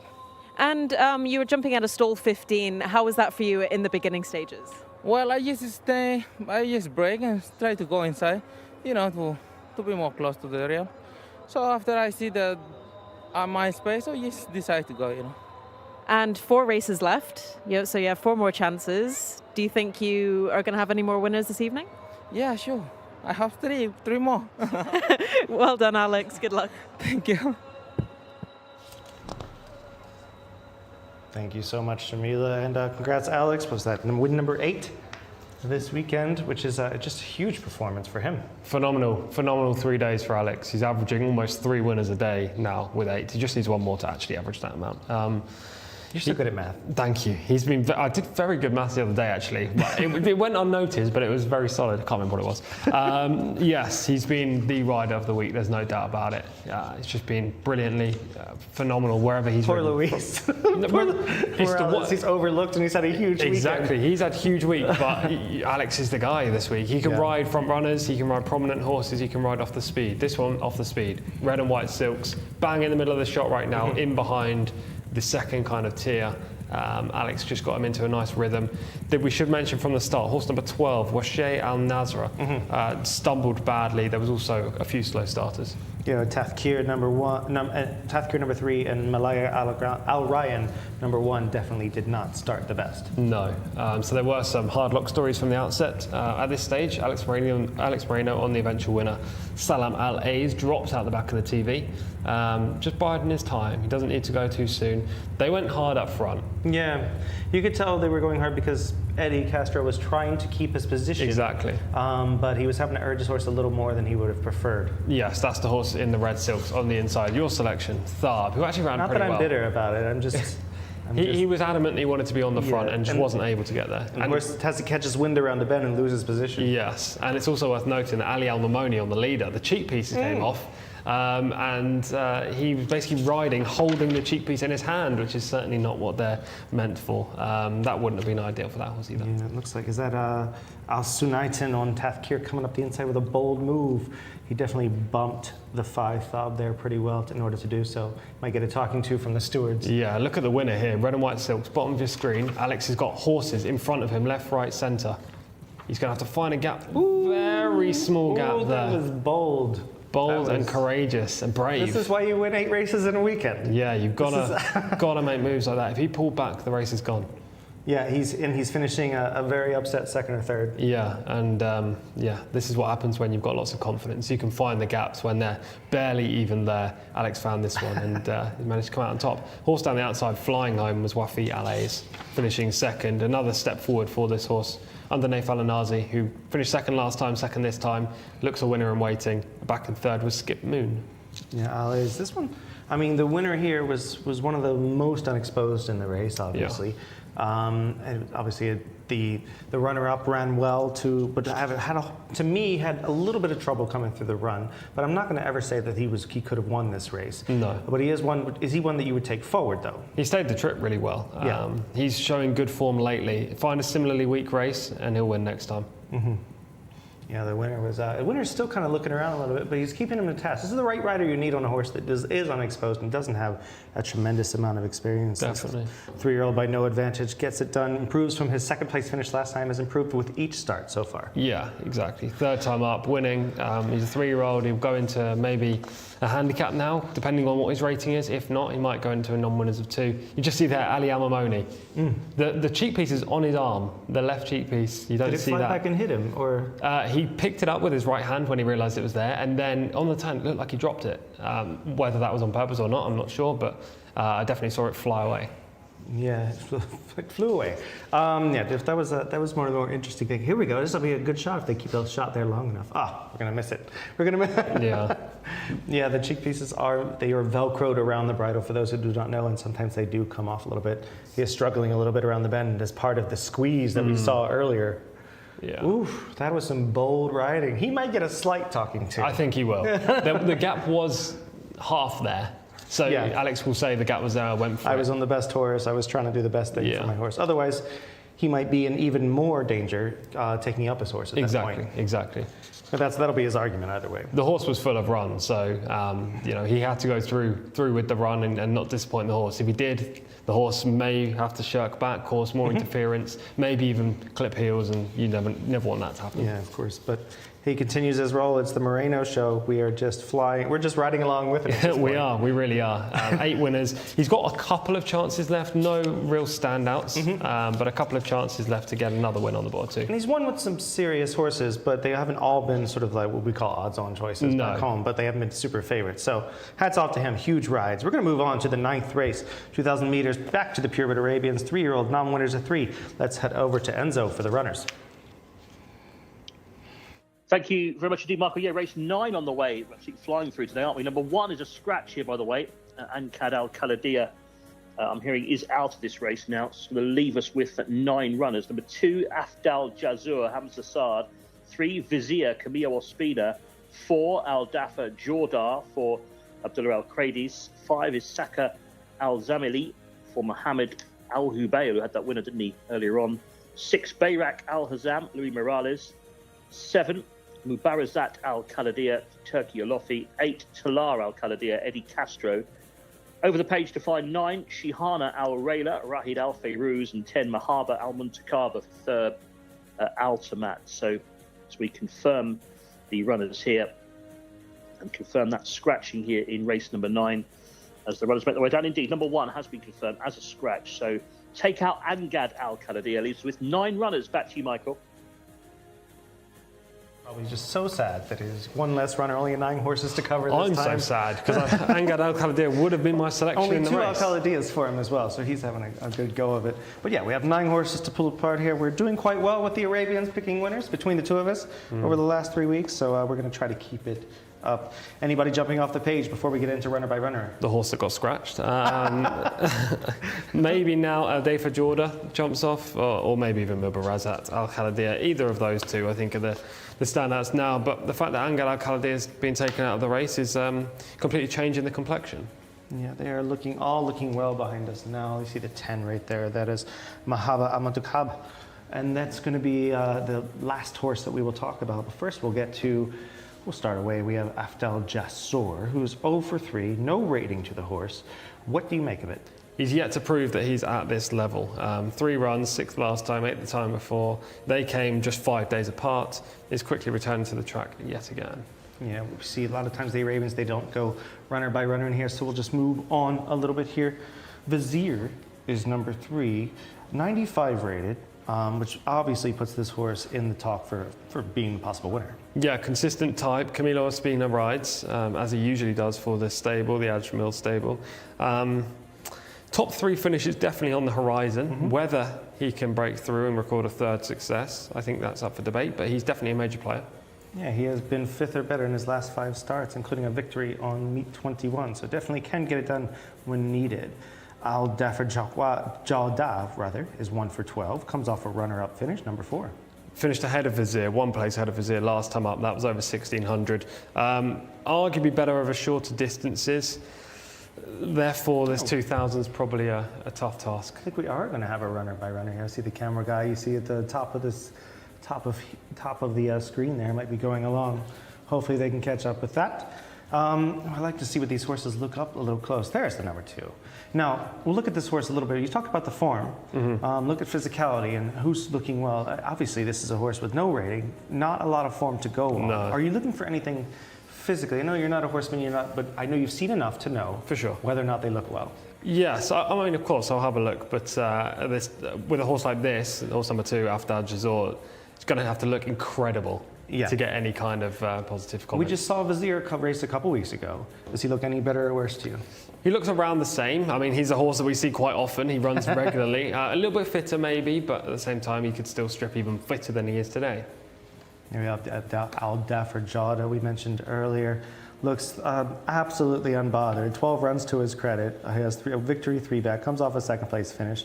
90 rated. Serious player who could care less where he is right now. Yeah, he just needs to prove he stays the trip. That's all we need from him. We'll see some footage of him and Vizier last time up, and actually Talat Al Khaladia, and we'll be able to talk about how the trip could be a concern. This is number 5, Sakra Al Zamili, who's won victory. He has 3 runs locally. His victory was 2 races ago at meeting 35. Yeah, long layoff since his last run. That was a disappointing effort as well. He does look well, but he's coming off a break. I don't know whether this will be him at his best today. Yeah, interesting. Son of Taj Al Khaladia. A lot of these are younger horses, 3 years old. We're moving on to, we have Mubarazat Al Khaladia. That was a hard one to get out. Yeah. Mubarazat, pardon me. 1 for 4. Comes off a pair of 2nd place finishes, but is a winner. My one concern with her is that she can hang under pressure, like quite a few Arabian horses do. Mm-hmm. But she's been 1 pace over shorter recently and finishing in the frame, 2nd, 3rd on the last 3 outings. The step back up in trip will definitely help, and the fact that her stable companion, Angel Al Khaladia, is now taken out means that she's the horse to beat. Yeah. There she is looking quite well within herself. She's really just a good-looking animal. Last ran, was it about 2 weeks ago? Yes. All right, Tala'a Al Khaladia will be number 8, being shot in just a moment, is 1 for 6. 3 races ago at meeting 34 was a winner. Actually, surprisingly, not a daughter of Layth Al Khaladia. No, this filly finished behind Vizier and Aldefa Jorda last time up, so would have to reverse that form. Yeah, looking pretty well, pretty relaxed within herself, despite the 2 handlers there. Shahana Al-Rala, 1 for 11, 4th last time. Yeah, it wasn't a great effort. It was behind a couple of these again, in Vizier and Aldefa Jorda. You know, she could take a step forward. She's still relatively unexposed. And that rating of 89 puts her in the conversation. Exactly. And we have a Mahaba Al-Mutakaba. Great. What a great name. 0 for 2 thus far, the 13th last time, and definitely looks to be, I would just say, not my favorite horse in the parade. No, agreed. and has also shown the least out of all of these. Yeah, we see obviously we have the The Al Khalidia connections looking ready to roll once again with their Arabians. They have 2 in here.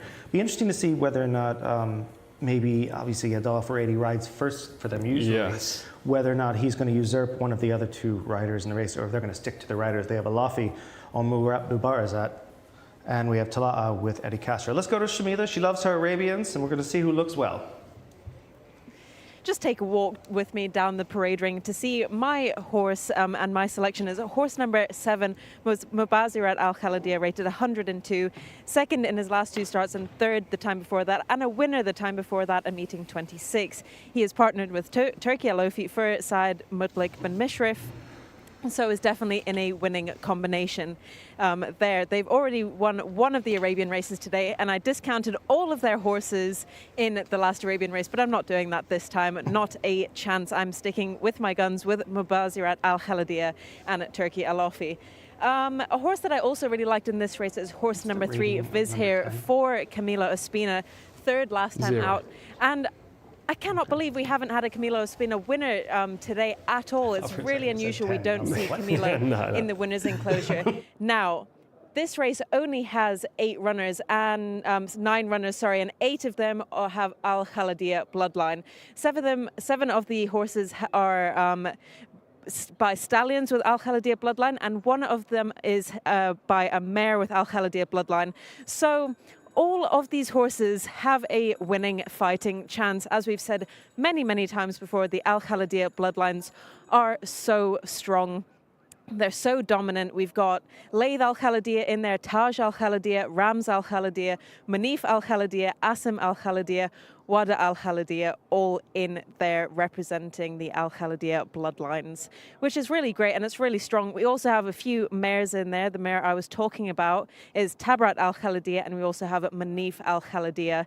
So they dominate the Arabian racing industry here in Saudi Arabia, and it's no you can see why all these horses are feared when they go to the likes of the UAE, they go to Oman, to Qatar. They are really difficult to beat because the bloodlines are so strong. And if you're buying these Arabians that maybe were overlooked in the Prince Khalid bin Sultan stables, sometimes they sell them off. Sometimes you can buy semen from them for breeding purposes. I mean, I think you're onto a winner if you are partnered with the Al Khalidia bloodline for sure.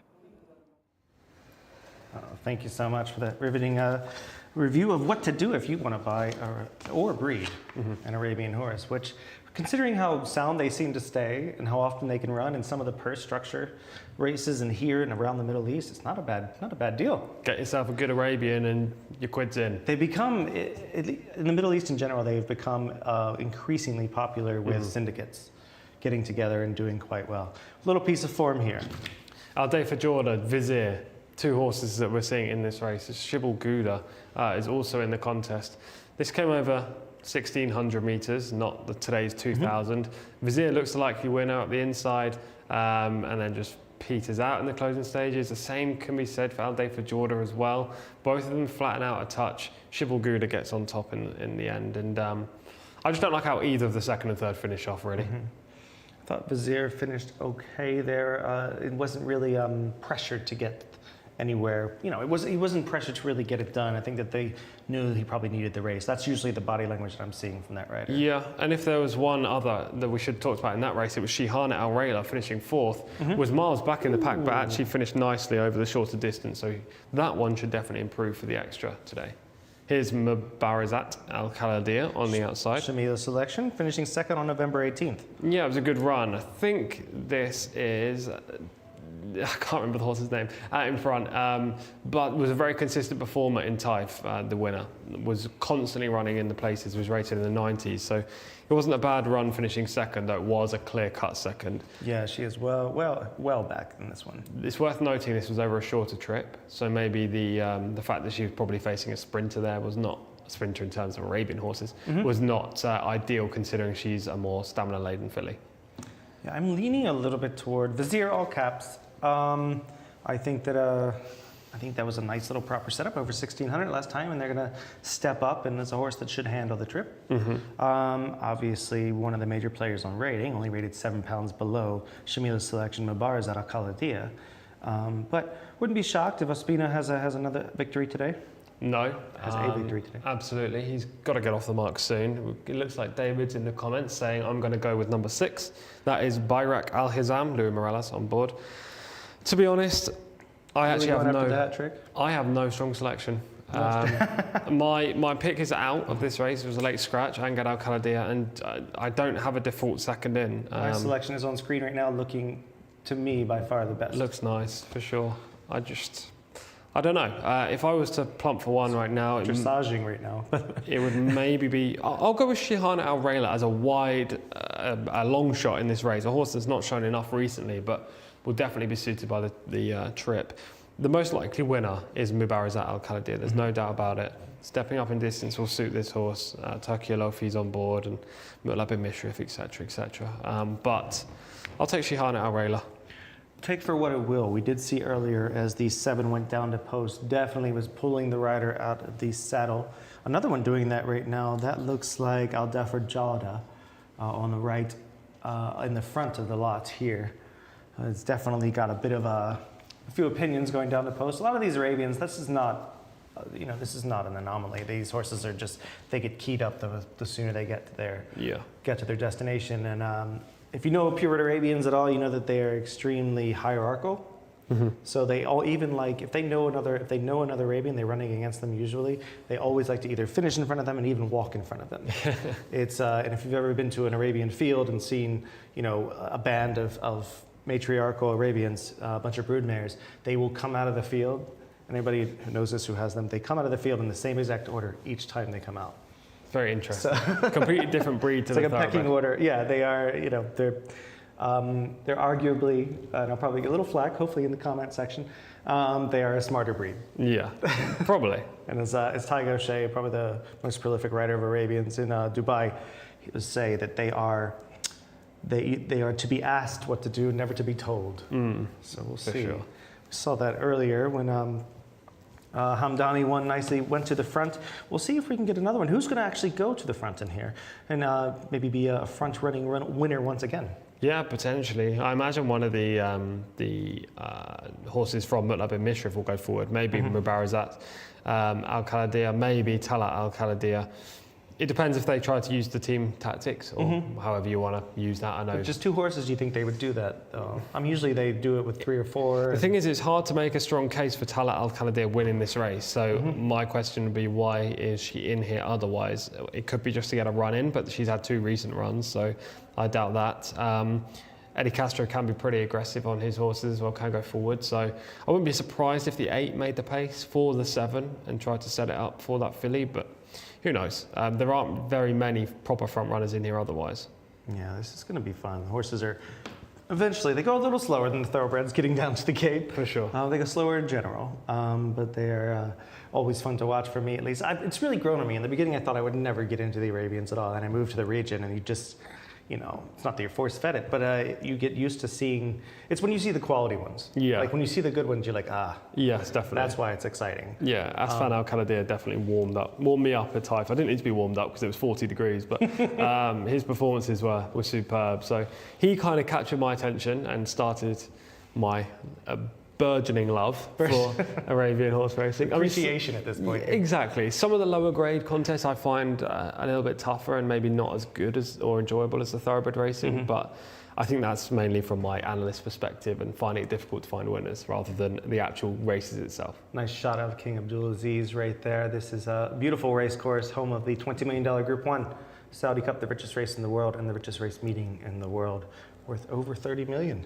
Pretty exciting this year. Yeah. Looking forward to those 2 days in about 10 and a half weeks, or 11 weeks from today. You're looking forward to it? Should be good. It's going to be excellent. We saw some preps for that as well over the weekend, and we might even see a few horses running tomorrow. Yes. From the Hong Kong Cup. Yeah. Looking forward to that. But back to the Arabians. We're going to go over to Enzo, who's going to take us through possibly his selection and also through the running of the race. Thank you, Michael. Yeah, looking forward to it. I think Vizier, the one you mentioned, has got a chance here, isn't he? He's in capitals on my card for some reason. I know that doesn't mean anything, but maybe it's a sign. Camille Ospina riding him. Jockey was just off the 2 briefly. That's Afdal Jcsa, just a bit later than some of the others coming out into the parade ring.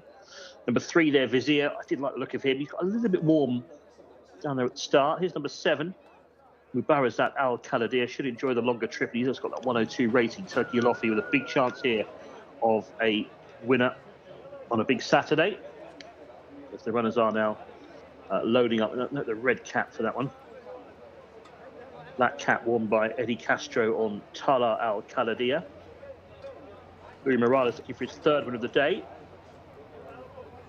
One of a couple of jockeys having doubles. Dave Alanaz, he's already had 2 winners as well this afternoon.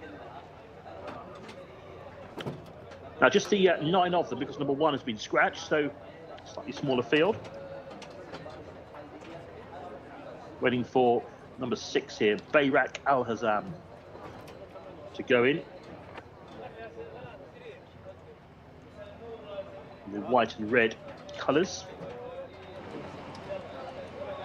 This is Vizier in gold chevrons. And that's going to leave Tala Al Kaladir. Yellow cap, in fact. Then we'll be set. Just about ready for a start here, and they're off. A little bit awkward leaving the stalls there was Tala Al Kaladir. Did no favours to Shihana Al Rayla, who's behind early on. One that broke well is Al Dafa Jordar in the white colours. Also with the blue blinkers is leading up here to Saka Al Zamili, who's racing in behind with the red sash. The black and red up on the outside, that is Mahaba Al Muntakaba, who's making up some ground, one of the greys in the race. Back on the inside, that's Vizier in the dark blue colours with the gold chevrons. Further back at this stage is Bayrak Al Hazam, red sleeves and cap for that one. Then out wide of the red cap of Mubarazat Al Kaladir is racing ahead of the yellow cap. That's Eddie Castro on board Tala Al Kaladir. And the one that's outpaced is Afdal Jasur, who trails them down the far side. Even further behind him is Shihana Al Rayla, who was slowly away, orange of the green cap. So making the run then towards the halfway point. As they do so, they're being led still by Al Dafa Jordar. The jockey just looks in behind to see where the dangers are. There are plenty of them. To the outside, making ground now is Saka Al Zamili in the silver and red colours. Wider out, the red cap, Mubarazat Al Kaladir is right there. The yellow cap of Tala Al Kaladir is the extreme outside. Vizier is in the 2-path, moving quite well now in the very dark blue jacket. Just off the pace to find Bayrak Al Azam under Louis Morales, and they're now clear. Afdal Jasur has passed a couple of stragglers. They are Mahaba Al Muntakaba, and Shihana Al Rayla has never been competitive. Vizier has now come to the front. The jockey pulls down a pair of goggles, Camillo Ospina. He's looking a bit confident on Vizier, and he now just saunters into the lead by a length. The danger is Mubarazat Al Kaladir up on his outside with the red cap, but he has 3 lengths to find, and Vizier is just quickening off the turn. It's a match now between these two. It's Vizier up against Mubarazat Al Kaladir, but Vizier has got 4 lengths and has got first jump, and he's finding loads. Oh, Vizier's going further away, if anything. So down to the final 250 metres they go, and Vizier in complete control leads this by about 8 widening lengths now. To in second place, Mubarazat Al Kaladir, who looks booked for the silver medal. Getting tired is Al Dafa Jordar in 3rd, but they're well strung out here, and Vizier is going to rout them. This was impressive. Vizier is a class apart for Camillo Ospina, who gets his winner as Vizier bolts up to Mubarazat Al Kaladir 2nd, 3rd Al Dafa Jordar, and 4th, running on from a long way back, Shihana Al Rayla. Congratulations go to the connections of Vizier, who's won it under Camillo Ospina. We had to wait for his winner, but here it is. And well done to the Amateri stable. Delighted with this performance. He was always going well just off. He took it up just before the home turn. And Vizier, a very, very comfortable winner. Mubarazat Al Kaladir, maybe the trip caught him out in the end. She didn't stay perhaps as well as we thought she might. She was a well-beaten 2nd. And Al Dafa Jordar, who was the pace, going for 3rd. But Vizier has bolted up. 2 minutes 17.93 seconds the winning time. Through the winner, Vizier. 2nd, number 7, Mubarazat Al Kaladir. Stand by for a big winning margin. 10.5 lengths. And 3rd was number 4, Al Dafa Jordar. But not much of a contest. Vizier has ripped them apart there in the Arabian bred race. Number 3, the easy winner.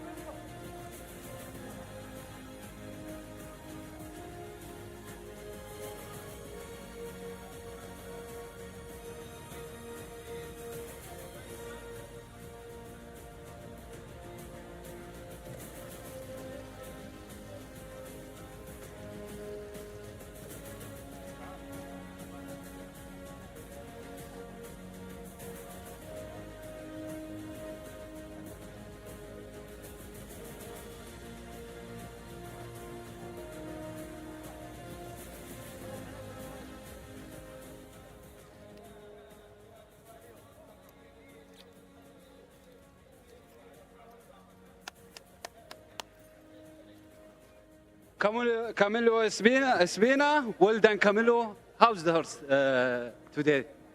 You know, thank you very much to the owner, to the trainer. He's a good horse, you know. I followed this horse from Taif. I rode one race in there, and the big race he finished fit.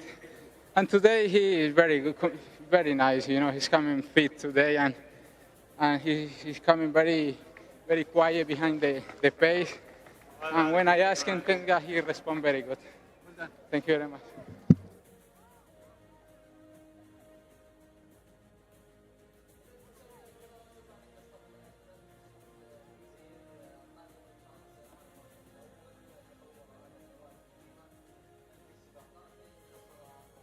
For Camilo Espina, the ninth race goes to him and Vizier. I really like this horse in the parade ring. He is a 3-year-old colt by Monarch. Jumped out of stall 3, was 3rd last time out, 5th the time before that when Camilo Espina last rode him. And everything just fell into place for him today. Really, it was a toss of a coin between Murbizat Al Khaladia and Vizier for me in the parade ring. However, Murbizat just looked that little bit better. But so fantastic to see all the connections out in the winner's enclosure to get that winning picture. Very well done to the trainer, Sami Al-Muteri, for that winning training performance. And he has won back in Taif, back at meeting 21, and he's been pretty consistent all season. As you can see, Camilo is delighted with that win, all smiles, and he'll come and talk to us now. Congratulations, Camilo. It's great to see you back in the winner's enclosure. It feels like ages. Yeah, thank you very much. You know, long time don't see. Yeah, it's good horse. You know, this horse, I followed this horse from Taif. I rode and tied the big race. He finished fifth, and he ran last week. He finished third, but I think maybe still not 100%. Today, the trainer he told me the horse is very good today, and thanks God he brought very good, and he's coming behind the leader. But when I asked him, he responded very good, you know. And he placed last time you rode him. When you got on him today, did you think you were on a winner? Yeah, he's good horse. You know, the conformation is the big one. You know, I just try to relax a little bit. He relaxed today very good, and I think he don't like a stick. You know, he waiting for me when I try to stick, but he in the last meter he coming very strong, and thanks God no don't have to stick. You know. Do you think a lot of Arabians are like that? They don't like the whip? Sometimes, yes. There are some horses, Arabic horses and thoroughbred horses, not like the stick. But today, when I asked him, he responded very good, and not necessary to give him a weight, you know. And 2,000 meters is the best distance for him, do you think? Yeah, 2,009 furlong is good distance for him, yeah.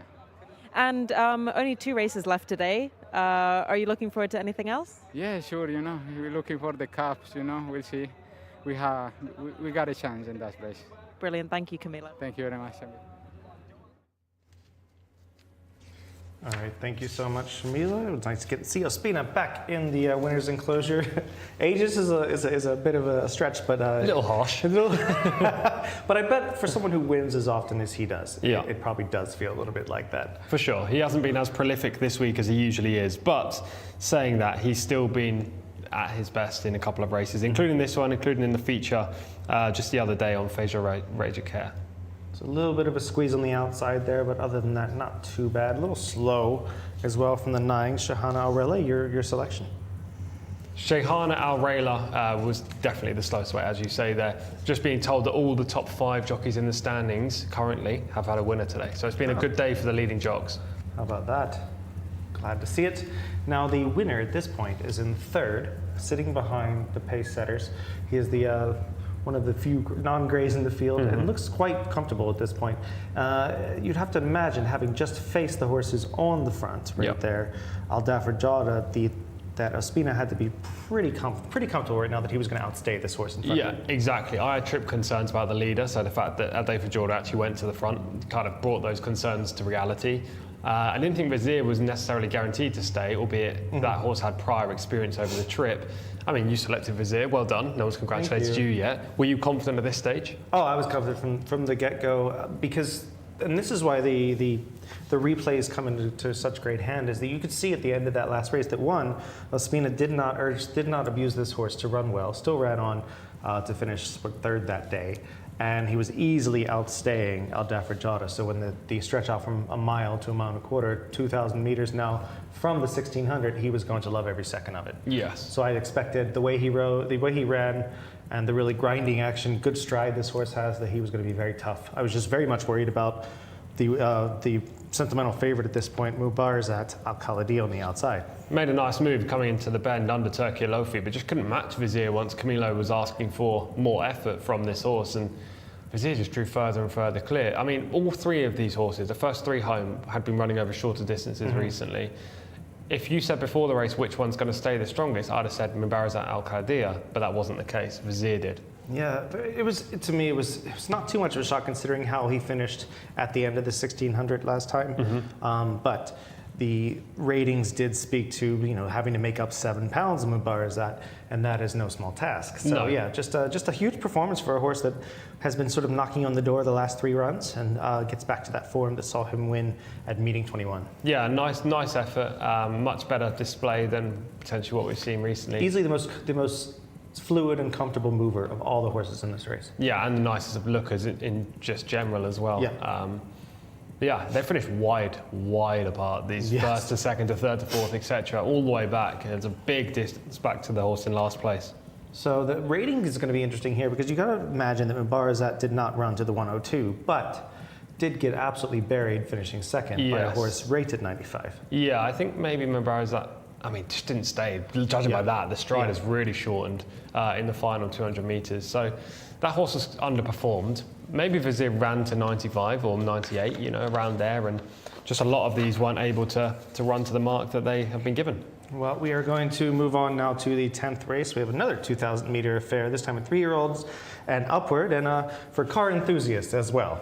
Yeah, let's exactly. Go to Enzo. Let's go to Enzo for the runners and riders. Thank you very much indeed, Michael. Yeah, great selection there as well. You're flying. I'm going to listen to you in those Arabian Red races all the time, I think, from now on. Right, this race, we've got a big field. We have got some non-runners as well. We'll go through them. Number 1 is Nolan. Mohammed Al-Hubail rides that one. He's looking for a double. Now, I think there's a couple of rider switches here. I've got Naif Al-Anazi now on number 2, Mujia. And I've got Moreno on 3. So they've switched around there. So 2, Mujia is now Naif Al-Anazi. Number 3, Majestic Fighter, is now Alex Moreno. 4, Sahad Azuz Al Yesh. 5 is Aja Bathom for Eddie Castro. 6 is Tequila Mockingbird for Aif Al Azari. 7 is Default Protection, written by Ahmed Al Faradi. 8, Hayadi Abdullah. Adel Al Firuz is on board the 8. That was a missing rider on my card. 9 is Forgivable, who is written by Louis Morales. 10, Majazala, Muhammad Al Shamari. 12, Tomahawk. I've got Ali Al Mamoni on Tomahawk. 13, Maker of Light is written by Abdullah Al Kradis. 15, Momtenar, Ali Al Mutib. Number 16 is Al Hathem, written by Abdulaziz Al Kradis. 17, Al Shahed Allah, Ayad Al Tarisi. I've got Camille Ospina on board Tafish, number 18. He's looking for a double now, isn't he? Camille, he's come to the party late. 19 is Sam Al Moghtara from Mohammed Saeed. I've got 20, Ashkana, Muhannad Al Nassar. I've got 21 running as well, and 22. So 21 is Monsieur Jumbo.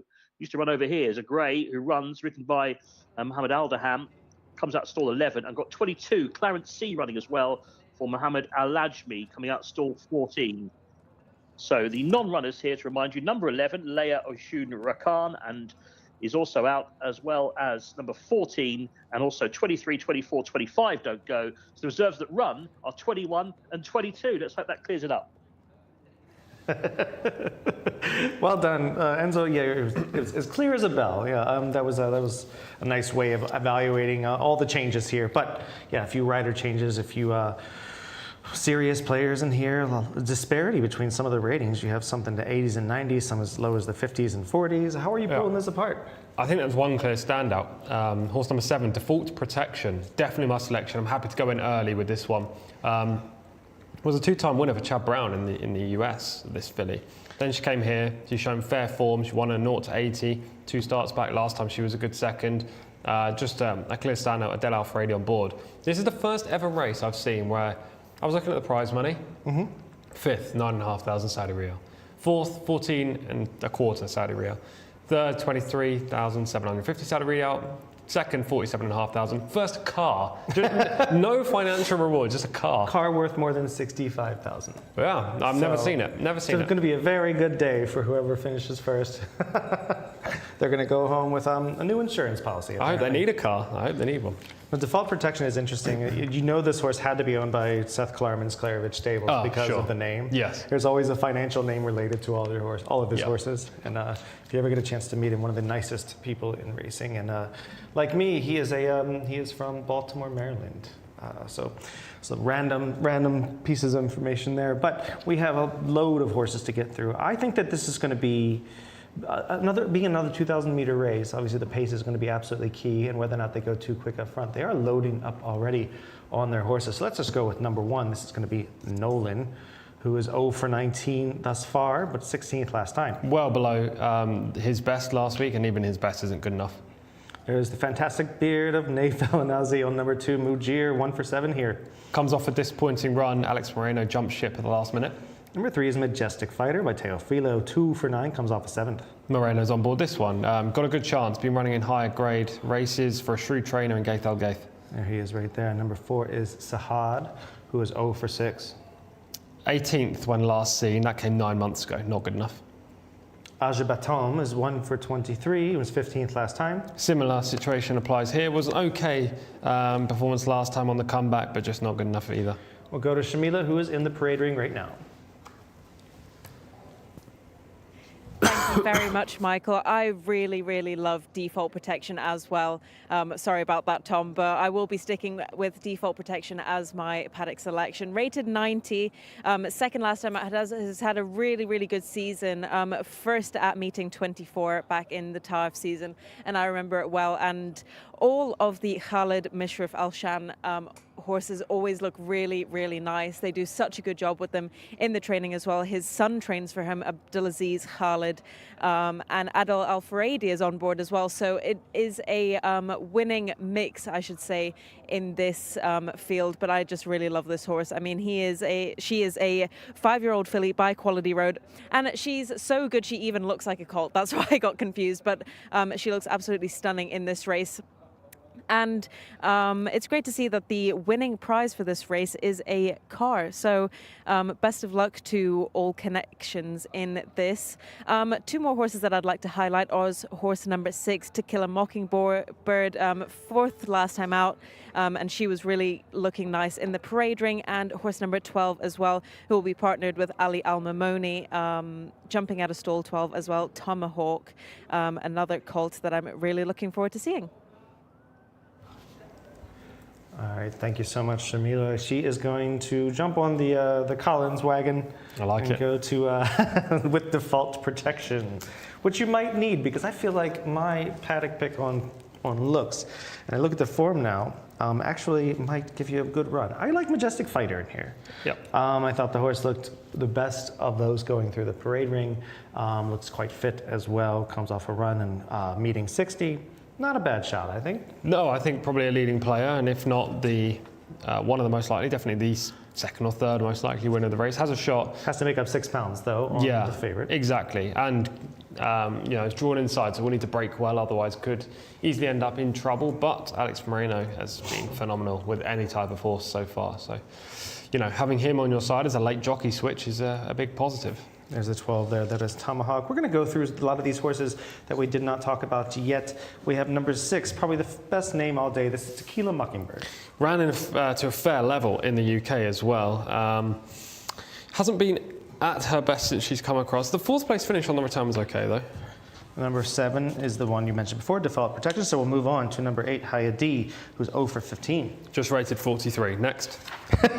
Number 9 is Forgivable, who was rated 81. So you have to talk about it. Yeah, inconsistent but capable when he's at his best. Right, there you go.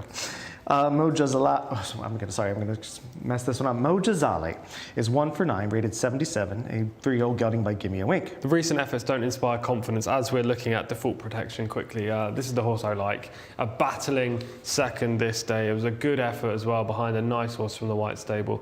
I just think a repeat of this is fair to win. And actually, at this point, you're probably thinking, how's he not gone by? Yeah. But it's a big scrap, and he's in front 1 stride before the line, 1 stride after the line.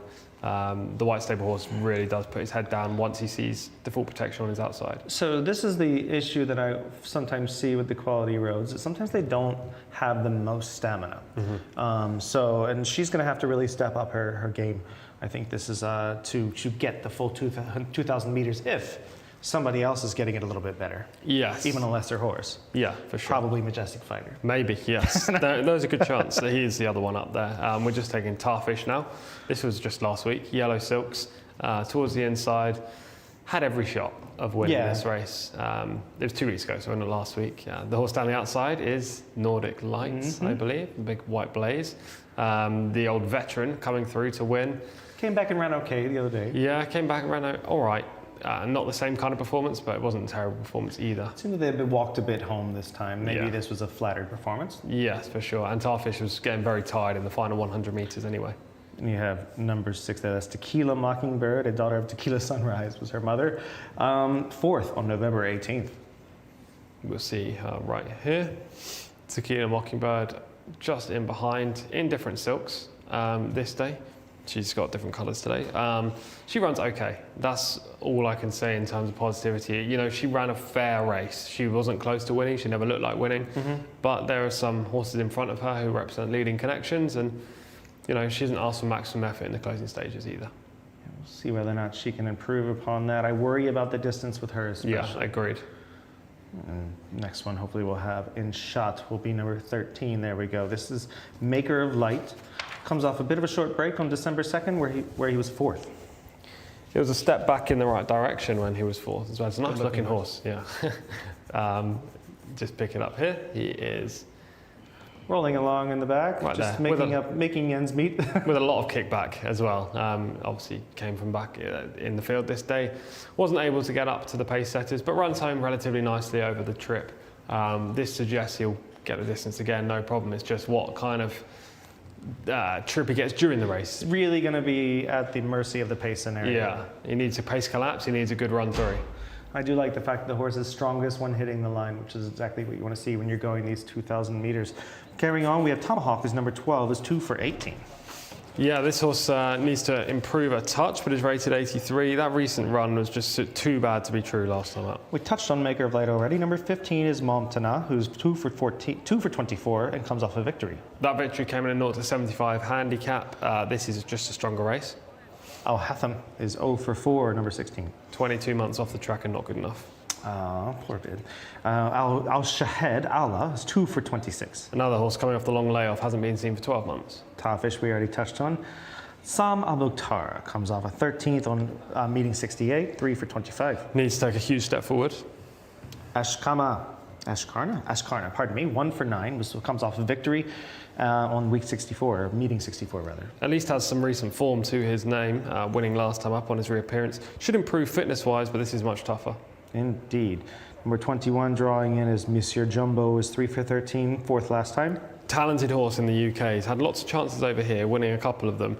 Needs to prove that he can handle the dirt track as well as turf. I know he's won on the dirt, but I think he's a bit of a turf horse. Another Caravaggio is number 22. That is Clarence C. 1 for 13, comes off a 10th place finish. Another wide draw, 14 in this race. It's not ideal for connections.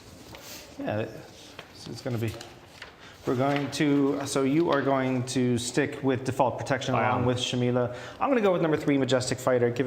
Try to win my 4th race of the day, which is not going to happen, but I'm going to pretend like there's a chance. Best of luck. All right, we'll go up to Enzo, who's going to take us through the running of the race and see who he likes.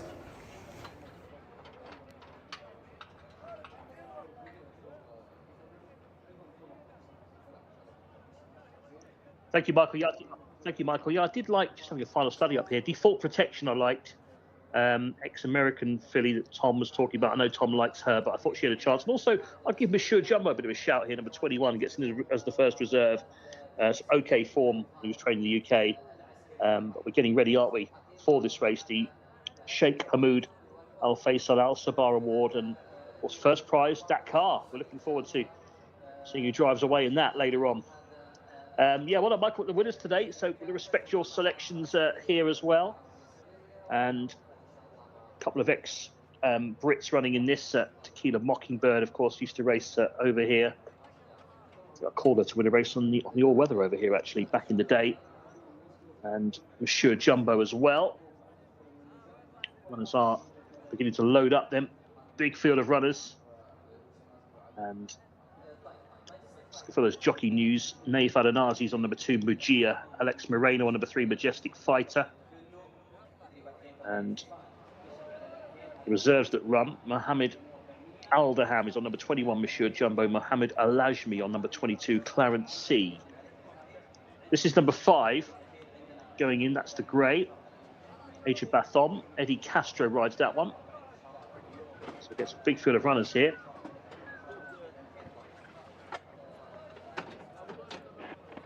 Runners. We've got the full field. 11 we know is a non-runner. They are beginning to go forward. We're about 6 in now. 14 the other absentee here. So 11 and 14 don't go. And 21 and 22 come in to replace those two. So they will go into those stalls. This is number 9, Forgivable. About to go forward now. Louis Morales. A couple of winners today already. Tafish is the next one to go in, 18. Be followed in by the light blue Sam Al Moghtara. This is Sahad who's going in, the grey with the white braces. In goes Sahad. Tequila Mockingbird is going to go in next door. Al-Azhari on board that one.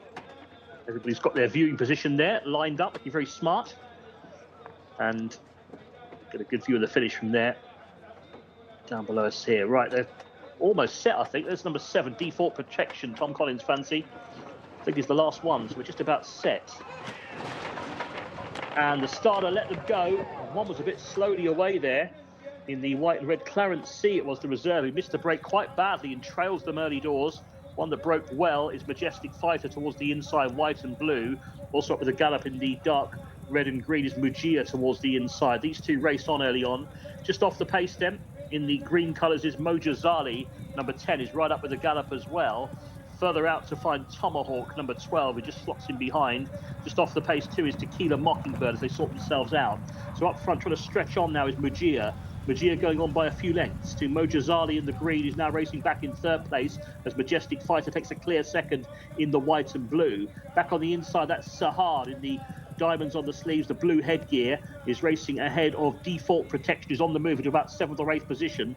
Wider out in the yellow and black colours is Monsieur Jumbo. That's next in the field, the grey, as they make the run well down the far side here at around 58 kilometres per hour. They're preparing to turn back towards home, and Mujia has the lead then as they head for the final 650 metres. Mujia, the green cap, by a length and a half now, giving chase in 2nd, Majestic Fighter with the blue armlets. Into 3rd goes Moja Zala. Towards the outside, making up some ground, is Monsieur Jumbo, the yellow and black.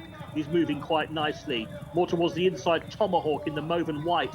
Here comes Default Protection now on the move. Goes into about 5th in the white and green as they make the home turn. Mujia is still the one to catch, though, with 400 to go. Mujia leads by a few lengths, tries to just scuttle away on the turn as well, but Monsieur Jumbo is quick to cover the move. The grey into 2nd place. Looks a big danger now down the outside. Mujia, what's he got left? The threat on the outside is Monsieur Jumbo, who comes up and now takes over. In behind them is Default Protection, who now switches out as they race deep inside the furlong. Running on is Taffish on the wide outside. The leader, though, is Monsieur Jumbo, the grey. He slipped away by a few lengths. There are closers. Monsieur Jumbo in front. Ashkana is running on quite well also. Taffish down the outside. But Monsieur Jumbo is going to have his day in the sun. Monsieur Jumbo it is who wins it. Two in second place, Ashkana. Then came Taffish in behind them. And they're ahead of Default Protection, who didn't quite get home. So we gave him a good word, didn't we, Monsieur Jumbo, just before the off, and he's won it. Caravaggio, the sire of this horse, ridden by Mohammed Aldaham. Big run by Monsieur Jumbo to win what was a fiercely competitive race. It's gone to the son of Caravaggio for Mohammed Aldaham. Number 21, Monsieur Jumbo, wins in a time of 2 minutes, 7.46 seconds. Ashkana's run a cracker in behind. Certainly one that might go into the notebook after that run. Was second, number 20, Ashkana. And there in third was number 18, Taffish. He was also coming from off the pace, had a wide trip throughout under Ospina. And fourth was number 7, Default Protection. A length and a quarter the winning margin. The winning time, 2 minutes, 07.46. 21, 20, 18, the numbers. Monsieur Jumbo, Ashkana, Taffish, the 1, 2, 3.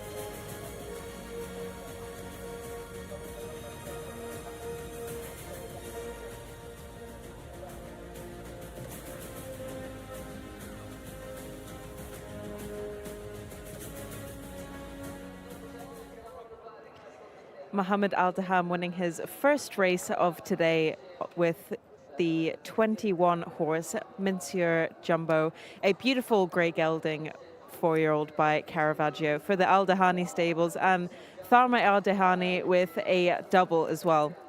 So great to see. But this horse is absolutely stunning. We saw him win back in the Taif season as well. He's added a fourth win to his name now, out of a mare called Pretty Darling. And it's great to see Mohammed Aldaham back in the winner's enclosure after his hand injury back in the Taif season.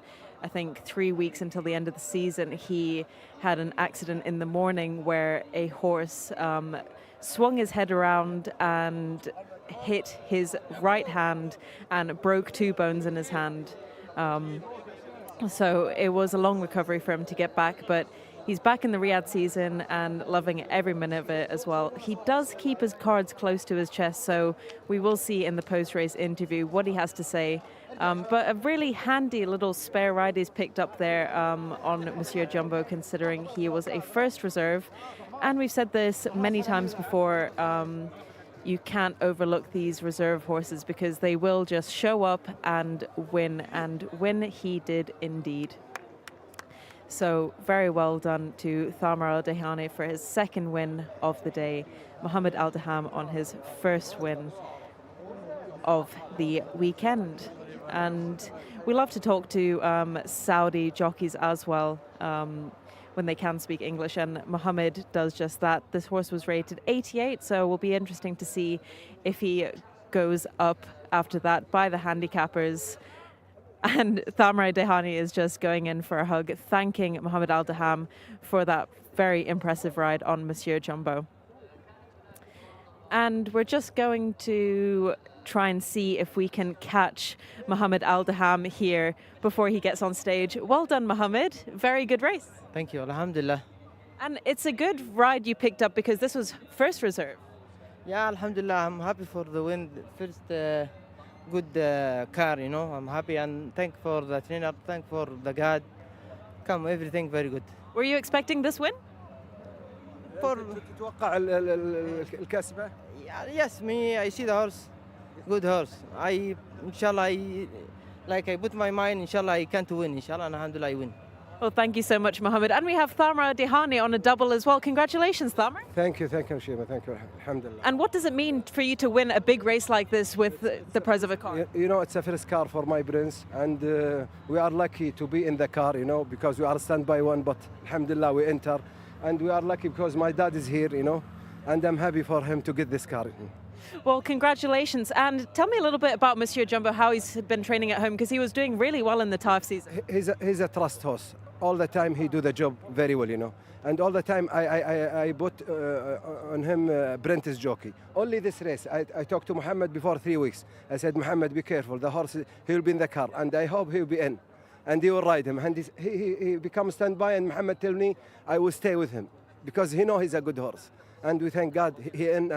And I have to say thank you for Mr. Abdulaziz Sehli and his son because they taken one horse. He's not good enough for the race to end my horse, you know. Yeah. And what about the distance now for this horse? What are your plans now for Monsieur Jumbo for the rest of the season? I think he's going to the Prime Minister Cup after this race next week. I hope he do a good job. Do you think it's too much of a quick turnaround for him, or he can handle it? No, he can handle it easy. Brilliant. Thank you so much. Thank you. Thank you so much, Shamila. That was nice to know where this horse is going already. That solved some of our questions, we would say. Yeah. Impressive performance. Horse draws in, gets the money. Yeah, does it nicely. Gets the car. Gets the car, exactly. No money here. Yes, always travelled well. On the bend as we were watching it live during Enzo's commentary, I said, "Who's that in the yellow?" And Monsieur Jumbo was travelling at that point. He was 5 wide on the track. It wasn't like he had a good trip inside, but we've seen that you can win wide on the track in the past. See the emblematic key there, which is going to basically... I don't think that will open the door. Yeah. Unfortunately, actually aren't the same silks. I was going to say it was the same silks as Default Protection, who was your selection, but it is not. It's quite close, though. It's the Sheikh Abdul Amalek Al Sabah silks, yeah, that we saw to great success earlier on Alatabi and yesterday with, or 2 days ago with Final Destination. Yeah, a good win for this Monsieur Jumbo. He's a nice horse, very talented. See him break from the middle. He briefly misses it, but he is an ex-UK-based horse. He began his career there, so the start was never his prerogative. He's managed to move up into the race, and actually, he gets tightened up there. He's taken a couple of bumps. Just in the yellow in the middle of the shot, if you're looking at the horse we're talking about right now, Monsieur Jumbo. Been around 10th. He doesn't have an easy go of things at all in this race. Not at the start, and then he goes 5 wide around the bend, but he was travelling the best at halfway, there was no doubt about it. Yeah, from here on, he gets onto the track proper, and he's quite relaxed, which is going to be key for him to close as well as he does. Yes, your selection, Majestic Fighter's in the prime position in second right now. Just didn't seem to have enough kick going around the bend to make an impact. My selection, Default Protection, is just in behind. Again, another horse that's travelled nicely, just in behind the winner actually at this point. White Silks, bang in the middle of this shot, around 7th or 8th place right now. Yeah, another horse in the top 4 for me without finding the winner. Okay, you got 2 so far today, right? 2 winners and eight places, if you're counting fourths, which you can't really, but I am. At this point, Monsieur Jumbo's really 5 wide on the bend, yellow silks, but still travelling. Yeah, it seems that I mean, this is a level of confidence. He's not panicking at all. He's basically sure what he has underneath of him at this point is enough to consume the 2 horses in front of him. Makes the same move as Default Protection, who's actually on the inside, white silks, orange saddlecloth, moving at the same time as the eventual winner. But you can tell at this point, Adel Al-Faradi is really hard under the pump on Default Protection to keep that move going, whereas Mohamed Al-Daham on the winner, Monsieur Jumbo, is just hands and heels and now starts to push us into the straight. Yeah, interesting to see Caravaggio was obviously a sprinter who's beget a lot of sprinters, have a 10 furlong horse here. And this horse doesn't look like it's slowing down. Looks like it can stay even further. Yeah, he gets the trip perfectly fine. 2 horses also get the trip in the 2nd and 3rd home. Ashkana's run 2nd. A horse rated 61. I mean, they've blown the mark, that's for sure. They're never going to be rated 61 ever again. He's produced a huge late kick, this son of Roaring Fever, but it's good to see that he's improved from his maiden victory. He's definitely one to take out the race. 3rd home was Tarfish.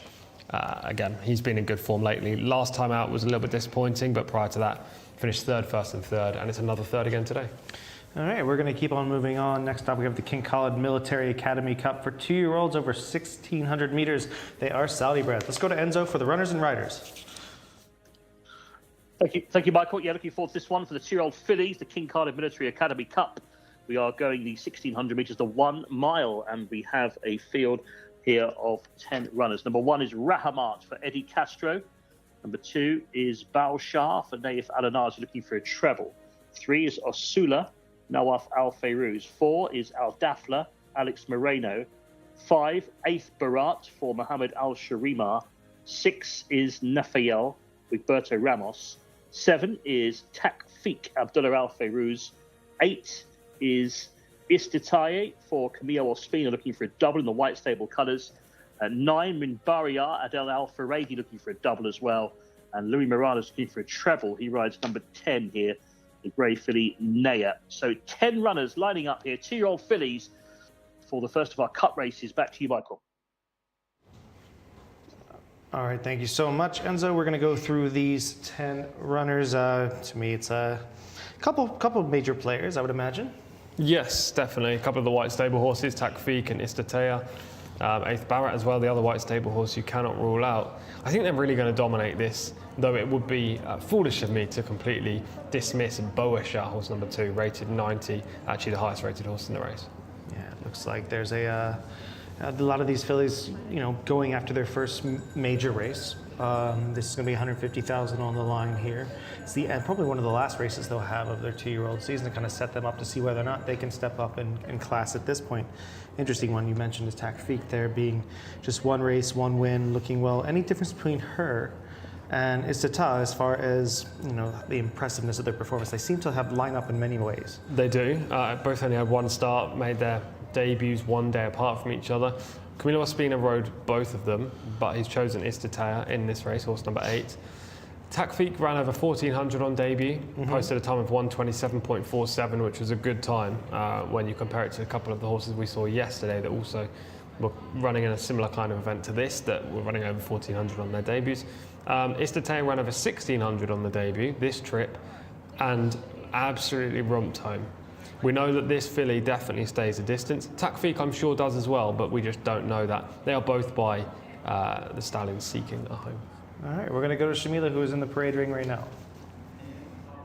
Thank you very much, Michael. Our 11th race of the evening, and I will be going for a white stables horse, but probably not the white stables horse you're thinking of. I'm not going to go for horse number 5, the premium tap filly. I'm going for horse number 8, Istitaya, ridden by Camilo Ospina. First, last time out at meeting at 57, and impressively was a very impressive winner at that. She looks absolutely stunning here in the parade ring. A 2-year-old chestnut filly by Seeking a Home. And as we've seen in previous weekends, these white stable horses are not to be messed with, and there's 3 of them, so no doubt they will be ganging up on the other horses and taking charge of the race, setting the pace how they like it. Another horse that I also really like is horse number 6, ridden by Egberto Ramos, Nafael. who is also looking really nice. Third last time out, second the time before that. Could be in the placings. I don't think he will beat Camilo this time. And Camilo's already had a winner now, so he's got the ball rolling, and I think he could be in the winner's enclosure yet again for the White Stables for the King Abdullah bin Abdulaziz and Sons. As for paddock negatives, no paddock negatives in here. Horse number 2 was acting up a little bit when Naif El Nazi got on board and almost took out half of the camera crew. However, they jumped out of the way just in time, and Naif has seemed to settle this filly down quite a lot. Now, only 10 runners in this race, however, still very, very competitive. I will be sticking with Camilo Ospina. All right, thank you, Shamila. We are going to try to figure out where we're going to lay. We're going to go one by one. Rahmat is number 1, 0 for 7 thus far, comes off a 4th place finish. That came in a maiden race, as did the prior 4th, as we just see Naif El Nazi being jocked back up on Boasha. Yes, Rahmat, still a maiden, rated just 70, first try at the trip. Yeah, Boasha right there showing a little bit of attitude as she goes to post. Some adjustments as well. 1 for 4 thus far, the highest rated horse in the race at 90. Yes, 6th in the Taif Cup. We know how well that race is working out, albeit, you know, there have been a couple of losers, but several different winners as well. Form working out well, as I say, not run since. Asula is number 3, 0 for 4, maiden, who's 8th last time. Hasn't shown enough to get close in a race like this. Number 4 is Al Dafla, is 1 for 6, comes off an 11th place finish, gets Moreno in the saddle though. That 11th place finish came in a Jcsa award contest, was 4th in the Taif Cup earlier in the year, 2 places ahead of Boasha. First of the White Stables is number 5, 8th Barat, makes a nice impression in there, 1 for 3 thus far. Beaten by a stable companion last time called Mosta Wabeya, has tactical speed in this race, should be forwardly placed. And Fayel is 1 for 6 thus far, number 6 is third last time. In contrast, this filly has no early speed. She'll be last or second last in the early stages and look to run home late. Takfiq, the 2nd of the White Stables, 1 start, 1 win, a filly by seeking a home. Extremely impressive debut winner in 1:27.47 seconds over the 1400, now steps up. Istata'a, same story, by seeking a home, 1 start, 1 win. Proven over the distance, proven at the track, Camilo Ospina's choice.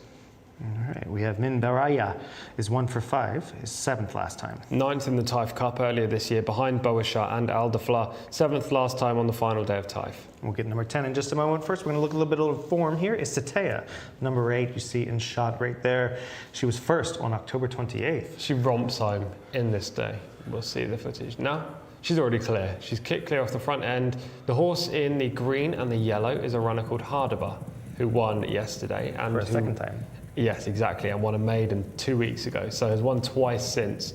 And just look how far this Istata'a beats Hadaba by. Hadaba was rated 77 when she ran yesterday, so she's going to probably be an 85 to 87 rated horse. That puts Istata'a, to me, towards 100. We don't know where her limit is, and that being said, I think she's the one to beat.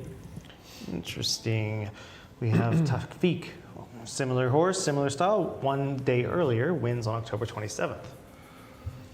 This came over 1400, so not 1600, but very similar circumstances. Went straight to the front and dominated. Switch leads there, as you can see, and just pulled clear. I think the runner-up is my winner from earlier on, and I can't remember the name of the horse, but Luis Morales rode again, the Prince Sal bin Salman Silks. I could be wrong by that, but I think that is the horse. Takfiq ends up winning quite cosily at the wire.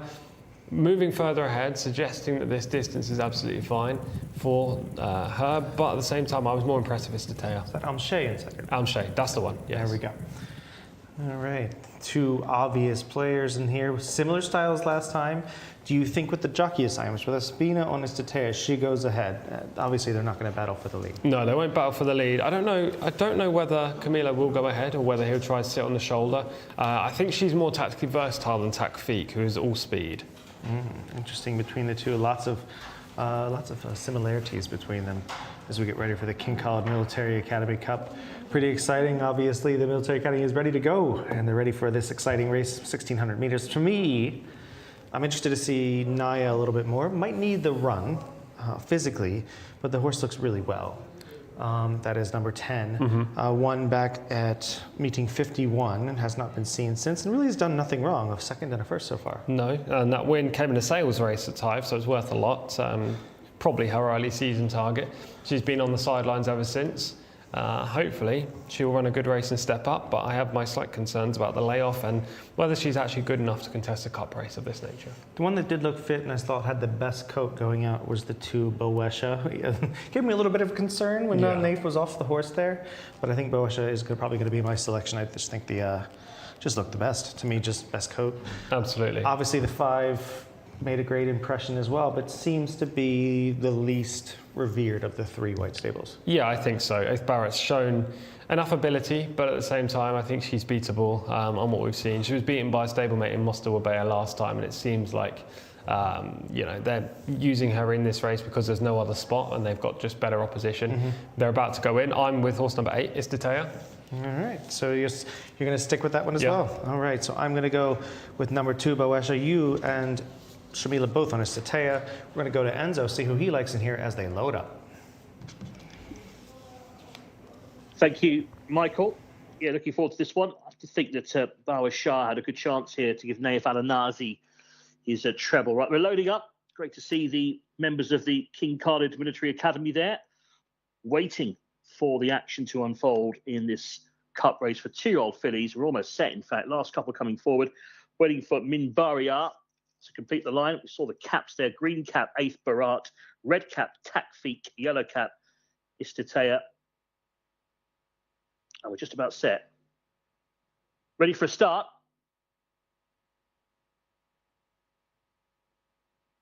And they're off. Starler lets them go. A little bit out to the right there was Naya from the high draw. One that broke well in the centre in the red cap was Takfik to come across and try and lead and head for the rails, and will do so. So Abdullah Al Fayrouz has taken Takfik straight into the lead.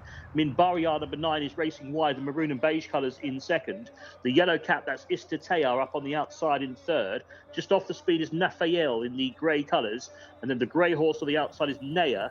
More towards the inside, the green cap is Eighth Barat as they continue their journey down the back straight. Then the light blue of Al Dafla, the yellow and blue, that's Bawa Shah on the inside with work to do. Then the blue and white Rahamat, and the tail end Charlie at the moment is Osula up on the outside, the gold and blue. They're heading for the home turn at around 60 kilometres per hour. They are really trapping along here. And on the outside now, Minbaria in the beige and maroon has come forward to lead. So Minbaria now heads off. The early pace set attack. Feek was under a ride in second. Eighth Barat manoeuvres off the fence. He's going great guns. Eighth Barat is full of run. And look at this one go. Eighth Barat all of a sudden has got away from these in a matter of strides. This was electric around the home turn.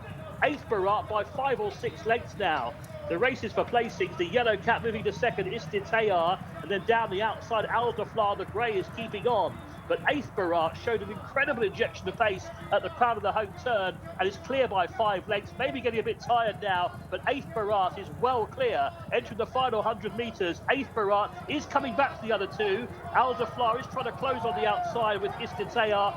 Eighth Barat getting lonely in front, but will do enough. Eighth Barat held on to beat Al Dafla into second place with Istatea in third.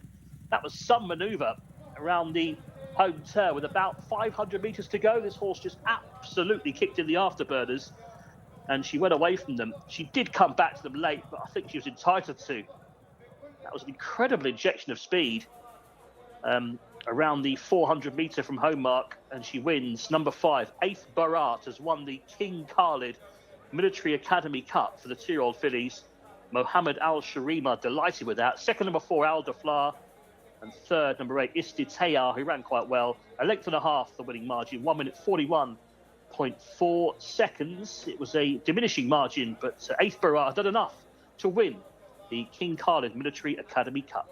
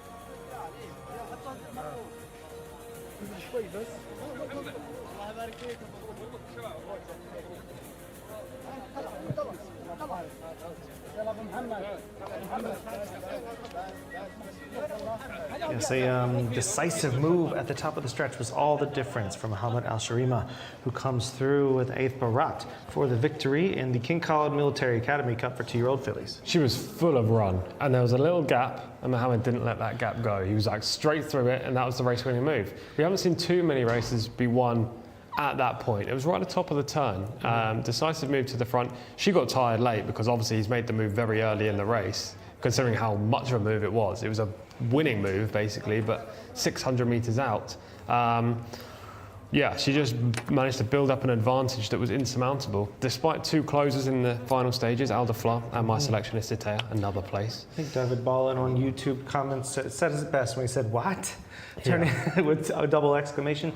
Because we all were thinking, turning for home, this is not the white stable runner that we expected to make the decisive move and win this race. No, well, Takfik was virtually used as a bunny, rabbit, however you want to say it, a hare, if you're talking greyhound terms. So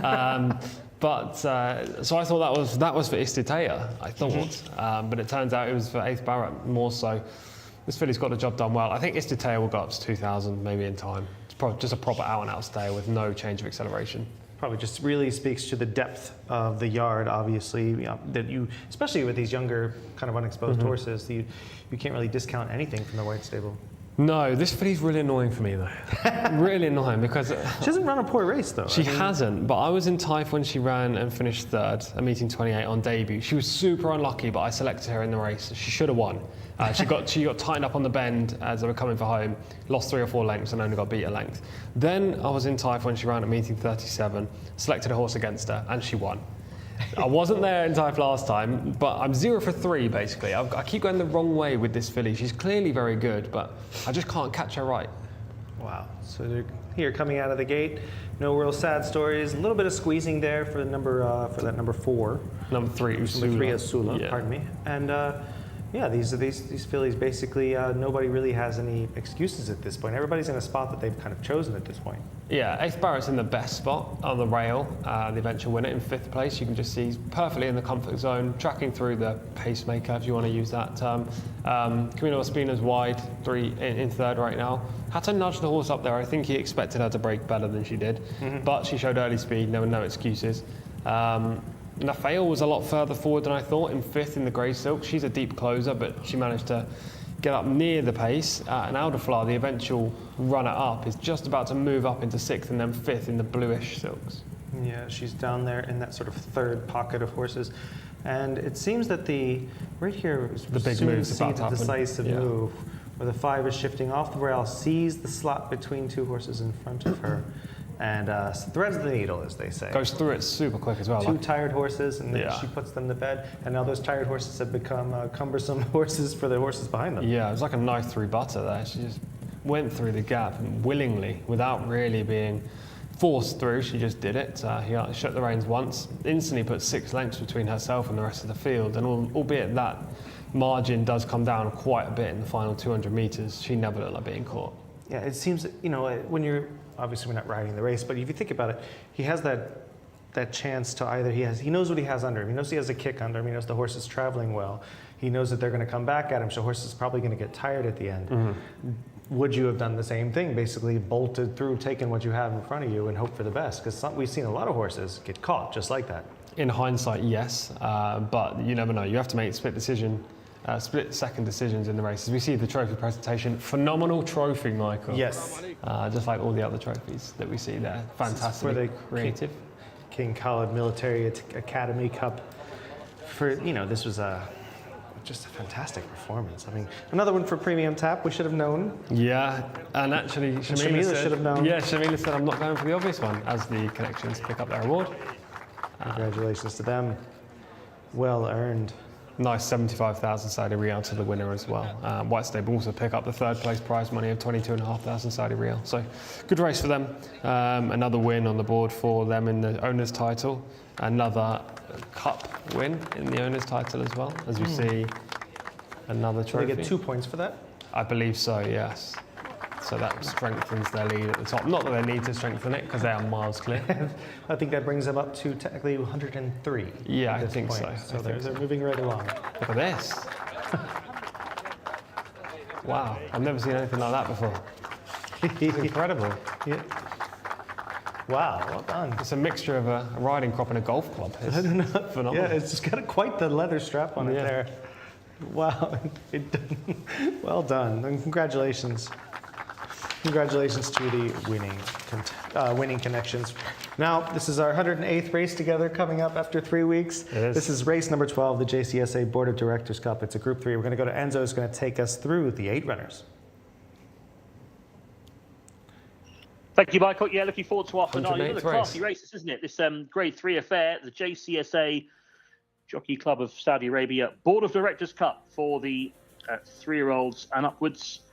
And without number 8, Bint Far is a non-runner here. Number 1 is Intergene for Abdullah Al Hussein. 2 is Mabdar, Camille Ospina looking for a double. 3 is Harfi, Mohammed Al Baham looking for a double. 4 is Badr Alayya for Alex Moreno looking for a double. 5, Akko Mobari, Nawef Al Mudiani. 6 is Najabat Alayez for Adel Al Faradi looking for a double. 7 is Ibn Laboon, Naif Al Anazi looking for a treble.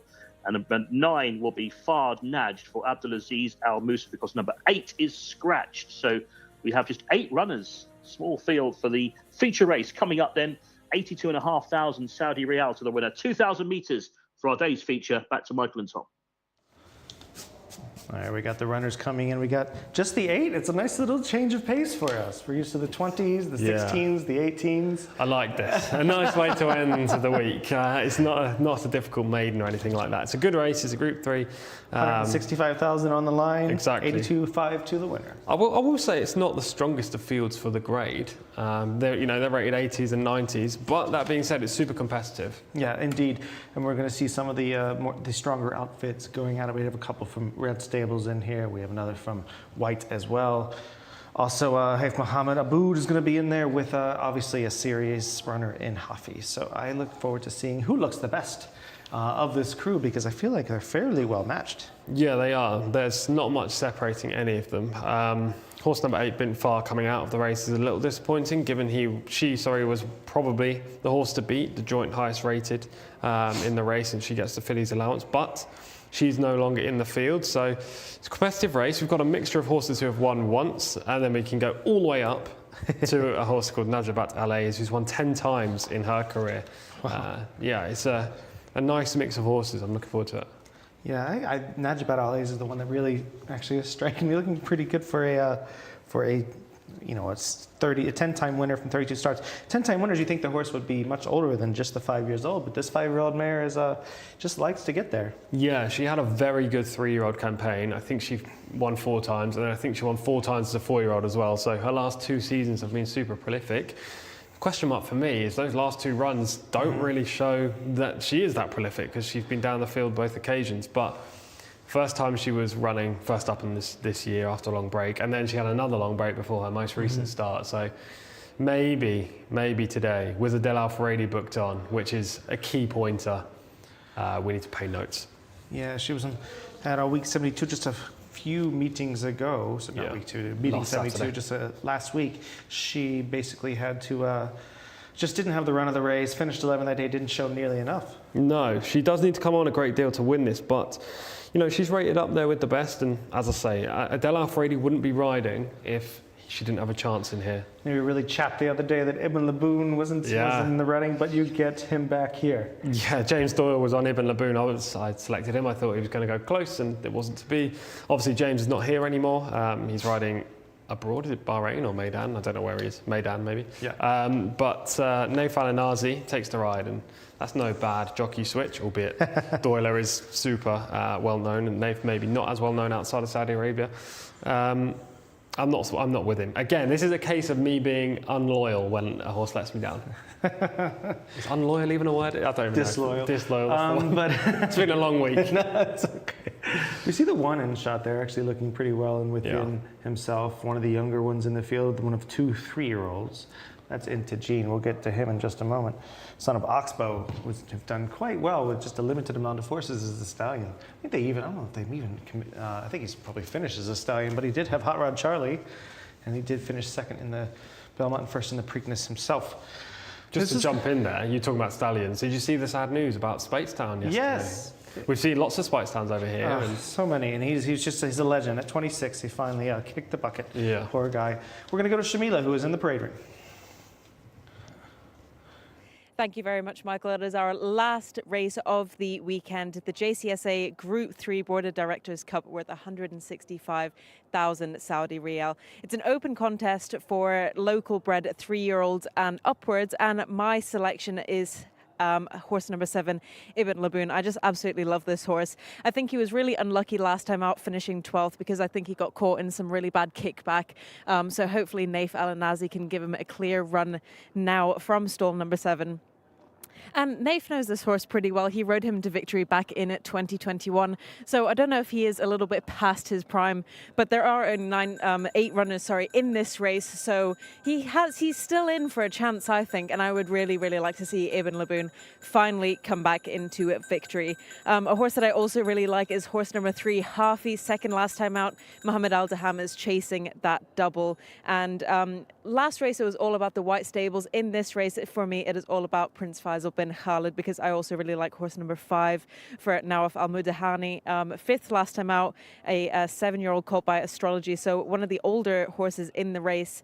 However, I think I will stick to my guns and stick with Ibn Laboon, and hopefully Naif Al-Nazi can get that hat trick today. All right, thank you, Shamila. She's gonna stick to her guns here.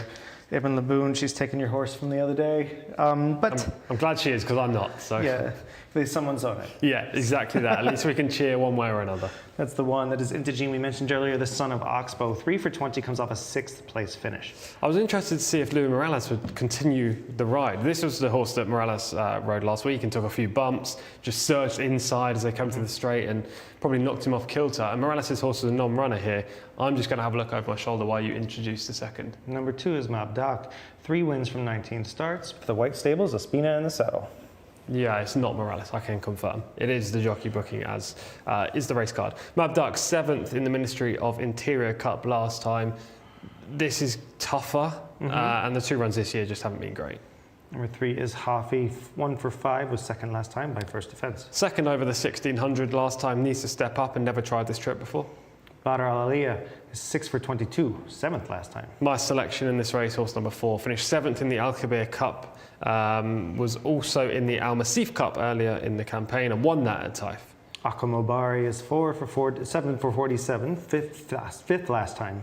Has been prolific in the past with 7 wins, but just hasn't been at his best so far this season. There's the aforementioned Najabat Alayez, 10 wins to her credit, this 5-year-old mare. Good filly, bounces back to her best. She's a major player under the leading rider. The aforementioned Ibn Laboon, Shamila's chance here, 1 for 12. No excuses last week when beaten early, in my opinion. I know Shamila said there were, but for me, I'm not willing to overlook it. All right, and last but not least, you'll have, there's Ibn Laboon right there. Number 9, coming in a shot in just a moment, is Fad Najid, who's 2 for 26, comes off a 4th place finish. That came over 1,400 metres, big step up in distance. Never really shown his best. His best over this kind of trip. So I'm a little bit concerned about the 2,000 for him. And there's that one right there. Definitely looking a little bit off kilter. Not perfect right now, but that doesn't mean the horse can't get it done. So the horse has 2 wins to his credit, so at least has a little bit of form. But at 81 rated, has a few pounds to find on a few of these. Yeah, for sure. He's not a leading player for me. He's most likely going to finish last. Very kind. So we're going to move on to, that's Intagene in shot right there. We're going to take a look at this last race. It's finishing 1st and 2nd on September 30th. Yeah, this was... Ibn Laboon finishing 2nd. Yes, Intagene, 3 starts back, at Taif. The 2 runs in Riyadh haven't been as strong. You can see just how strong in the finish Intagene is this day. He's a deep closer in the yellow and blue silks, and just watch him pick up his stride in cadence in the closing stages to run down Ibn Laboon, who is wandering a bit under pressure. A bit of interference there, but Intagene blows on by. Yeah, not great to see Ibn Laboon do that. I mean, I think that was fitness. Do you think it was just the distance? What was the issue there? I think it was fitness. It was first up this year. And that's him right there. That is Ibn Laboon, who's also in that shot, sort of veering out. Looking over here, this should be Hafi, finishing second on November 24th. You just pick him up, yellow cap on the outside. He won't be donning that today. I think he's wearing a blue cap today. Hafi makes a run again, late on the track. This was over 1600. You'll be able to see how strong he is in the closing stages. Behind that horse in a date that we were talking about earlier. The fourth home finisher ran earlier on, El Raki, in a maiden and got beaten. Make of that what you will. Yeah, just the form is looking a little sparse. We'll just say that. Yeah. And last but not least, we have Al Badr Al Aliyah is number 4 in this spot here. There she is right there. Nice little blaze down the face. First on September 29th. This is my selection. Alex Moreno, again, hopefully will ride the big race winner. Off the front, lots of early speed about this horse. She showed good pace throughout the whole race, dominated really. This was the Al Masif Cup. This was at Taif. 2 runs since. I've seen this horse finish 7th and 6th, but last time was in the Al Kabir Cup in a similarly good race. This form stacks up because the horse in green with the yellow stripes back in the field was Al Jamani, who won either today or yesterday. I literally cannot remember, but boosted the form in great detail. All right, so that rounds out the field. For me, I mean, at least based on looks and a little bit of form, I'm interested about Mabdok. Obviously not much to go on recently, but has the 3 victories, as a horse that probably shouldn't be completely discounted here. Yeah, probably not. You know, a white stable horse, Camilo Ospina, you never know what's going to happen. And actually, when Shamila interviewed Camilo earlier, he said, we've got a good chance in the last race. So maybe Mabdok can take a step forward. And you know, I love the third off the layoff angle. Yeah, I mean, this is a horse that probably, for me, looked, along with Ibn Laboon, probably who's just a looker, in my opinion. You got to be careful about those. Sometimes they just look good all the time. And a lot of the red stables do, and for the same for the white stables, but I thought the Mabdok probably looked the best, so I'm just going to stick with it. I think it's the first white stables horse I've chosen in 3 weeks, so might as well go out with it. But yeah, we'll try to get my 4th victory of the day on that one. Probably not going to happen, but that's okay. I'm happy with 3. Yeah, I would like to have 3. That would be nice, getting this win at the last. Hopefully Badr Al Aliyah for me. I've just hit the crossbar so many times. Maybe Badr Al Aliyah will be placed again, like the majority of my horses today, but I have Alex Moreno on my side, which is a good thing. Super prolific, 8 winners so far over 3 days. Can he make it 9? Just riding so well. And even in this smaller field where it does become a little more of a chess match, I feel like he's got a full board right now. Yeah, he's got every chance. And he's on this colt who will go forward. There isn't much speed in here. Camilo might go forward on Mabdok. I think Alex will go forward on Badr Al Aliyah. And it could be between those 2 in the closing stages. Yeah, this is an interesting pace scenario. They obviously, at the 10 furlongs, they can't go too quickly up there. Will they be able to walk the dog enough to even stay on late? I think so, because it's a small field. I don't think they're going to go extremely hard, you know. And even if, say, Camilo is desperate for the front or Alex is desperate for the front, the majority of riders in here are extremely experienced, and they will know that they can't duel because they'll ruin their own chance of winning, and it's pointless. It really is. So I think they'll be able to go slow enough to give them a chance of holding on. Maybe the horse who is getting on the shoulder sit in second or whatever, is going to be ideally positioned. Prospects of a meltdown an accidental meltdown up front. What happens then? Does Intagene finally come into play at that point? I think so. Yeah, he's the proper closer, the horse that will definitely stay to 2,000 extremely strongly. Yeah, that'll be interesting because sometimes things don't go as we expect in these small fields. Weird things happen all the time. Yeah. But yeah, this is I'll stick with Mabdok. I just think the horse looks extremely well and fit for the run. 3rd race off the layoff. I love that angle as well. So you're going to stick with Badr Al Aliyah. Yes. And Shamila's with Ibn Laboon go after his 2nd victory of his career. I don't know. It's going to be a tough one, no matter what. But I look forward to it. And if we can go up a little bit early for our final race up to Enzo, I'm interested to see.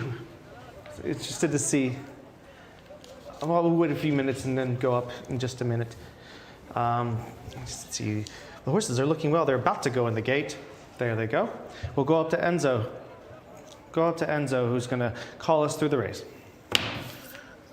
Cheers, Michael. Yeah, thank you. And looking forward to this race. A smaller field as well for me to enjoy. I was on agree with Tom this time. Badr Al Aliyah. Can Moreno make it to 9 in 3 days? Thought this horse looked well. Red cap there for Akko Mabai. Good luck to Michael with Mabdok, number 2 for Camilo Ospina.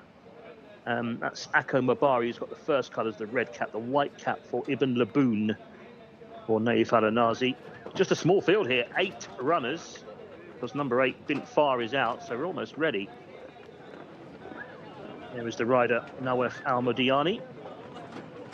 Just the last couple then to come forward. We'll be ready for a start. There's number 6, the owner, trainer and jockey looking for doubles as well, Najabat Alayez, and we're just about ready for a start. And they're off for our final race, the JCSA Board of Directors Cup. This Grade 3 is underway. Bit of a slow start there for Akko Mabari early on. Breaking well was the grey Mab Dark under Ospina towards the inside. Will lead them early on. The green cap by a length and a half to Harfi in the red, white and blue in second. Wider out with the white cap is Ibn Laboon, who's racing a clear third. They're quite well strung out here. Very wide is Fard Najid in the blue with the white armlets. Then the green colours of Najabat Al-Ayez. And then towards the back, Akko Mabari in the red. And on the inside is Intergene, the light blue and yellow, is quite far back at this stage as they make the run across the intersection at around 59 kilometres per hour. This leader is stretching on, this grey Mab Dark, by a few lengths now. Ospina just checks in behind to see where the others are racing as they continue their journey down the far side. Racing in second is Harfi. Up on the outside then we have Ibn Laboon. Racing very deep is Fard Najd. And then further back we have Najabat Alayez, and then comes Badr Al-Alai, who's quite far back at this stage, the red with the black on the cap. 4 more lengths to Akko Mabari, another length and a half to the trailer, who is Intergene, the light blue and yellow, as they make the run then towards and past the 650 metre from home point. And now a new leader, it's Fard Najd upon the outside. And now the pace is really increasing as Fard Najd, who's been wide throughout, has come across. He's had a tough trip, this horse, but he has the lead in the blue colours. It's Fard Najd who leads them down towards the home turn. Making ground now is Ibn Laboon to go into a share of second. Up on the outside, picking up to his Harfi, who's got a chance to blue sleeves. Here on the inside is Badr Al-Alaya, who spied the inside run there and has got through for Alex Moreno. Wow, that was a brave piece of race riding. It could pay off. Badr Al-Alaya, who snuck through against the inside running rail, has now picked it up and is drawing on. It's Badr Al-Alaya by 3 lengths to Ibn Laboon in second. Back in third is Harfi. But what a week for Alex Moreno. It's going to be 9 winners over the 3-day meet as Badr Al-Alaya wins impressively. Number 4, Badr Al-Alaya to Ibn Laboon in second place. And staying on to be third was Akko Mabari from a long way back. That was an amazing run through, wasn't it? There wasn't a lot of room on the inside. You could say it was a bit of a needle eye opening, but he got through it somehow, and the horse wins. Good selection by Tom Collins. Badr Al-Alaya has won our last race, the Grade 3 JCSA Board of Directors Cup. Our feature race goes to the 4-horse Moreno at the double, and as we were saying, 7 over the first 2 days. That makes it 9 for the 3 days.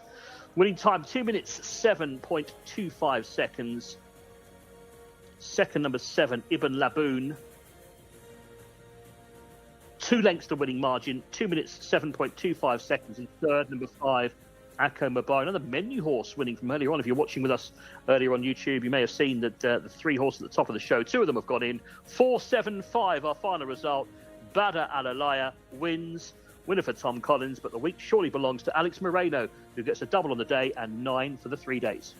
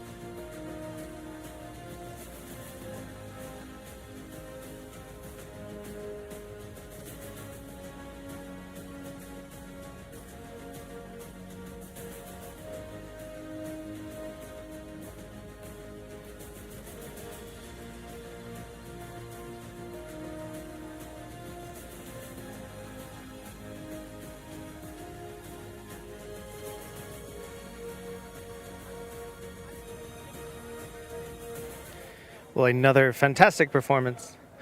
Another fantastic performance from Alex Moreno here. And as we all saw, this was, basically another beautiful ride from him that we've seen over and over this weekend, but very brave up the rail. Unbelievable ride. He had to scoot up the inside. Yes, I am extremely excited because I had the winner for the first time in about 3 hours. But yeah, he had a very small gap. And it takes a lot of bravery and confidence to go up it. There was a gap earlier for one of Alex's winners as well that was super small when he pushed through. So this is a rider who's at the top of his game right now. Yeah, he is full of confidence right now. And to me, he is absolutely... he is just, I don't know, nobody's riding better. Like, there's just no way around it. He's just riding with confidence. He's riding with precision. And nobody's really getting to the gaps as well as he is right now. Yeah, I mean, as we're watching the replay, just watch on the final turn when he kicks up the inside, very small gap. And, I mean, if you go through the whole riding colony here, and it's a good riding colony, an underrated jockey group, I could come up with a handful that would take that gap. Most of them would try to tip out wide and get a clear run there, but Alex takes no prisoners. Yeah, that was another brilliant performance. And for you, your third of the day, third selection of the day to go to victory. And, you know, as always, you've had a good Saturday. Yeah, joining you, though, with the 3 winners. You had a very good day as well, we should say that. Well, the Ravens kind of dragged me through it. But, yes, I was very lucky to get a couple of those. My first one, more than one in one day. And obviously, I got a little lucky. I'll just take it as that. And for me, it's going to be it is the Moreno show. I do want to go back to that. There's so many things this weekend we've seen with the 9 victories. I just can't believe that he's able to, after riding with all of these jockeys over and over and over, so many races that he rides, 2 different tracks, that they still just cannot get the better of him. He's just riding extremely well. Well, we spoke to him yesterday, didn't we? He came to this show right now, this desk, and we spoke just how strongly he's been riding on Thursday and Friday as well. And I think you, Shamila, said, yeah, you're going to have a great day tomorrow. And we both, I think in our head, thought, well, it's going to be tough. But he has. He's had another phenomenal day. 9 winners over the course of 3 days. 3 wins each day, averaging. Phenomenal. And I love Alex, but, you know, on this final turn, I was cursing him a little bit because I really wanted Ibn Laboon to win. I wanted a winner today. However, I mean, yeah, like we said, he's riding out of his skins. There's no one better riding this weekend anyway than Alex Moreno.